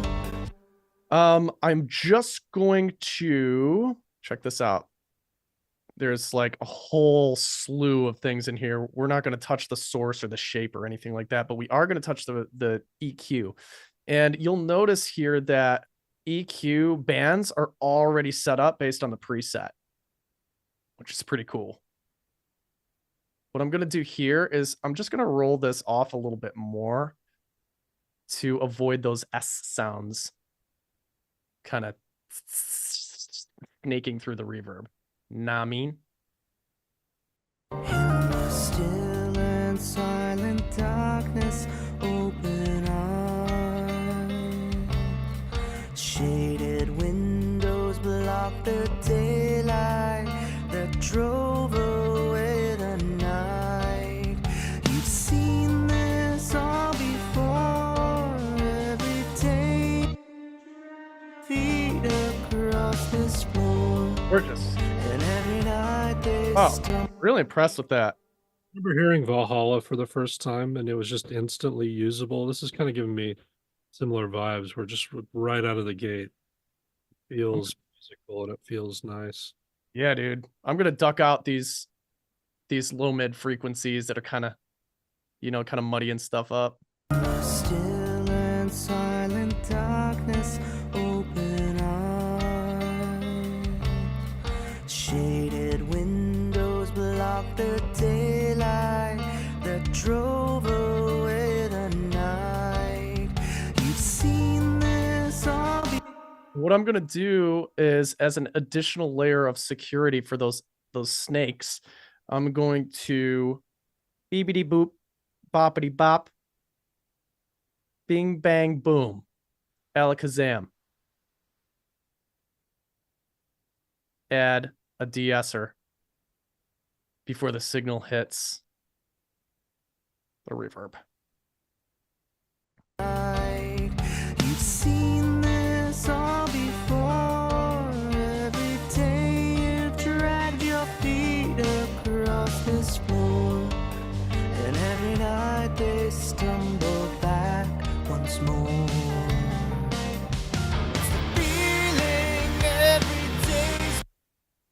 Sweet. That sounds beautiful, dude. It really does. I wasn't sure what to expect. And using that plugin in this kind of context that was in film scoring and placing instruments in an actual hall, or orchestration, basically, traditional orchestra instruments in the hall. Sounds gorgeous. Really love it. Still and silent darkness, open eyes. Shaded windows block the daylight that drove away the night. You've seen this all before. Every day you've dragged your feet across this floor. And every night they stumble back once more. In the still and silent darkness, open eyes. Shaded windows block the daylight that drove away the night. You've seen this all before. Every day you've dragged your feet across this floor. And every night they stumble back once more.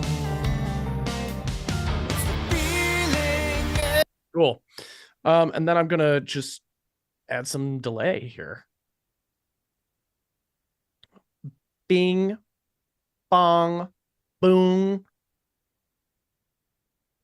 Shazam, Shazam.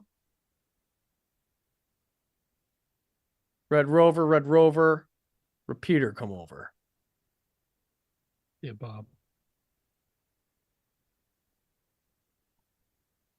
Add a quarter note delay here. And I'm going to stagger the sides a little bit.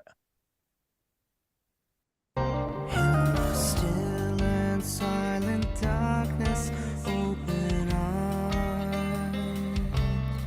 Shaded windows block the daylight that drove away the night. You've seen this all before. Every day you've dragged your feet across this floor. And every night they stumble back once more. In the still and silent darkness, open eyes. Shaded windows block the daylight that drove away the night. You've seen this all before. Every day you've dragged your feet across this floor. And every night they stumble back once more. Cool. Yeah. Awesome. Beautiful. Mhm. Full vocal.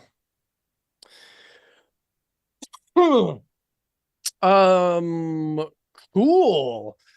So I would, in this scenario, what I would do with this verse vocal, what's left to do with it, is more manual de-essing, more control of some of these words. I blew away my automation like an idiot, so we just don't have that anymore. So, and a lot of that took care of the things that I'm hearing now. But ultimately, detail wise, I would get in there with the scalpel and I would massage this a little bit more. It's just hours. It's just putting in some hours of work on the verse vocal. Cool.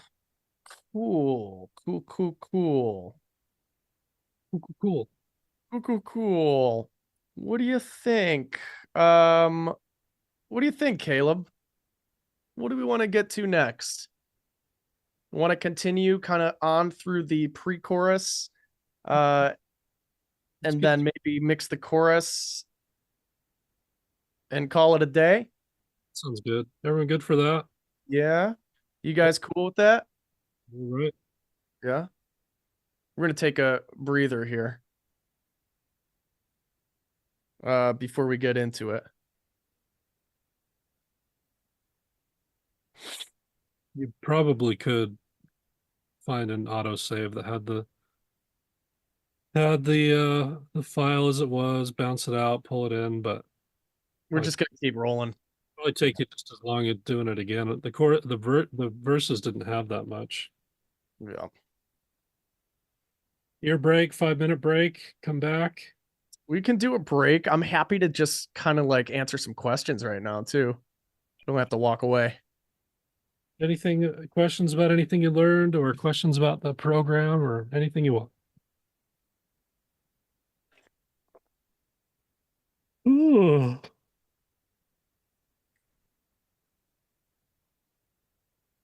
Uh-oh.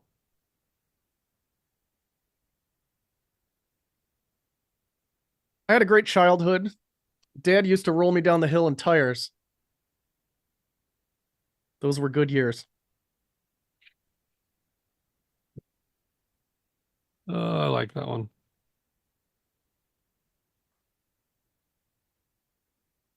What's the best way to make your vocals sit more in the mix? Everything we just showed you. Rolling off enough low end and automation tools, 100%. That's the way to get it there. Then everything else you do, compression and EQing will be like a cherry on top. How often do you save? I never save. Logic saves really well. I save like crazy. I don't know why. I've never lost anything. Logic saves like every minute. Habit? OCD? Totally. Just being a jerk. Just totally being a jerk. Don't jinx yourself. That's a good point. Knock on wood. So pre-fader or post-fader for the verb / delay. Post.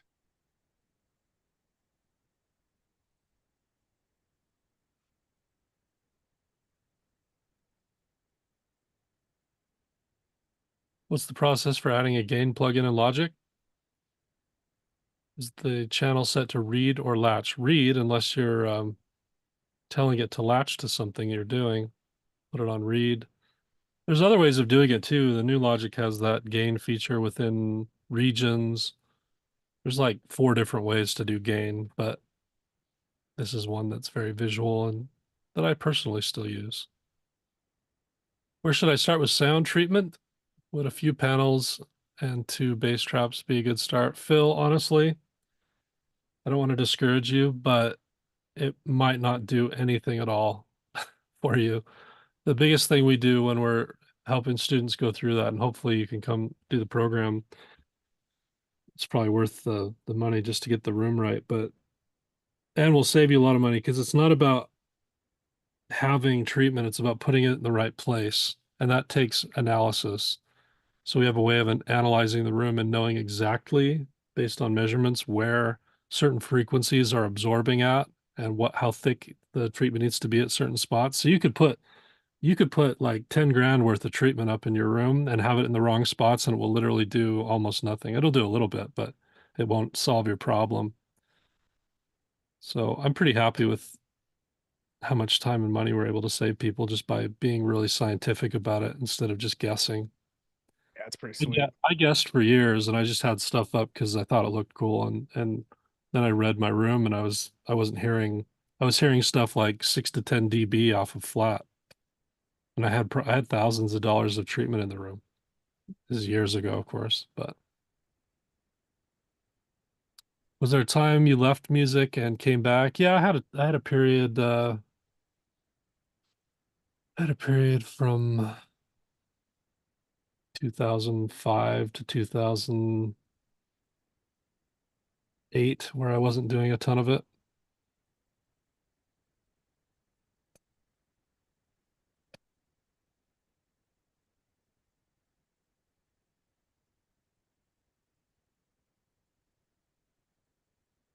Yeah, it took a couple of years.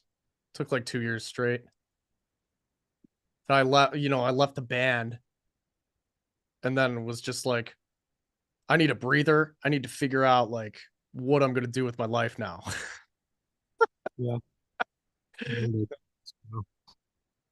We had a big record deal one kind of caused the band to fall apart because everyone started getting greedy. And that was just like a moment of, oh, I hate this industry. But I had some miraculous people step into my life and encourage me to keep going. Here we are.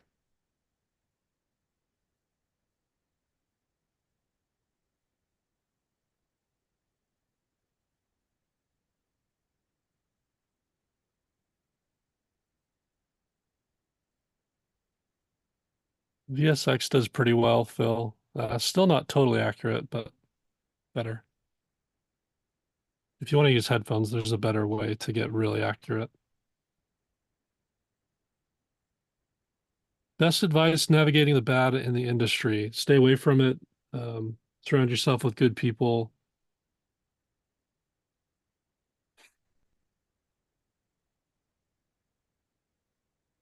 Just don't let yourself be sucked in by which Talk. mix Right.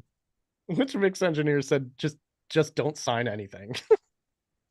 They're like Grammy winning mix engineers, just like make I think the advice was, I can't remember who it was. It was just like, find people you like, make music and build stuff with people you like. So Don't true. sign Yeah. anything. that was the advice.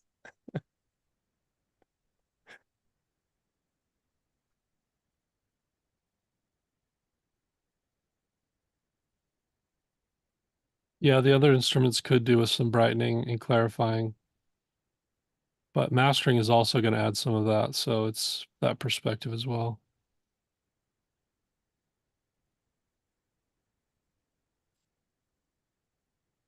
Trust no one wearing a tie and a smile.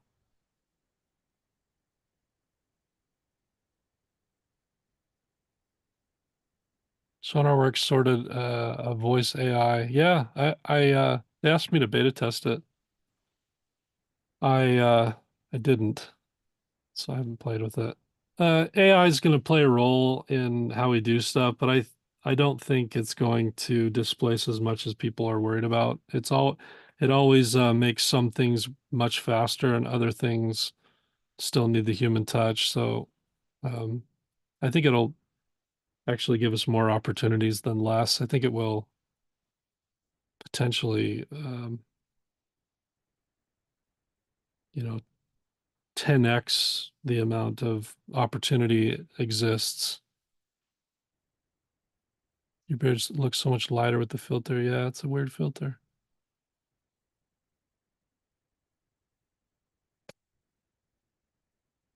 Hmm.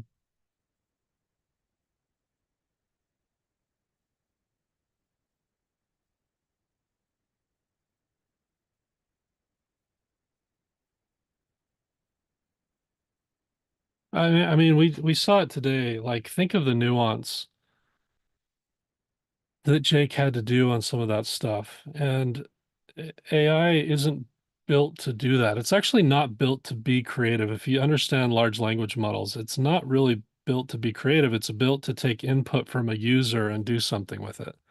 So we're always going to need the user.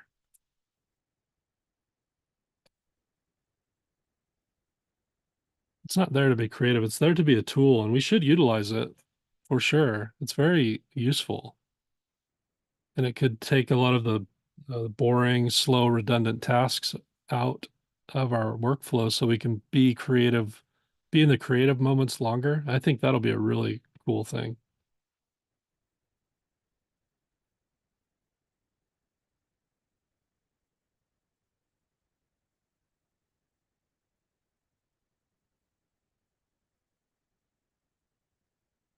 Yeah, in the sync world, Phil, I think the stuff that will get replaced is just the really like most generic, almost inhuman stuff.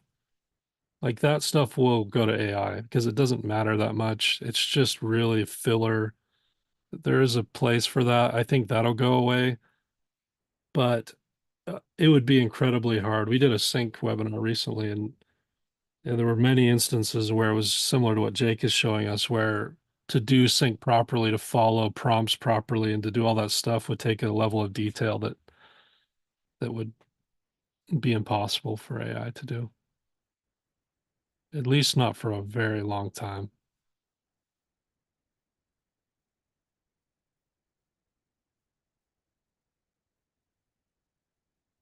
Yeah, and I think there will be always a push towards human stuff. The humanness will just only get more valuable, and what will be desired, and it's already kind of that way, is like if you're scrolling through TikTok or Instagram, God forbid, what we're attracted to though are the moments where we scroll to something where we see like something that we relate to or something human or raw or interesting.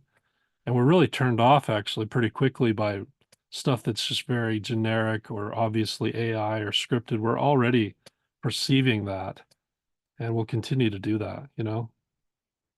I don't think it'll be able to do the mix soon. I think it will be able to do a mix soon, but will it be able to do a good mix and have the communication necessary with the client and all that kind of stuff, the human touch? Nah, not for a long, long time, if it ever.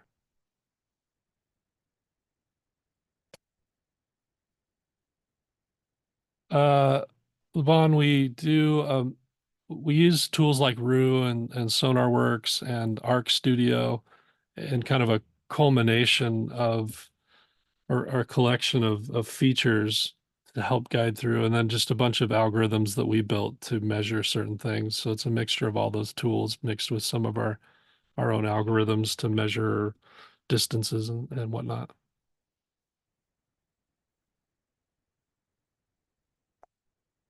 Yeah, that's what I'm saying, Bradley. You won't. If it's very generic, very like simple generic stuff, they'll go to AI with that. But that is not the biggest part of the industry. Most people want custom stuff and they're very specific about what they want. AI does suck at mastering. It's so true. And mixing is way harder. So if it can't even do mastering very well, like there's enough human instinct within mastering that AI can't even beat the humans at this level. Imagine how much harder it would be to mix. It's just so many years before we'll get anything that competes. But it can do like a really, you can do a okay version if that's all you care about. But I don't make music and spend months and months on it to have it be okay in the mix and master. I don't think anyone who takes their music seriously does either. Yeah, Ozone is just okay. Plus, you're robbing yourself, if you're using that stuff, you're robbing yourself of the perspective that I've been talking about. The thing, like I learned mastering many years ago is just kind of, I was doing a lot of like production and sync, and I thought, oh, it'd be nice to learn how to do, just put it on my, it was the thing, it was something that changed my whole perspective. That's why I eventually built this program, because there was such a foundational shift when I learned the deep kind of mindsets and tools of mastering. It wasn't just making my mastering better, it was making everything I was doing better, because I had a different perspective and I had to learn the tools on a different level. And I, at some point, thought, we have to do this. This is the way to learn. We have to know this stuff. It's the whole point of our thing. Can you use Ozone as a baseline to start? For sure.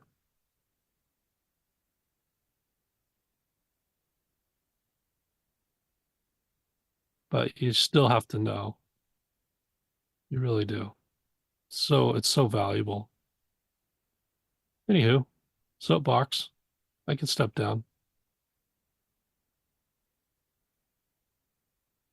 Down.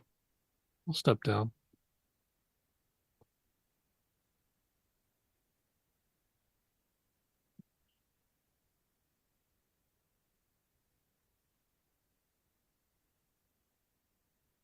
How many of y'all want to jump back into vocals? Let's do a bit more. You all good for another half an hour or something?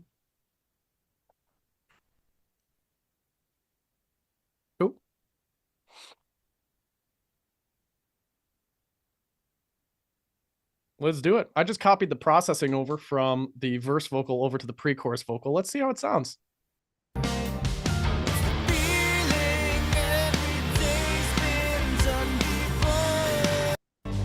every night they stumble back once more. Okay, I didn't copy over everything, so we're gonna go ahead and do that now. Paste sends. Cool. Let's hear what it sounds.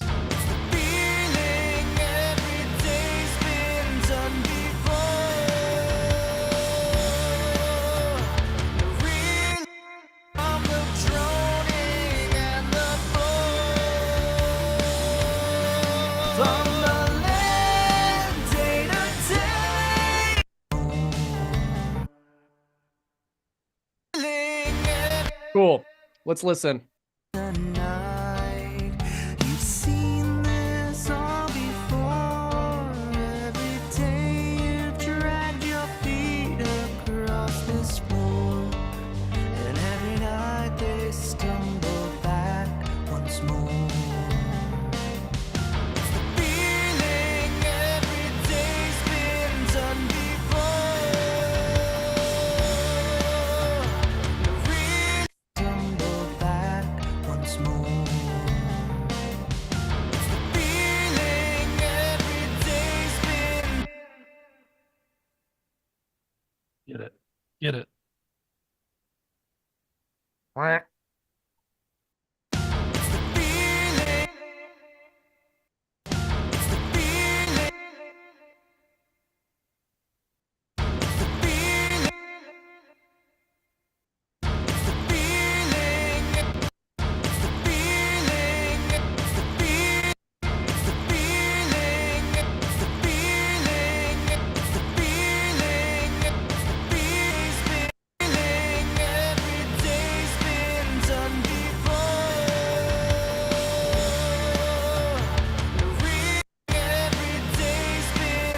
See, even with all that compression, it's like it just doesn't sit the same.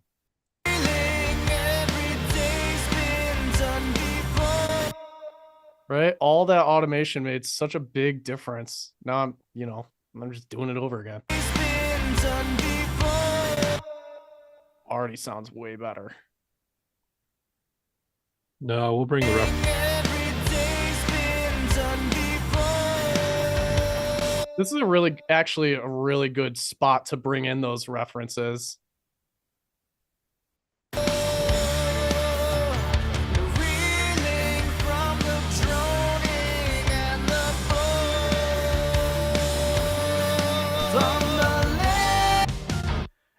I also would, let's see.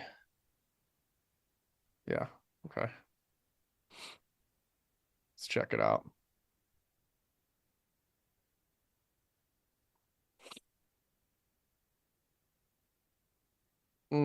Pre-chorus vocals.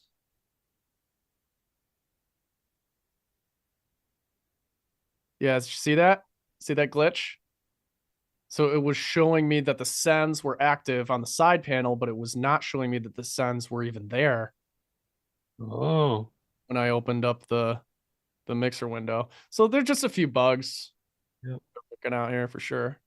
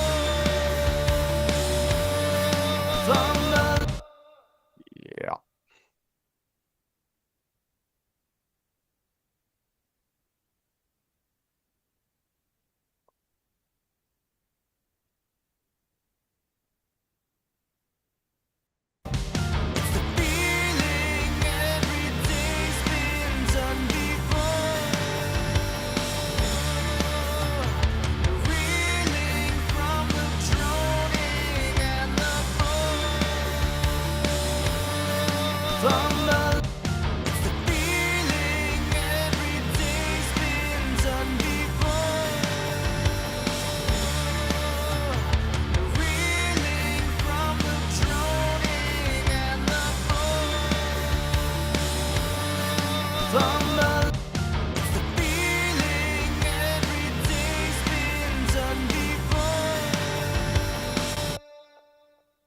Cool. All right, so this is what, like this spot right here? 585. Just got to be fixed. Another fix on these vocals, the long notes.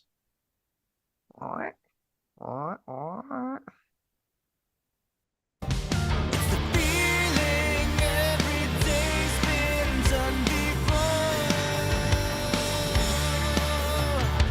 Reeling from the droning and the bore. The feeling every day's been done before. It's like 2K on this one.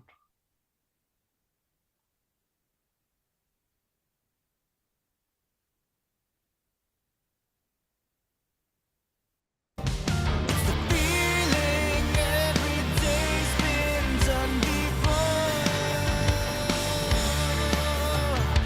Reeling from the droning and the bore. All right, let me show you what I just did there. Without those EQ moves, here's what it looks like.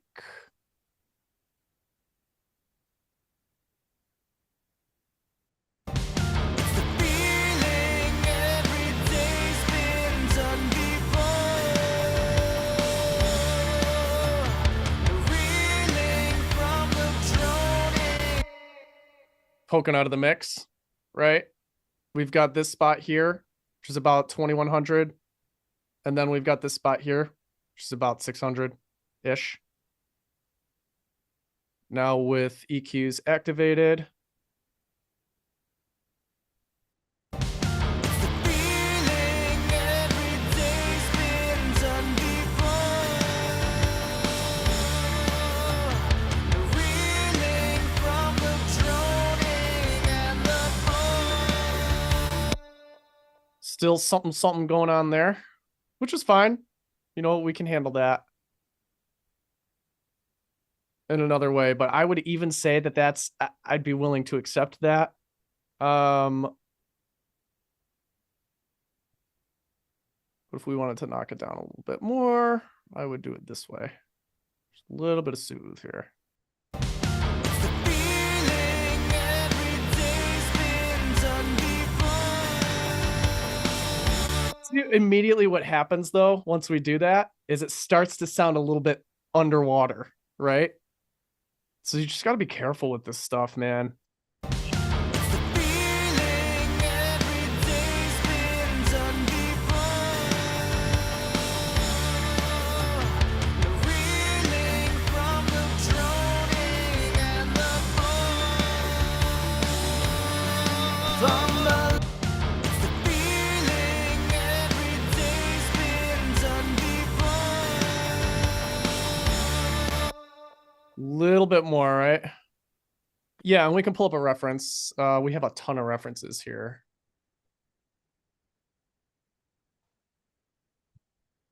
Feeling every day's been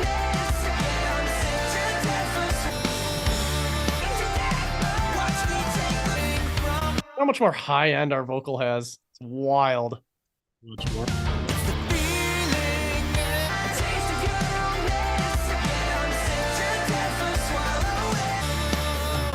Woo! I wasn't so.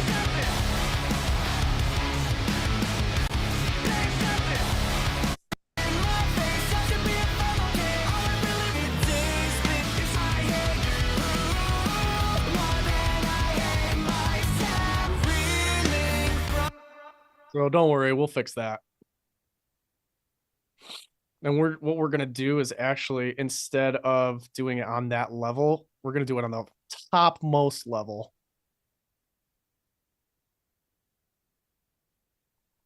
Right here. So that it Just does it across all vocal channels.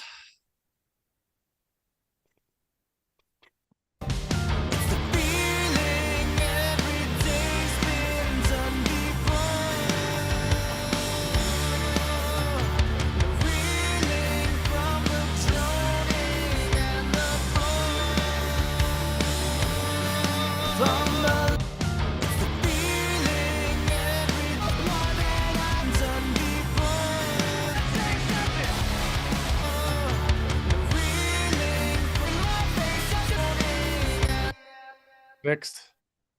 Fixed.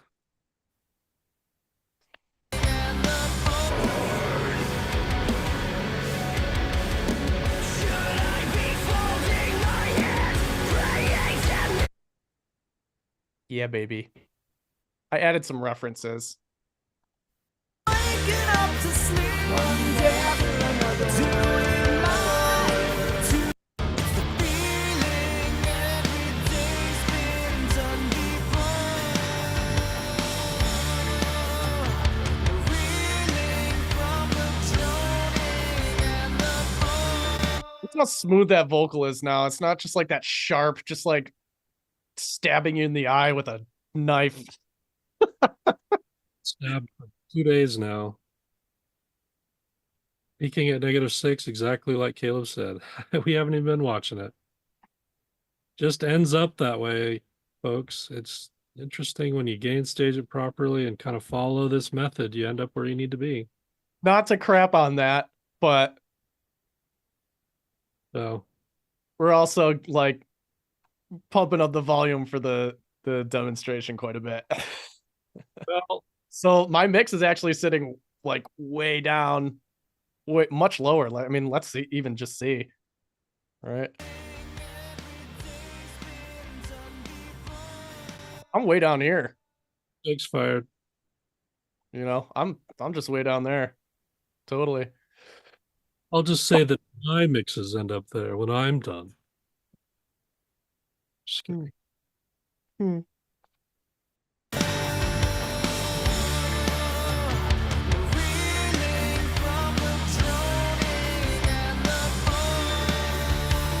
Sounded like a song. still and silent darkness, open eyes. Shaded windows block the daylight that drove away the night. You've seen this all before. Every day you've dragged your feet across this floor. And every night they stumble back once more. The feeling every day's been done before. Reeling from the droning and the from the land day to day. Dude, this chorus is gonna just Oh, yeah. smash. You ready?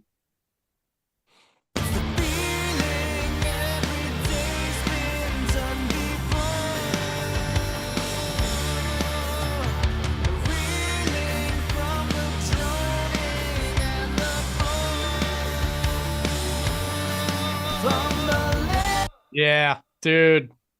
Here we go. Okay. Where am I? Where is my mind? Getting weird. Oh. Ooh. Anybody know that song? You ever heard that song before? I never heard that one, Jake. Yeah, just made it up.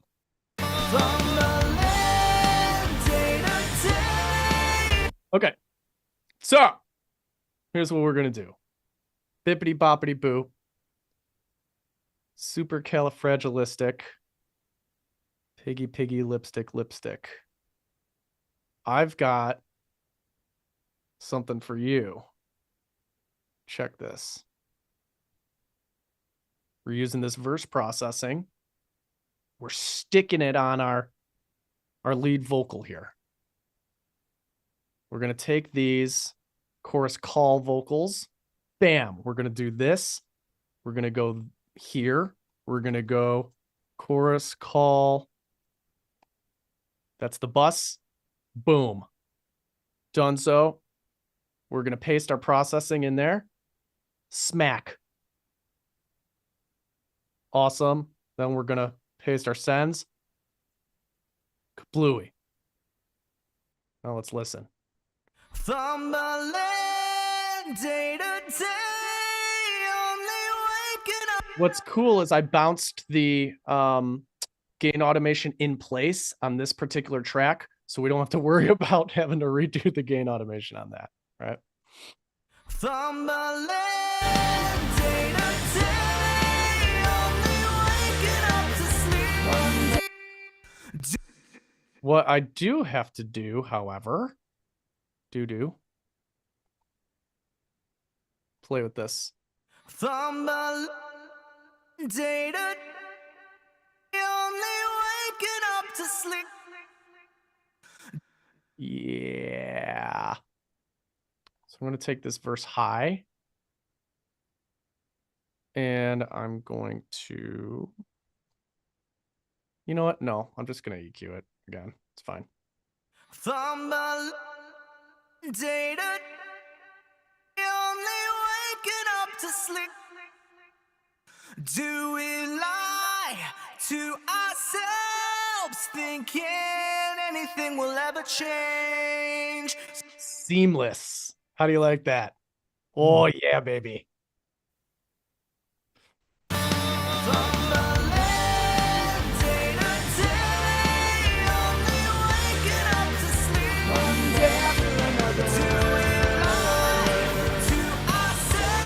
All right. Is chorus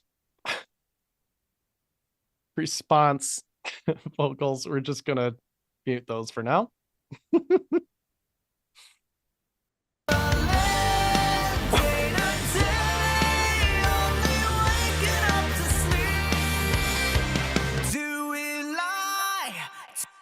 Frank, the delay.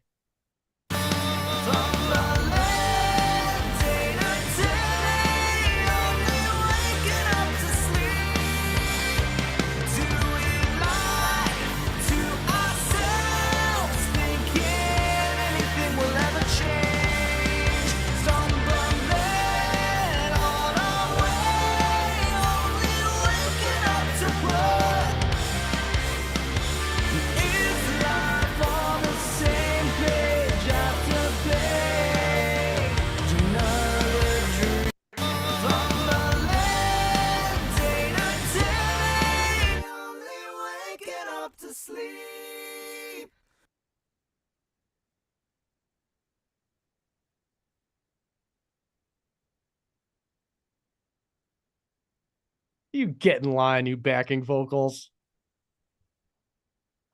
Day to day, only waking up to sleep. Do we lie to ourselves, thinking anything will ever change? Stumbling on our way, only waking up to put. Is life all the same page after page? Another. All right, let's fix that timing first.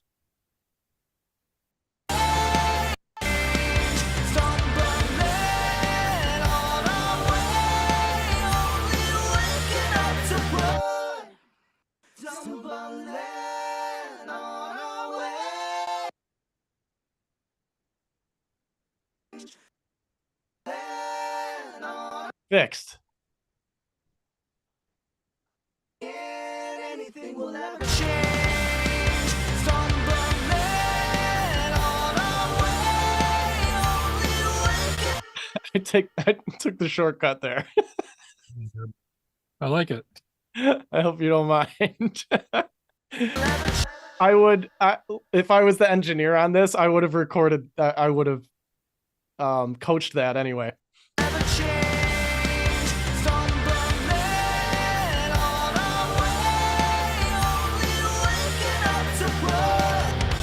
right? I would have had that and then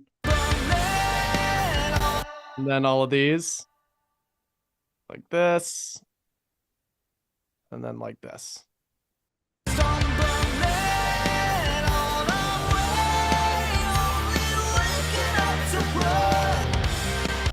That's probably how I would have tracked it. But that's just total taste thing. That's a total taste thing. I like that kind of stuff because it like it pulls, it's a push-pull with the listener. You know what I mean? Anyway. Just a personal preference. Do we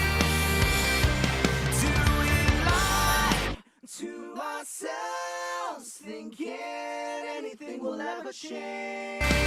Stumbling on our way, only waking up to blood. Yeah, let's manage that. A change, stumbling on our way, only waking up to blood. It's like 1K city in there once we bring in those backing vocals, so we just gotta do something like that.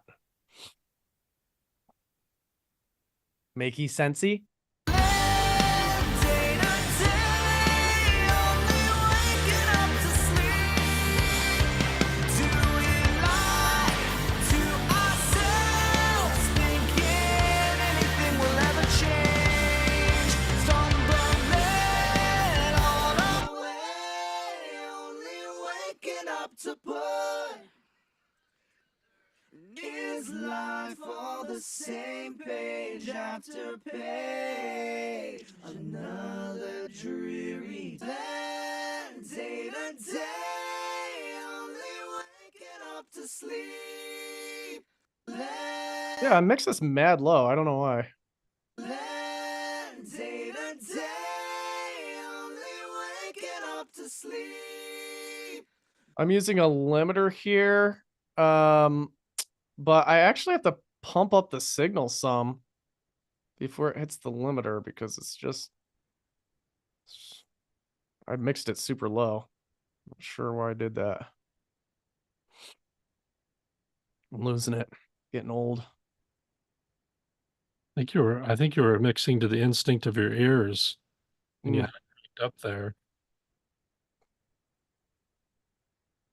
Day to day, only waking up to sleep. Do we lie to ourselves, thinking anything will ever change? These are the backup. And on our way, only waking up to blood. Day to day, only waking up to sleep. Do we lie to ourselves, thinking anything will ever change? Stumbling on our way, only waking up to blood. Is life all the same page after page? Another dreary day to day. Yeah, dude. Let's ooh, I don't know. Let's play. Let's play with something. I want to give these backing vocals like a little bit of a different kind of texture here. Let's see if Safari has anything. I don't think it does. Did you just put a phaser on the entire track? Here we go. Phaser it is. Okay. On the whole, just put it on the stereo out. I say no. Let's put a phaser on it. Phaser. We got 2 alphas. Day to day, only waking up to sleep. Yeah. We lie Yeah. to ourselves, thinking anything will ever change. I'm just gonna pull the mix knob down a little bit. Then day to day, only waking up to sleep. Do we lie to ourselves, thinking anything will ever change? So one of these is just a little bit too warbly. I'm gonna bring it back. Then day to day, only waking up to sleep.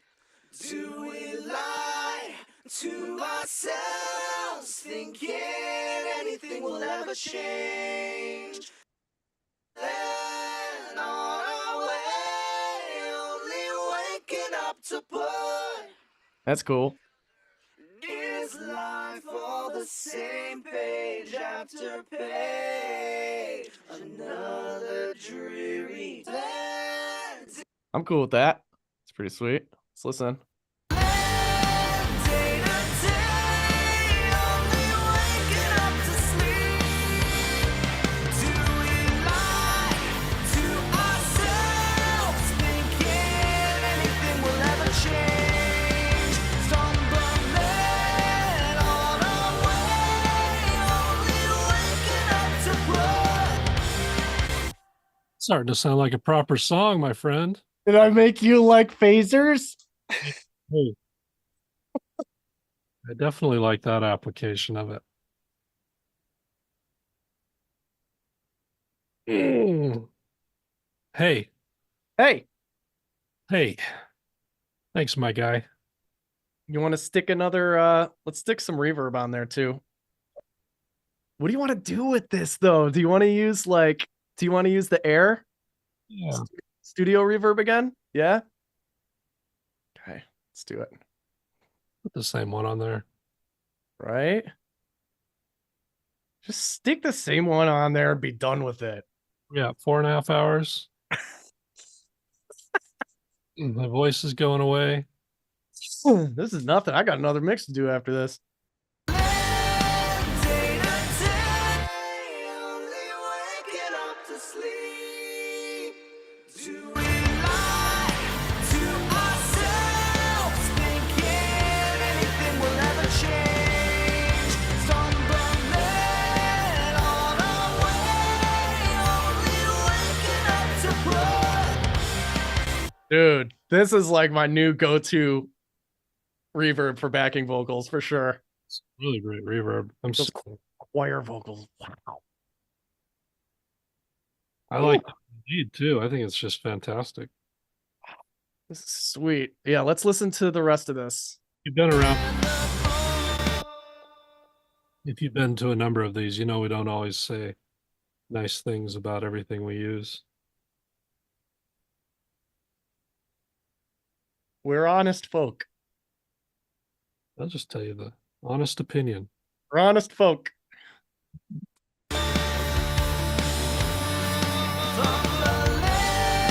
Day to day, only waking up to sleep. I'm gonna crunch this vocal down a little bit more too. Just in this boobity boobity boop. Just in this part. What do I want to use? Oh boy.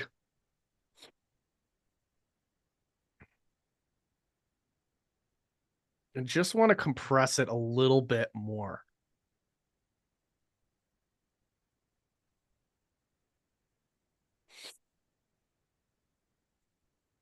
So many options. You know, I might just limit it, honestly. Fumbling day to day, only waking up to sleep. Do we lie to ourselves, thinking anything will ever change? Stumbling on our way.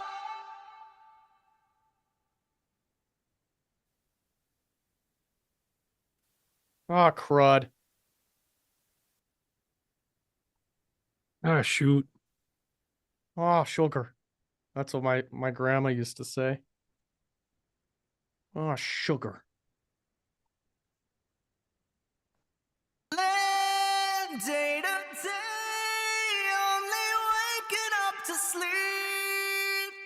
Do we lie to ourselves, thinking anything will ever change?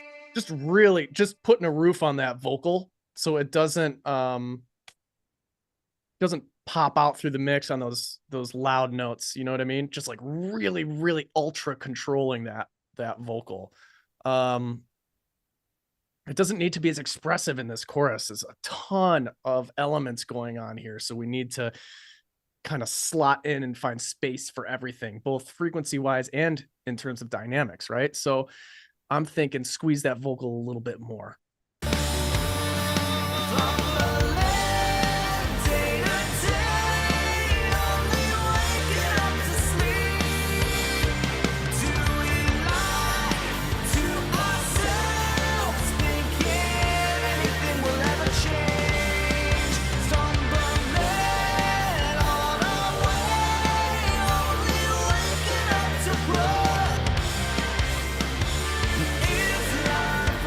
Same page after page, another dreary day. Yep, didn't EQ that last one. That for sure.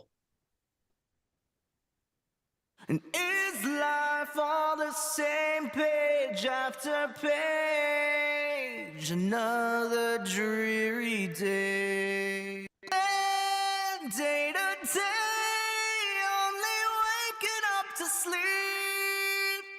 Do we lie to ourselves, thinking anything will ever change? Stumbling on our way, only waking up to put. And is life all the same page after page, another dreary day? I'm gonna take you down a little bit more in the chorus here too, and these kind of like hot spots. Fumbling day to day, only waking up to sleep. Do we lie to ourselves, thinking anything will ever change? Stumbling on our way, only waking up to put. Is life all the same page after page, another dreary day?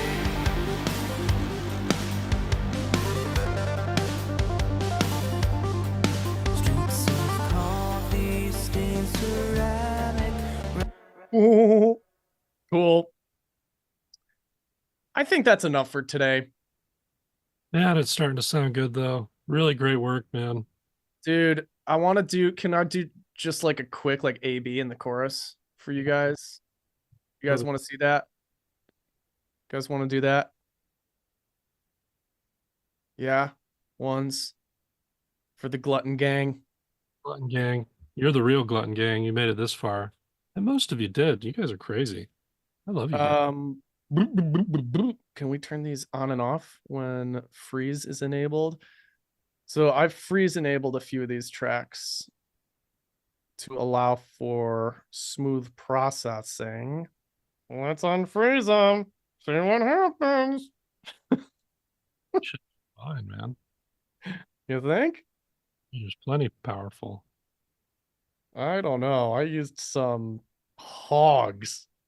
I used some CPU hogs on this one. It's not even gonna. I'm It's not- up, like all my VMR stuff is automatically upsampled. It's Yeah. like oversampling. Watch So the like, CPU. It's gonna just be like, no problem. okay. Who No. wants to find out? Who wants to find out? I can't wait to hear this before and after.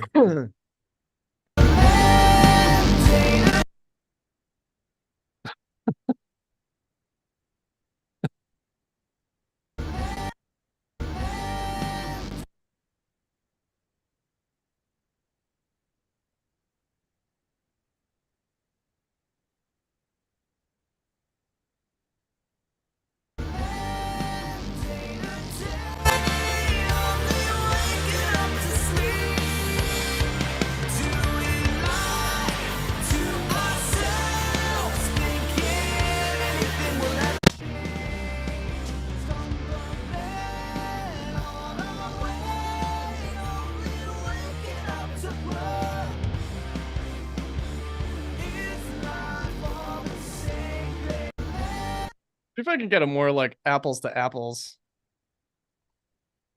comparison here. Just like mix everything. So By the way, your CPU never went above halfway. oh, Day to day, only waking up to sleep. To lie to ourselves, thinking anything will ever change. Stumble there on our way, only waking up to blood. Is life all the same page after page? Another dreary day. I don't know. It's pretty clear, even though it's not level matched. Kind of night and day. All right. Base Sure. buttons. One more time. Here we go. Here we go. Here we go. Here we go. See if this works.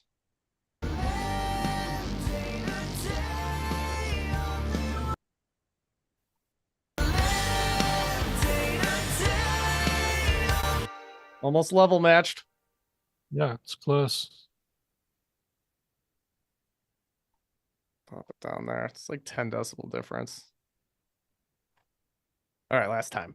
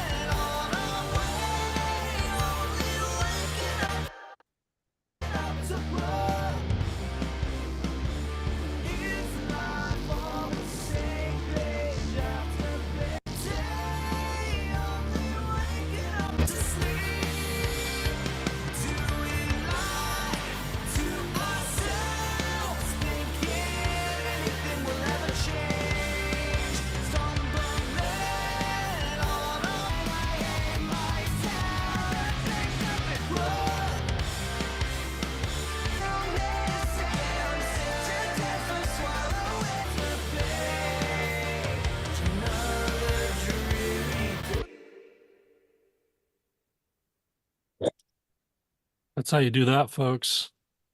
That is how you do that. Are you not That's entertained? super fun. That was super fun. There was some heavy lifting there. Like the song was on point, but like that transformation was pretty wild here for this one. Sure was. We had some unique challenges in this one too. And we had some new tools to work with. There was a lot thrown around for this event. Oh, did you just cut out? Huh? Huh? One's different. Every FTM's different. Yeah. That was fun, man. What was your biggest takeaway, guys? What was your biggest takeaway on that one? Gain staging? Sweet. Patience. That's a really good one. That's a really good one. Spitfire reverb is fire. Polishing, automating EQ. Yeah. No matter how you do it, right? Automating EQ, whether you're going to automate it in the lane or you're going to duplicate the track, have a whole new set of EQ, and then just drag regions down into that track, right? That's also, I guess, a form of automation. That's just a different kind of roundabout way of doing it. It's a little bit more visual. Yeah, that was it for you, Steven? Yeah, that's pretty helpful, right? Emotional polishing. Good way to put that. Don't delete all your automation. Touche. What a dig. I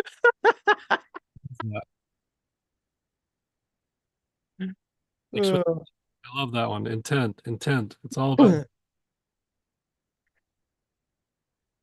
do not delete. Yeah. All that saving didn't help you there, did it, Jake? Certainly not. Yeah, nope. Didn't save me that time. Get those tracks. Go download them. Let's try this thing. Go Give it your- download them. See if you can do the same thing. See if you can take it that far. If not, why? What's the gap in knowledge?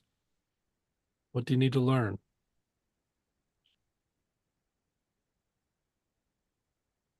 Learn kinesthetically, learn by doing. Listen, look, then do it. And if you had too much fun today, make sure you book a call. Only if you want to. If you're ready. If you're ready. There's no pressure at all. We love new students though. We There's do. always a bunch of you that end up joining after every one of these, and it's fun. Fun for the community, fun for us. Did you get your money's worth today, folks?